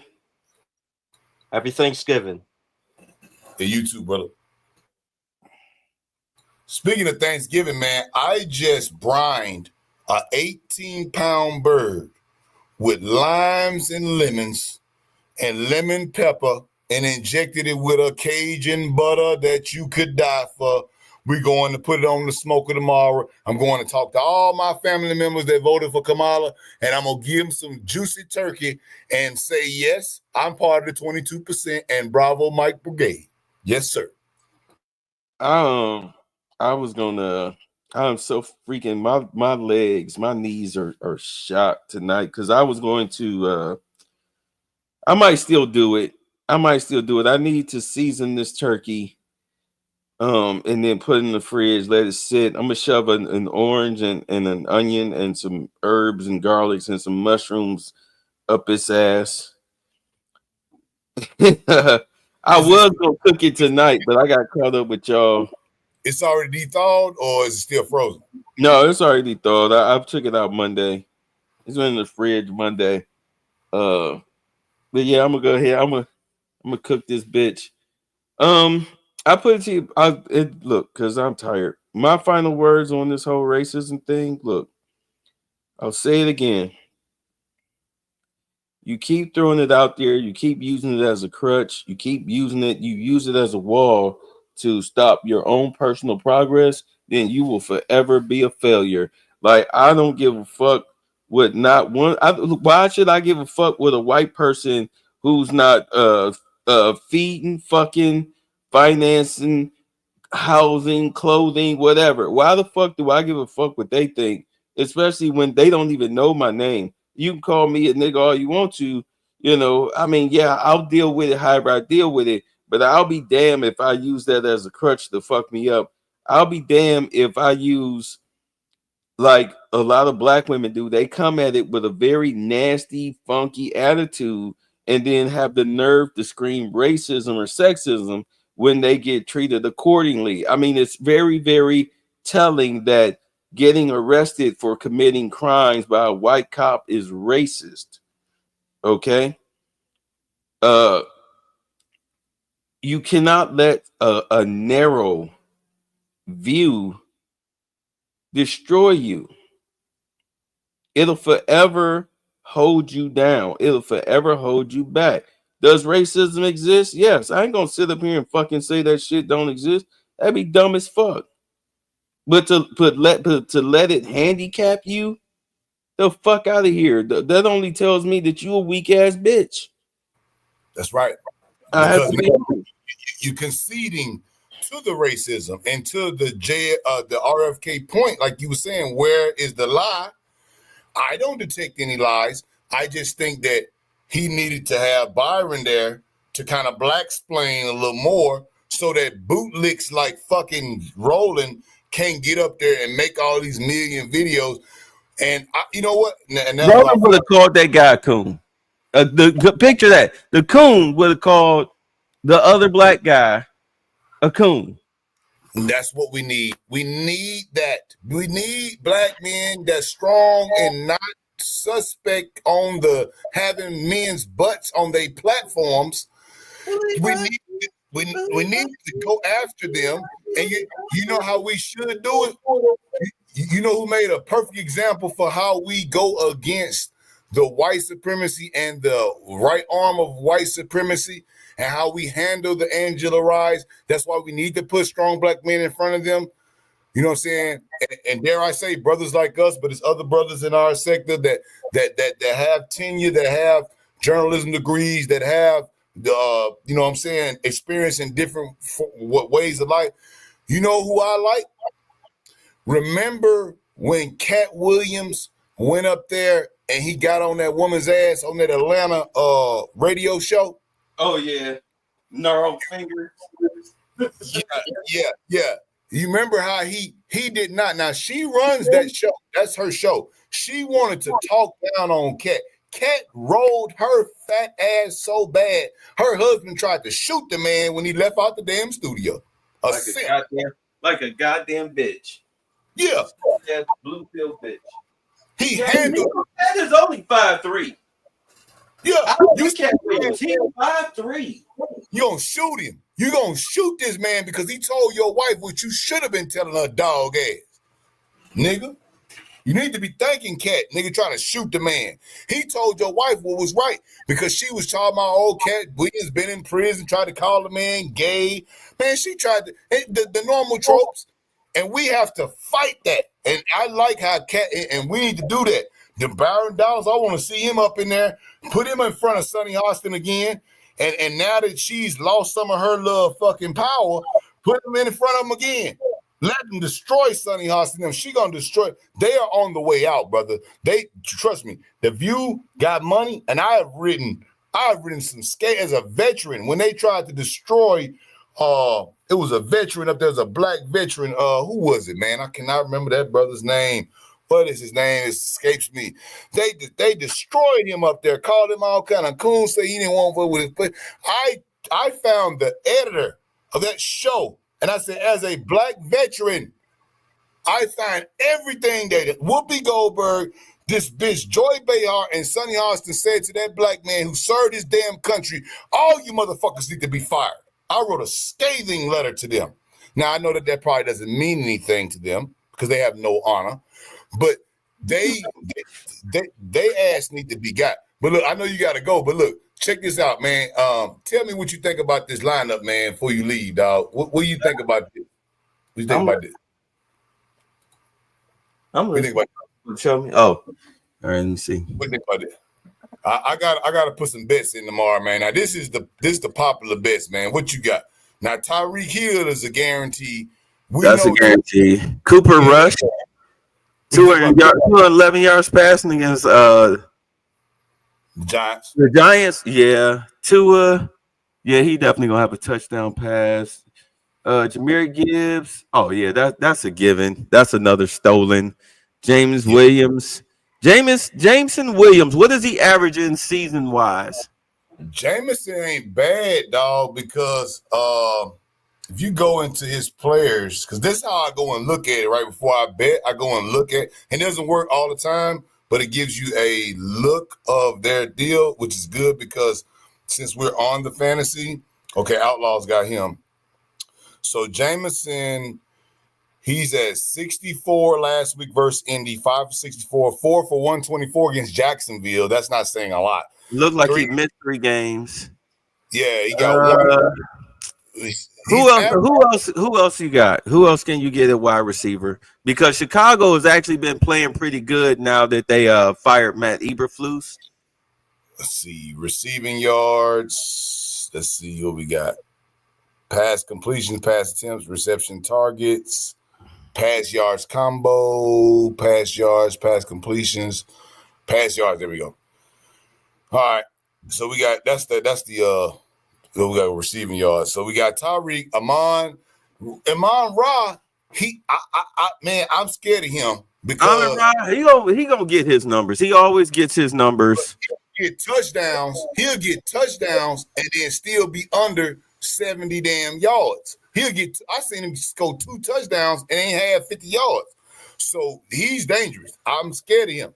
Now, DJ Moore, if that's a Detroit gonna fight hard against Chicago. That's a division game. Okay. Can you grab Cole Kmet? Kmet? Yeah, can you grab Cole Kmet in place of keep rolling. Who else? Hold on, let me see. Wait, stop. Let's see. What you think about Neighbors?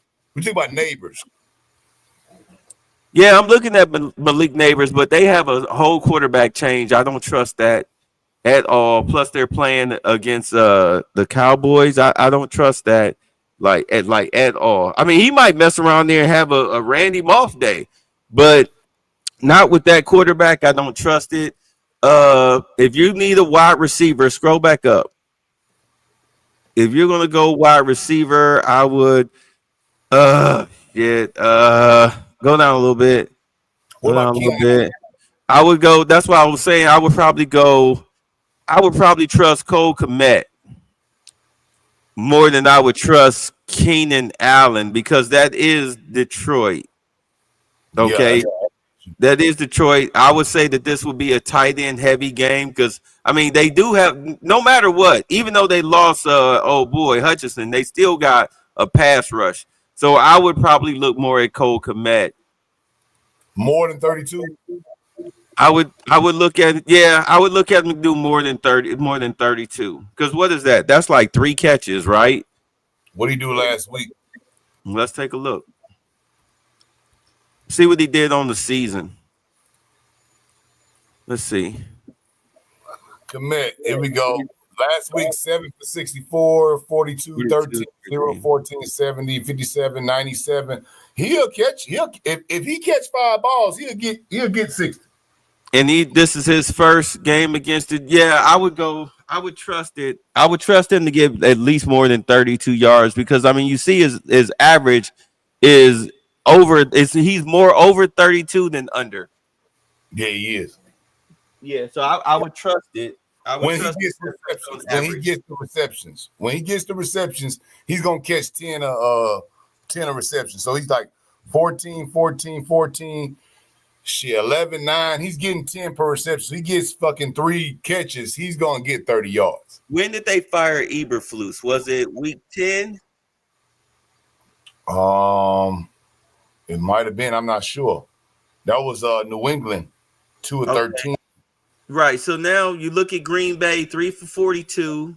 You know, he connected on all 3 of his targets. Minnesota, he got 7 targets, and that was a shootout.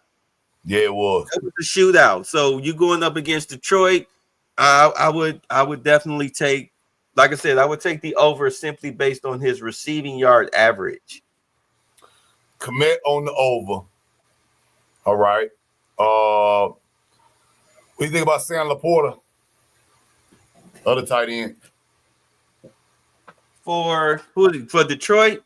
Yeah. No. If anything, I'd be looking at Detroit's running backs. And definitely, I would definitely be looking at their running backs and definitely at your boy. I know you don't want him, but I would definitely trust Ezekiel. Damn, they got Ezekiel at 13 yards. Oh, hell no. Ezekiel be getting benched because he don't be showing up to practice. No, the other wide receiver for the Lions. Amon-Ra St. Brown. I would be looking for him to have a good day against Chicago. Amon-Ra 71. They got him at 71. I would go ahead, go take a look at his year, his month, his average this year. Take a look. All right, let's take a look at Brown. Man, they got a lot of Brown shit. Right. Amon, I gotta type in Amon. There you go. Here you go, right there. All right, he's questionable. Don't like that. Estimated return 1128. Saying he coming back. So that's Thanksgiving. Yeah, it's 99% rostered. So everybody still got him on their team. He's projected for 105. Scroll down. Let's look at this average. All right. So they saying 52, right?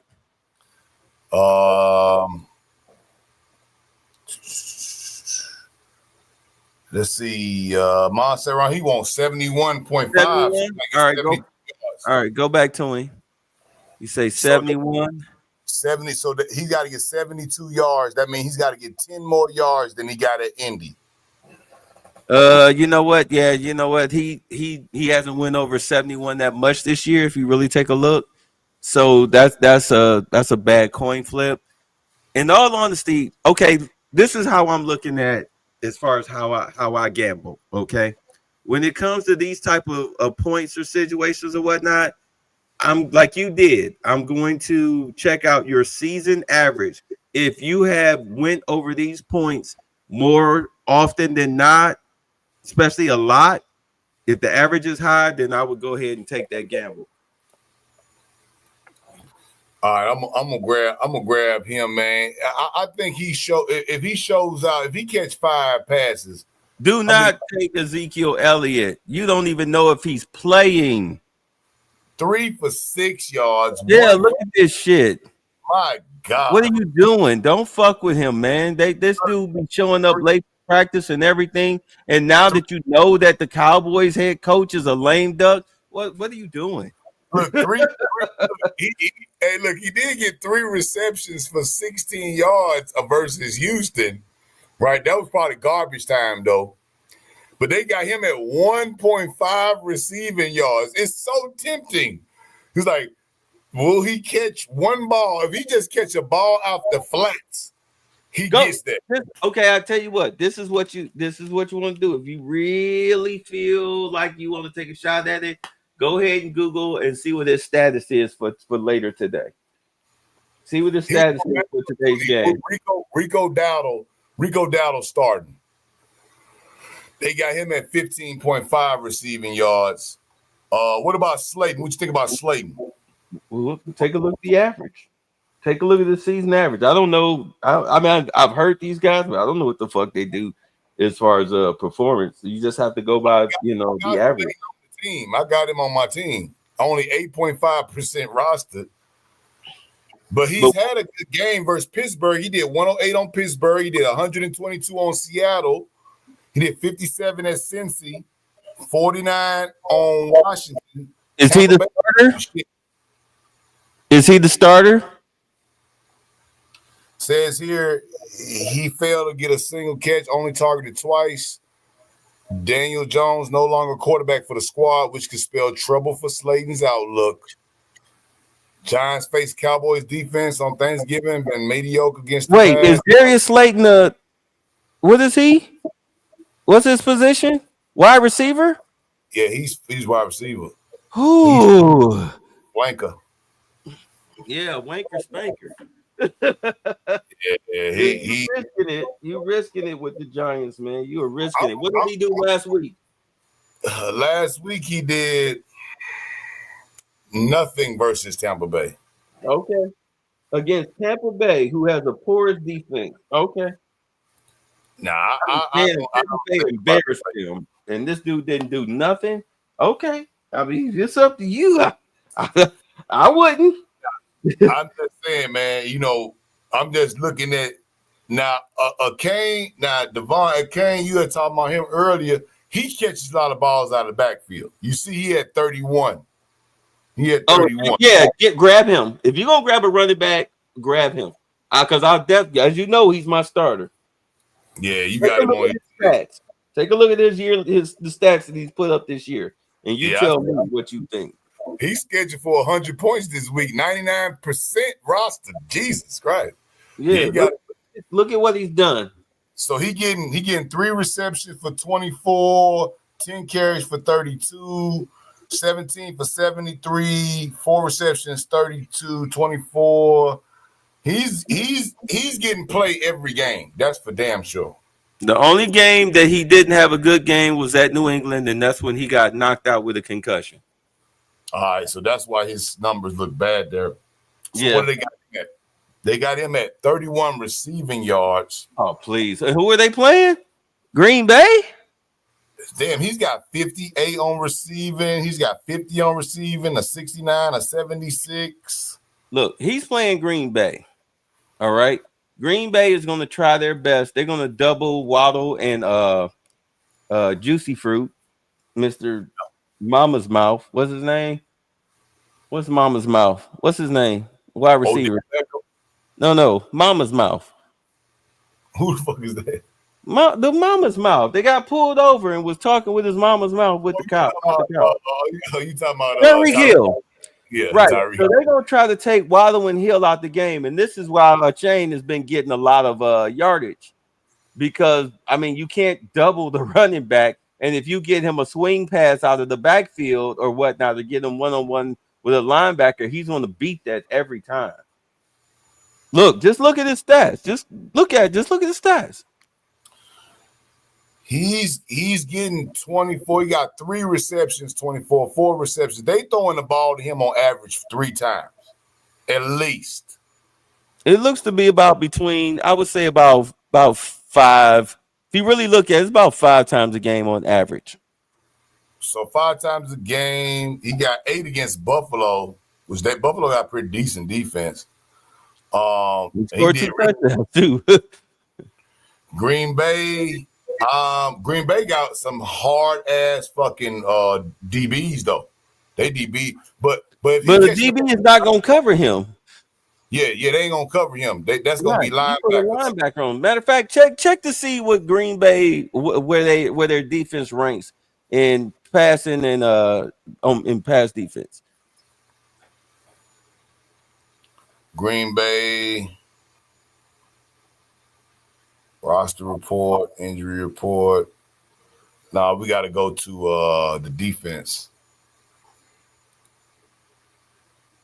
Defense, Green Bay.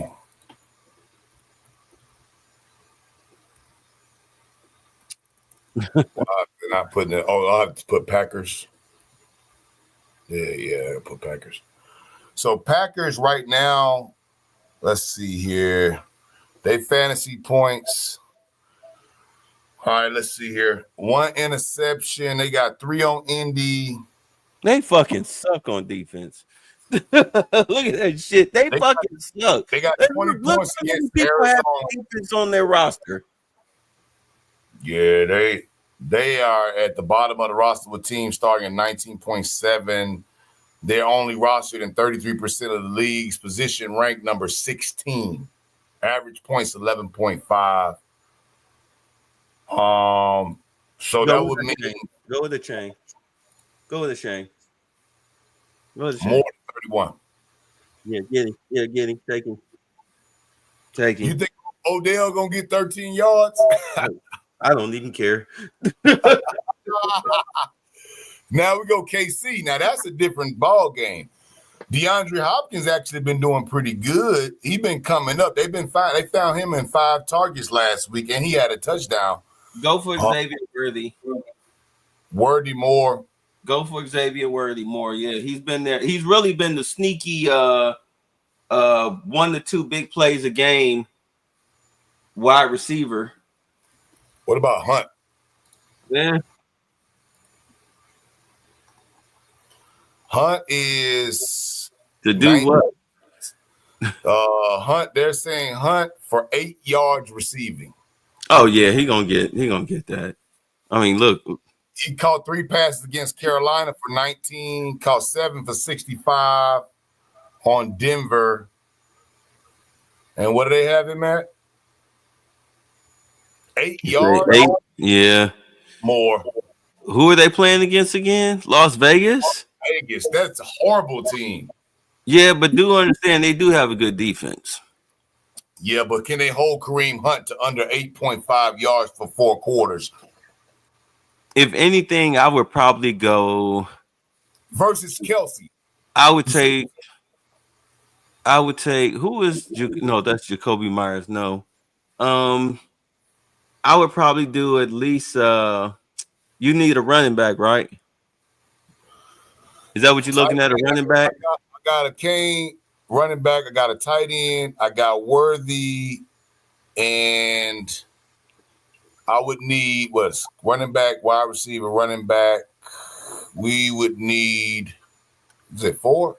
Yeah, Komet, a Kane, Xavier Worthy, Kareem Hunt. So we got one running back. We got 2 running backs, a wide receiver, and a tight end. So we need another wide receiver. Okay, let's see here. Josh Who Jacobs. the hell is Malik Washington? No, hold on. Scroll down. Ben Sims in. Keep going. Him at 1 yard. If Ben Sims get 1 yard, we win. Jesus Christ. Yeah, but who the fuck is Ben Sims? Scroll down. Let's see here. I mean, Devontae. Wow. Okay, because there's really a toss-up between Garrett Wilson and Devontae Adams. Devontae Adams really hasn't been targeted. Well, he hasn't really done a whole lot. Every time I put money on Devontae Adams, I lose. Every time I put money on Garrett Wilson, I lose. Garrett Wilson outperforms him on average every time. And they're both got the same amount of receiving yards for the prediction. You know who I would grab? I would grab, let's see. I would probably grab Tyler Lockett and who else? Jackson Smith-Njigba versus the Jets defense.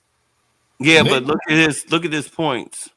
I mean, look at his receiving yardage that they expect out of him.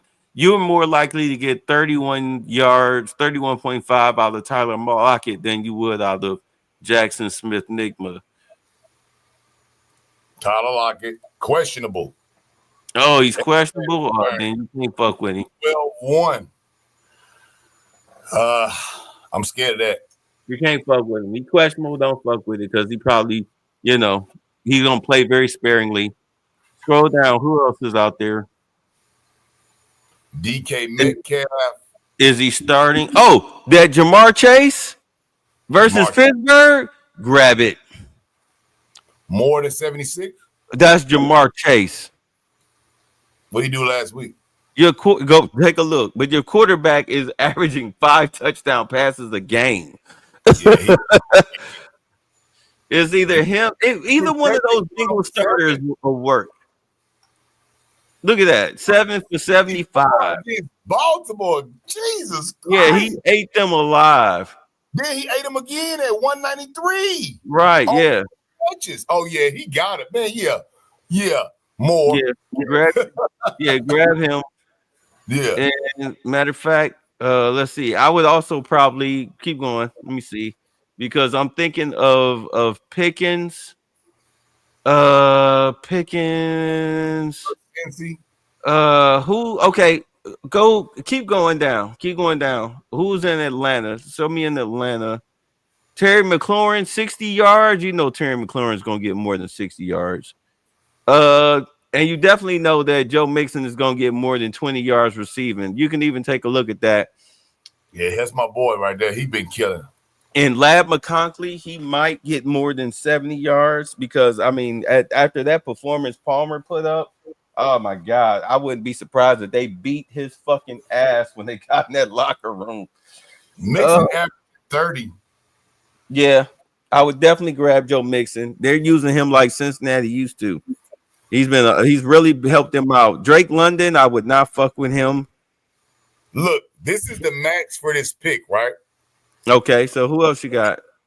If this, well, I can't do anything else besides. Then you're done. Then you're done.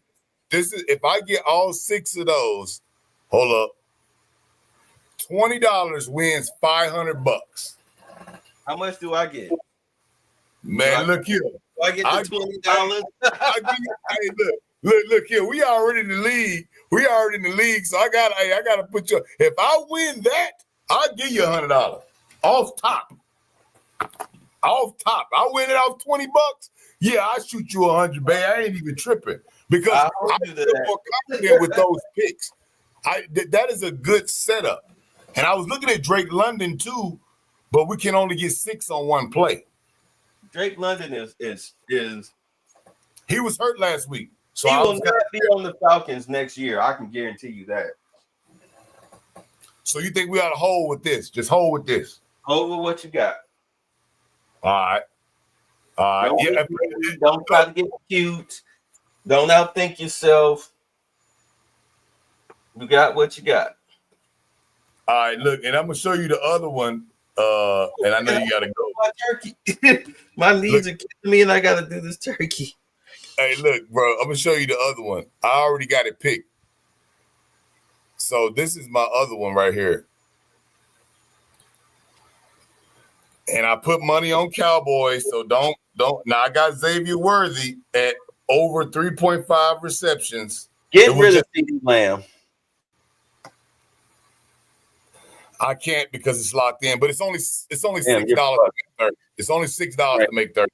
All right, so CeeDee Lamb, Caleb Williams, Cole Kmet, which is smart. Xavier Worthy, that's smart. Who else? That's it. That's 4 pick. I just put the 4 pick. Okay, all right. Yeah, well, CeeDee Lamb probably fucked you, but I see. Yeah, definitely Caleb Williams, Cole Kmet, and Xavier Worthy. Yeah, those are some solid picks to me. Yeah, man. Like I say, bro, that was my little squad right there. But when I get ready and go and pull this, you feel me, with this 20, I'm finna put this 20 in here for 500. If we run that 6 correct, that's 25 times. So, hey, you got it on. Look, respect a cash out. This shit coming through, I got you $100. I got you. I ain't playing, dog. I'm dead serious. Since they trying to play with you, they don't want to let you fuck with the damn prize picks, man. I got you, fam. You know what I'm saying? I got you. Yeah, because if it go through and you send it, I'm definitely putting it more on crypto. And by the way, I know that, I mean, the biggest problem that we as black men, we have financial illiteracy. When we did the live broadcast during the election, they were saying that cryptocurrency was going crazy. It was shooting up.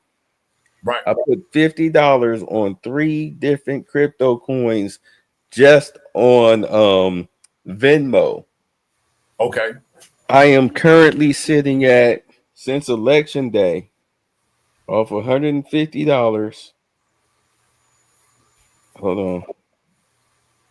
I'm sitting at 550. I'm sitting at 556. Off 150. So when I told y'all to fucking do that shit on election night, I said, even if you got $5, $10, $20, throw it on the coins, forget about it. Man, that's a lick right there. And then that ain't even been that long. No. And I ain't touched it. Every time I look at it, it hasn't dipped under let's see. Well, the last time, the lowest that I saw it dip was $500 and like maybe $17. But ever since then, it's been in a high range. It's just it dips a little bit, then it climbs. It's just been on a steady upcline. And I'm like, man, I don't want y'all to say I'm being facetious when I say this, but like, don't ask me for shit. I told you how to make some fucking money. I'm being facetious, but I'm just saying.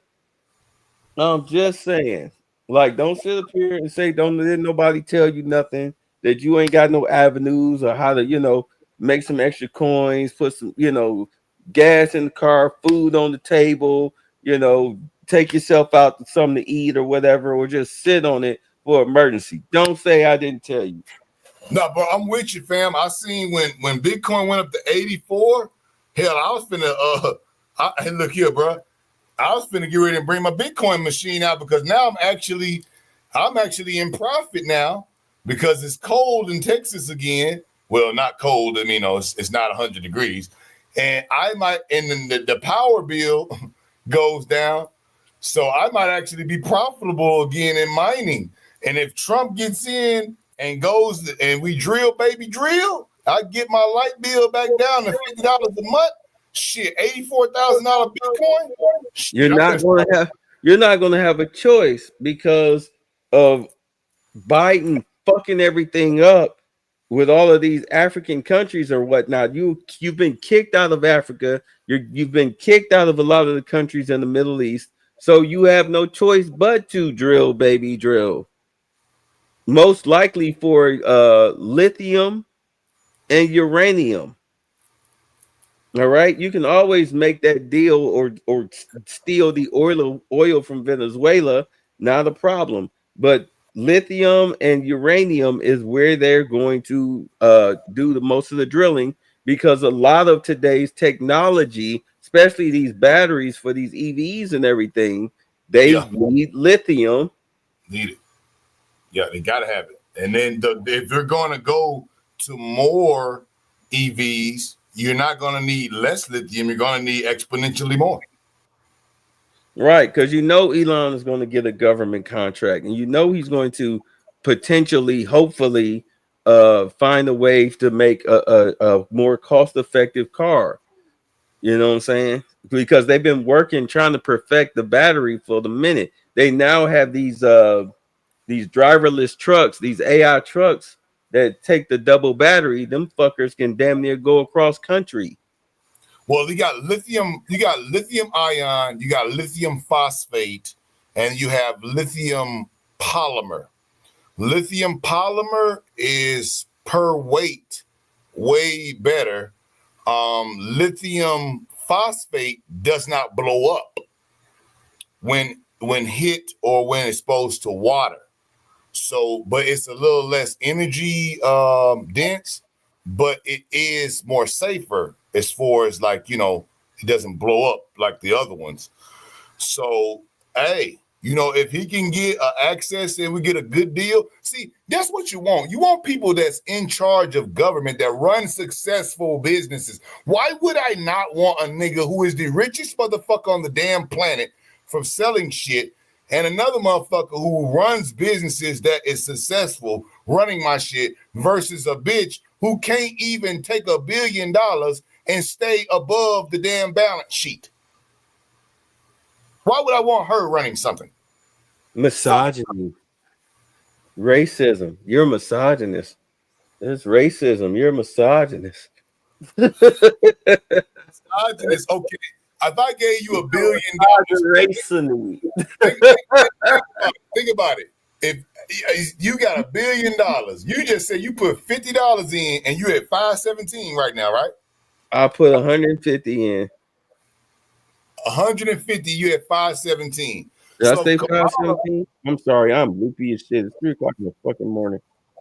Where am I at? No, I'm at 555.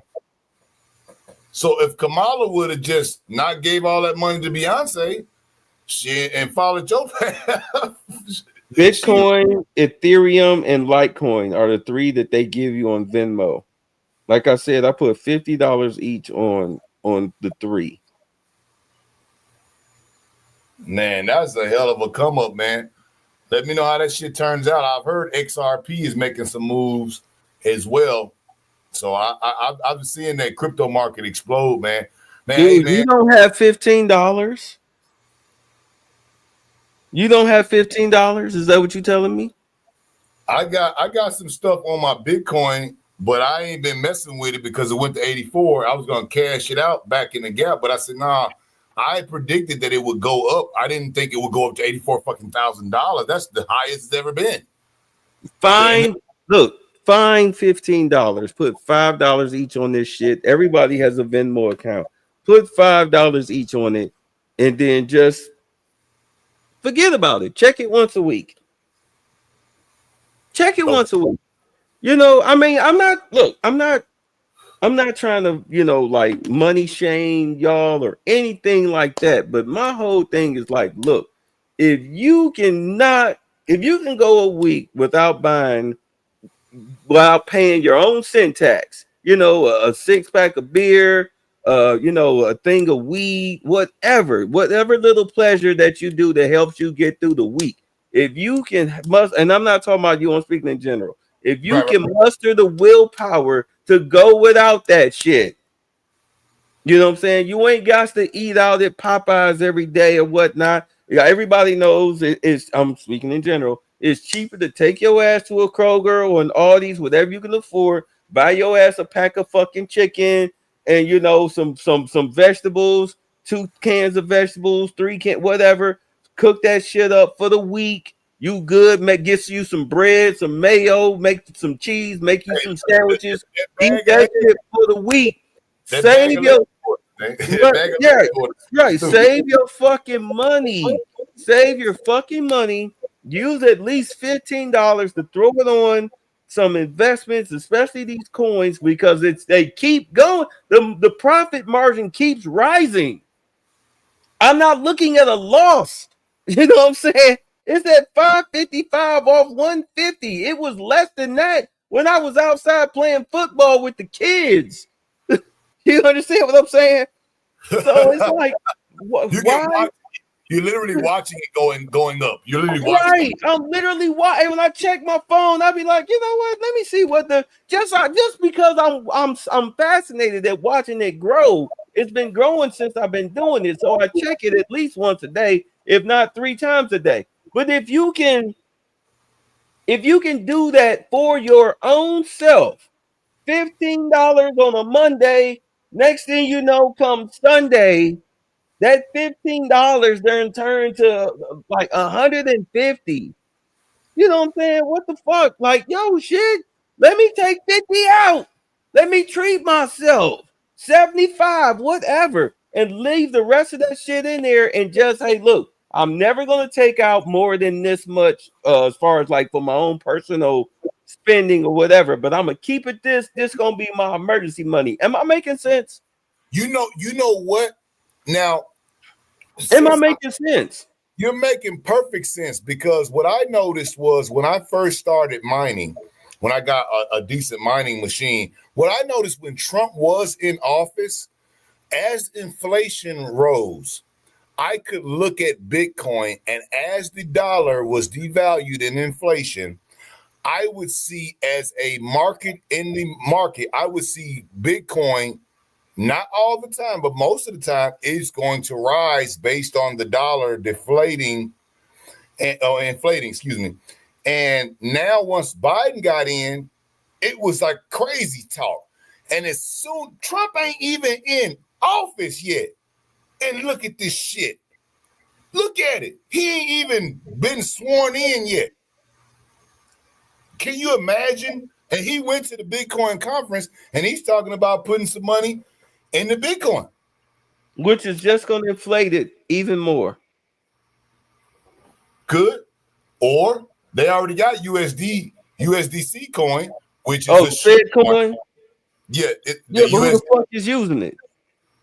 Look, even on Coinbase, when they released the USDC coin, they were giving, for a staking reward, they were giving 0.50 or some shit on the interest rate.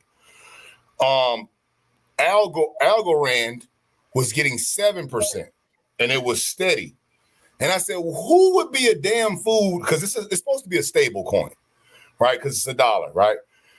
But who would put $100 to get interest raised up on that at 0.5%? Now I get the volatility of a thing called Algorand or any other coin that's like that. But as Bitcoin rises, as long as your coin does work, all the other coins rise, and they have more rising potential because you can get in on the floor. You don't have to have $84,000 to buy one of them. So you're absolutely correct, brother. And we should get on the bottom floor as quick as possible. You're goddamn right. Well, it's still cheap. Why it's still cheap. Why it's still turning a high profit. I mean, I understand $400 some, whatever. A lot of people, you guys who are listening, who do this shit, for real, y'all know that, I ain't made no fucking money, you know, but I'm just a guy who threw $150 in the pot, and you know, I'm walking away with $555 right now if I was to cash out. You know, that's free money that I didn't do shit for. The money, my money made money. That's a for an average dude, you know, that's working a 9 to 5 and shit, you know, probably 2 jobs or whatever. That's shit, that's bill money. That's Yeah. car note money. That's insurance money. You know, you see what I'm saying? Even like in service, right? If you're doing service, you live off tips, right? You live off tips. So, you know, that $20 tip per customer, right? That's your money. So think about it. You put in some money on that and you're getting dividends off on top of that.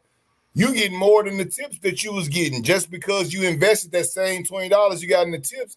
Now you didn't got $200 off that shit. That's you taking the Uber home that night. You had a long night. It's a Friday, Saturday night. You tired and shit. Customers got on your nerves. You ain't finna catch the fucking bus. Fuck this. I'm taking the Uber. You know what I'm saying? Cash in lieu of that money.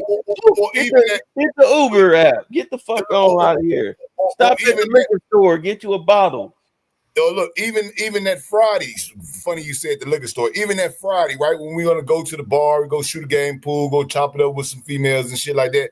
You know, once you get to the bar, you get you a couple of rounds, you play a couple games of pool, you know, buy a chicken drink or two or something. You know, you're gonna spend $50 damn just doing that. Just cut that Friday out. Fuck that. I'm gonna put this $50 in something gonna make some money. You ain't saying nothing wrong, bro. I understand completely what you said. You have to sacrifice that, and that ain't nothing to sacrifice. Fuck it, buy you a thing of liquor. You come out cheaper. Yeah, get you a fuck. You saw old dude, Lewis. He had the fucking Johnny Walker. You know, it's Thanksgiving tomorrow. He went. He got the Johnny Walker. You know, he already gonna cook. The brother, you know, run the store. You know what I'm saying? You know, he already got food ready to go, ready to be cooked. He gonna sit at home, turn on his fucking video game, drink his liquor, eat him some Thanksgiving. You know what I'm saying? Save him some money while making money. Yeah, You know, brother. That's what I'm on, man. That's what I'm on. I told my brother that. I said, man, we spend that just driving down the road, man. Like you say, going to Popeyes, use that as an example. You just driving down the road, man. Get some Popeye, man. Hell, you know, that's $13. A Big Mac costs what, $15 now? Shit, Big Mac meal. Hell, just skip the Big Mac and go and put that shit in the real Big Mac and some of that crypto. And guess what? Even if you lose, you ain't lost nothing. You ate a $200 Big Mac if you won. If you win, you probably ate about a $200. You bought a $200 Big Mac. And that's what we have never been taught properly. And that's where that one guy was talking about how they was taking these little Jewish kids down there, and they was like 7 years old, and their elders at 7 years old was teaching them how to trade. We have not done that with our people. And it's education, yes, but it's also lack of knowledge of brothers like yourself that's speaking on financial literacy. You know what I'm saying? Hey man, you got $20. You know what I'm saying? You finna go spend it over there or give it to some broad or go smoke some fucking weed. Hey man, go put $20 on this here and see how it come out. We ain't teaching our kids no investment. What do? They run out and go and get some Jordans. They go and buy them some, I don't know what the kids doing nowadays, shit, you know, some Gucci belts or some, I don't know, fucking, what do they do to little kids I don't now? fucking know either, but I know what you're saying. Like, but like if people who have watched my channel from the beginning, like early this year, they will tell you I used to do the stock market shit. I used to show them the stocks that I was buying. We used to talk about this shit where companies was crashing out and everything because of all this DEI shit and everything. We used to actually go and check these people's stocks. I bought the stocks. I bought stocks in 3 virtual girlfriend dating apps or whatever, virtual girlfriend apps. The stock has just been steady climbing and climbing and climbing and climbing and climbing. I did that shit. I bought that stock last year.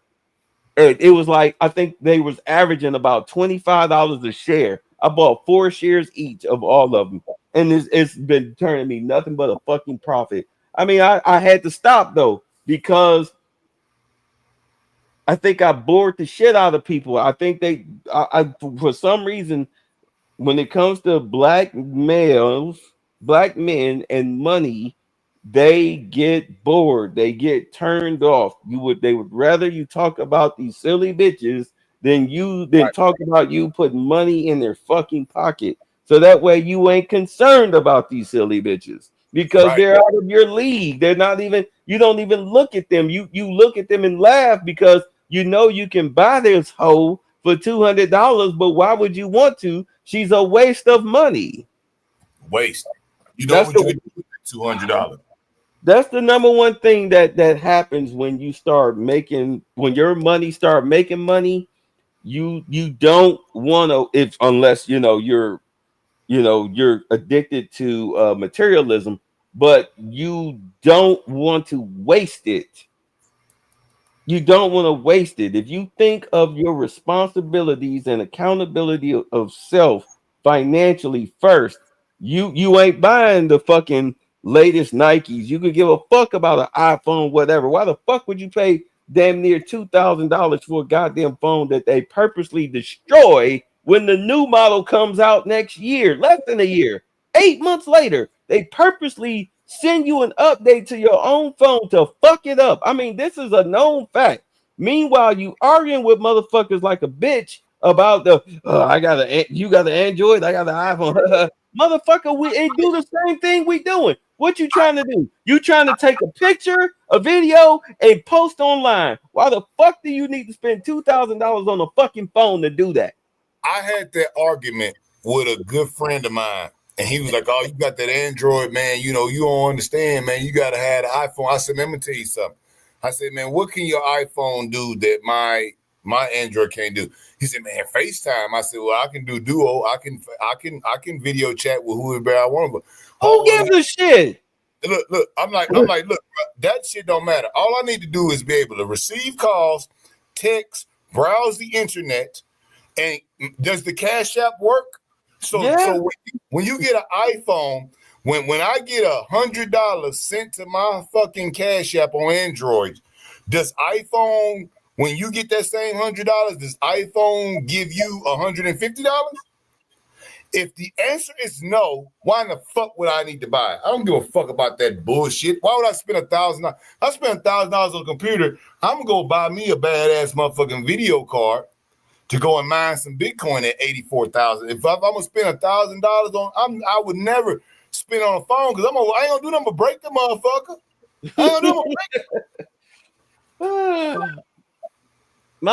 break it. Look, my whole thing is because we are so financially illiterate, as I'm sitting up here trying not to doze off, because we are so financially illiterate, we find ourselves in destitute situations. We set up here, I started off this whole program talking about how shit is about to get a whole lot fucking worse before it gets better.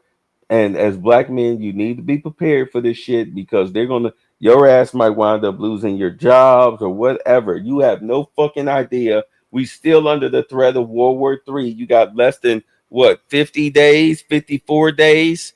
No telling what could happen with fucking senile ass old Biden being run by the fucking Cheneys. Yeah, I mean, god damn, because they want their money back from Kamala. And the best way to do that is for their stock option, their stock to rise. So the more weapons you fire at fucking Russia, the more money they make.